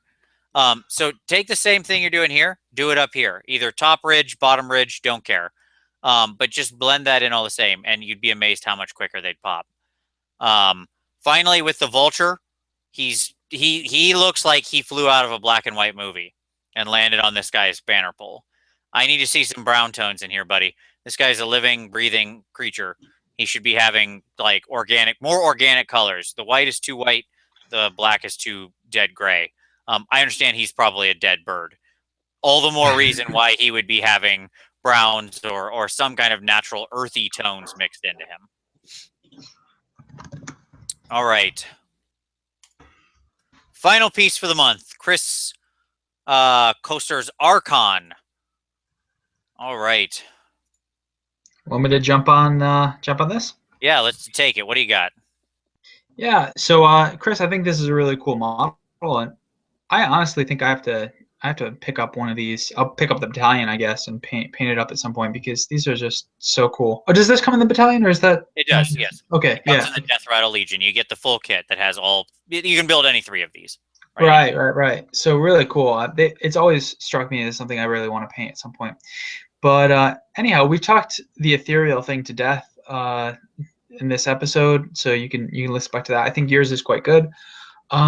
And you're the first one tonight, I think, to do this color green, actually, where it's it looks like you actually did use a little bit of that of the intense wash. Oh God, that's where we must be toward the. Yeah, no, not the Nalic oxide. The thing where it's a wash, but it's a really intense pigment. It's glaze. Okay, got it. Man, I'm zonked. Anyhow, so I think you've actually used the glaze, and it looks quite good. And the one thing I'd say though is, given how almost neon the green ethereal stuff looks, I think that this model would be well served by you taking up the maroon / mauve color up a little bit lighter. That way, that would look a little bit more glowing as well, and it would pop a little bit more. Overall, I really like it. I think these 2 colors can work. The 2 primary colors you've chosen as your main colors for the model could work really well. But I would definitely highlight up that armor paneling a little bit more, and then also maybe neaten it up a little bit on the horns, for example, of the head of the mount. I think that the panels could be a little sharper, and that would do you well. But overall, a really nice looking model, and something to be proud of. Absolutely. You nailed exactly my points. Yeah, it looks good, buddy. And obviously this it's a good looking Archon. It is a fun kit. You should totally pick it up.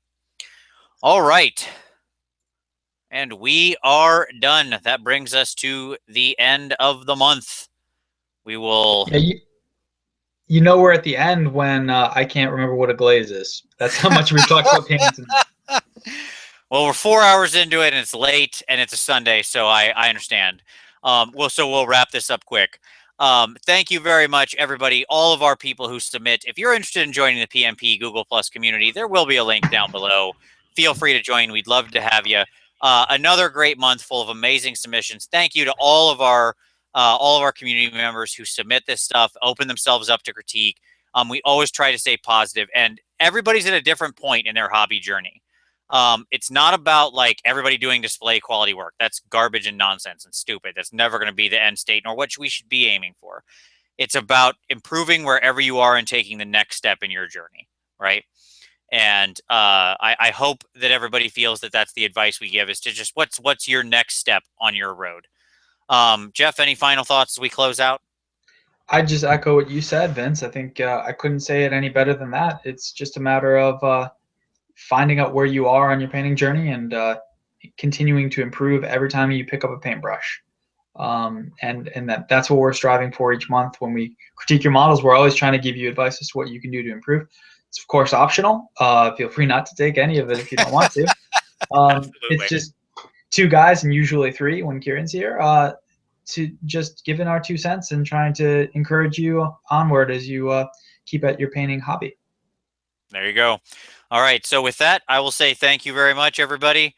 We very much appreciate you watching. And as always, we'll see you next time.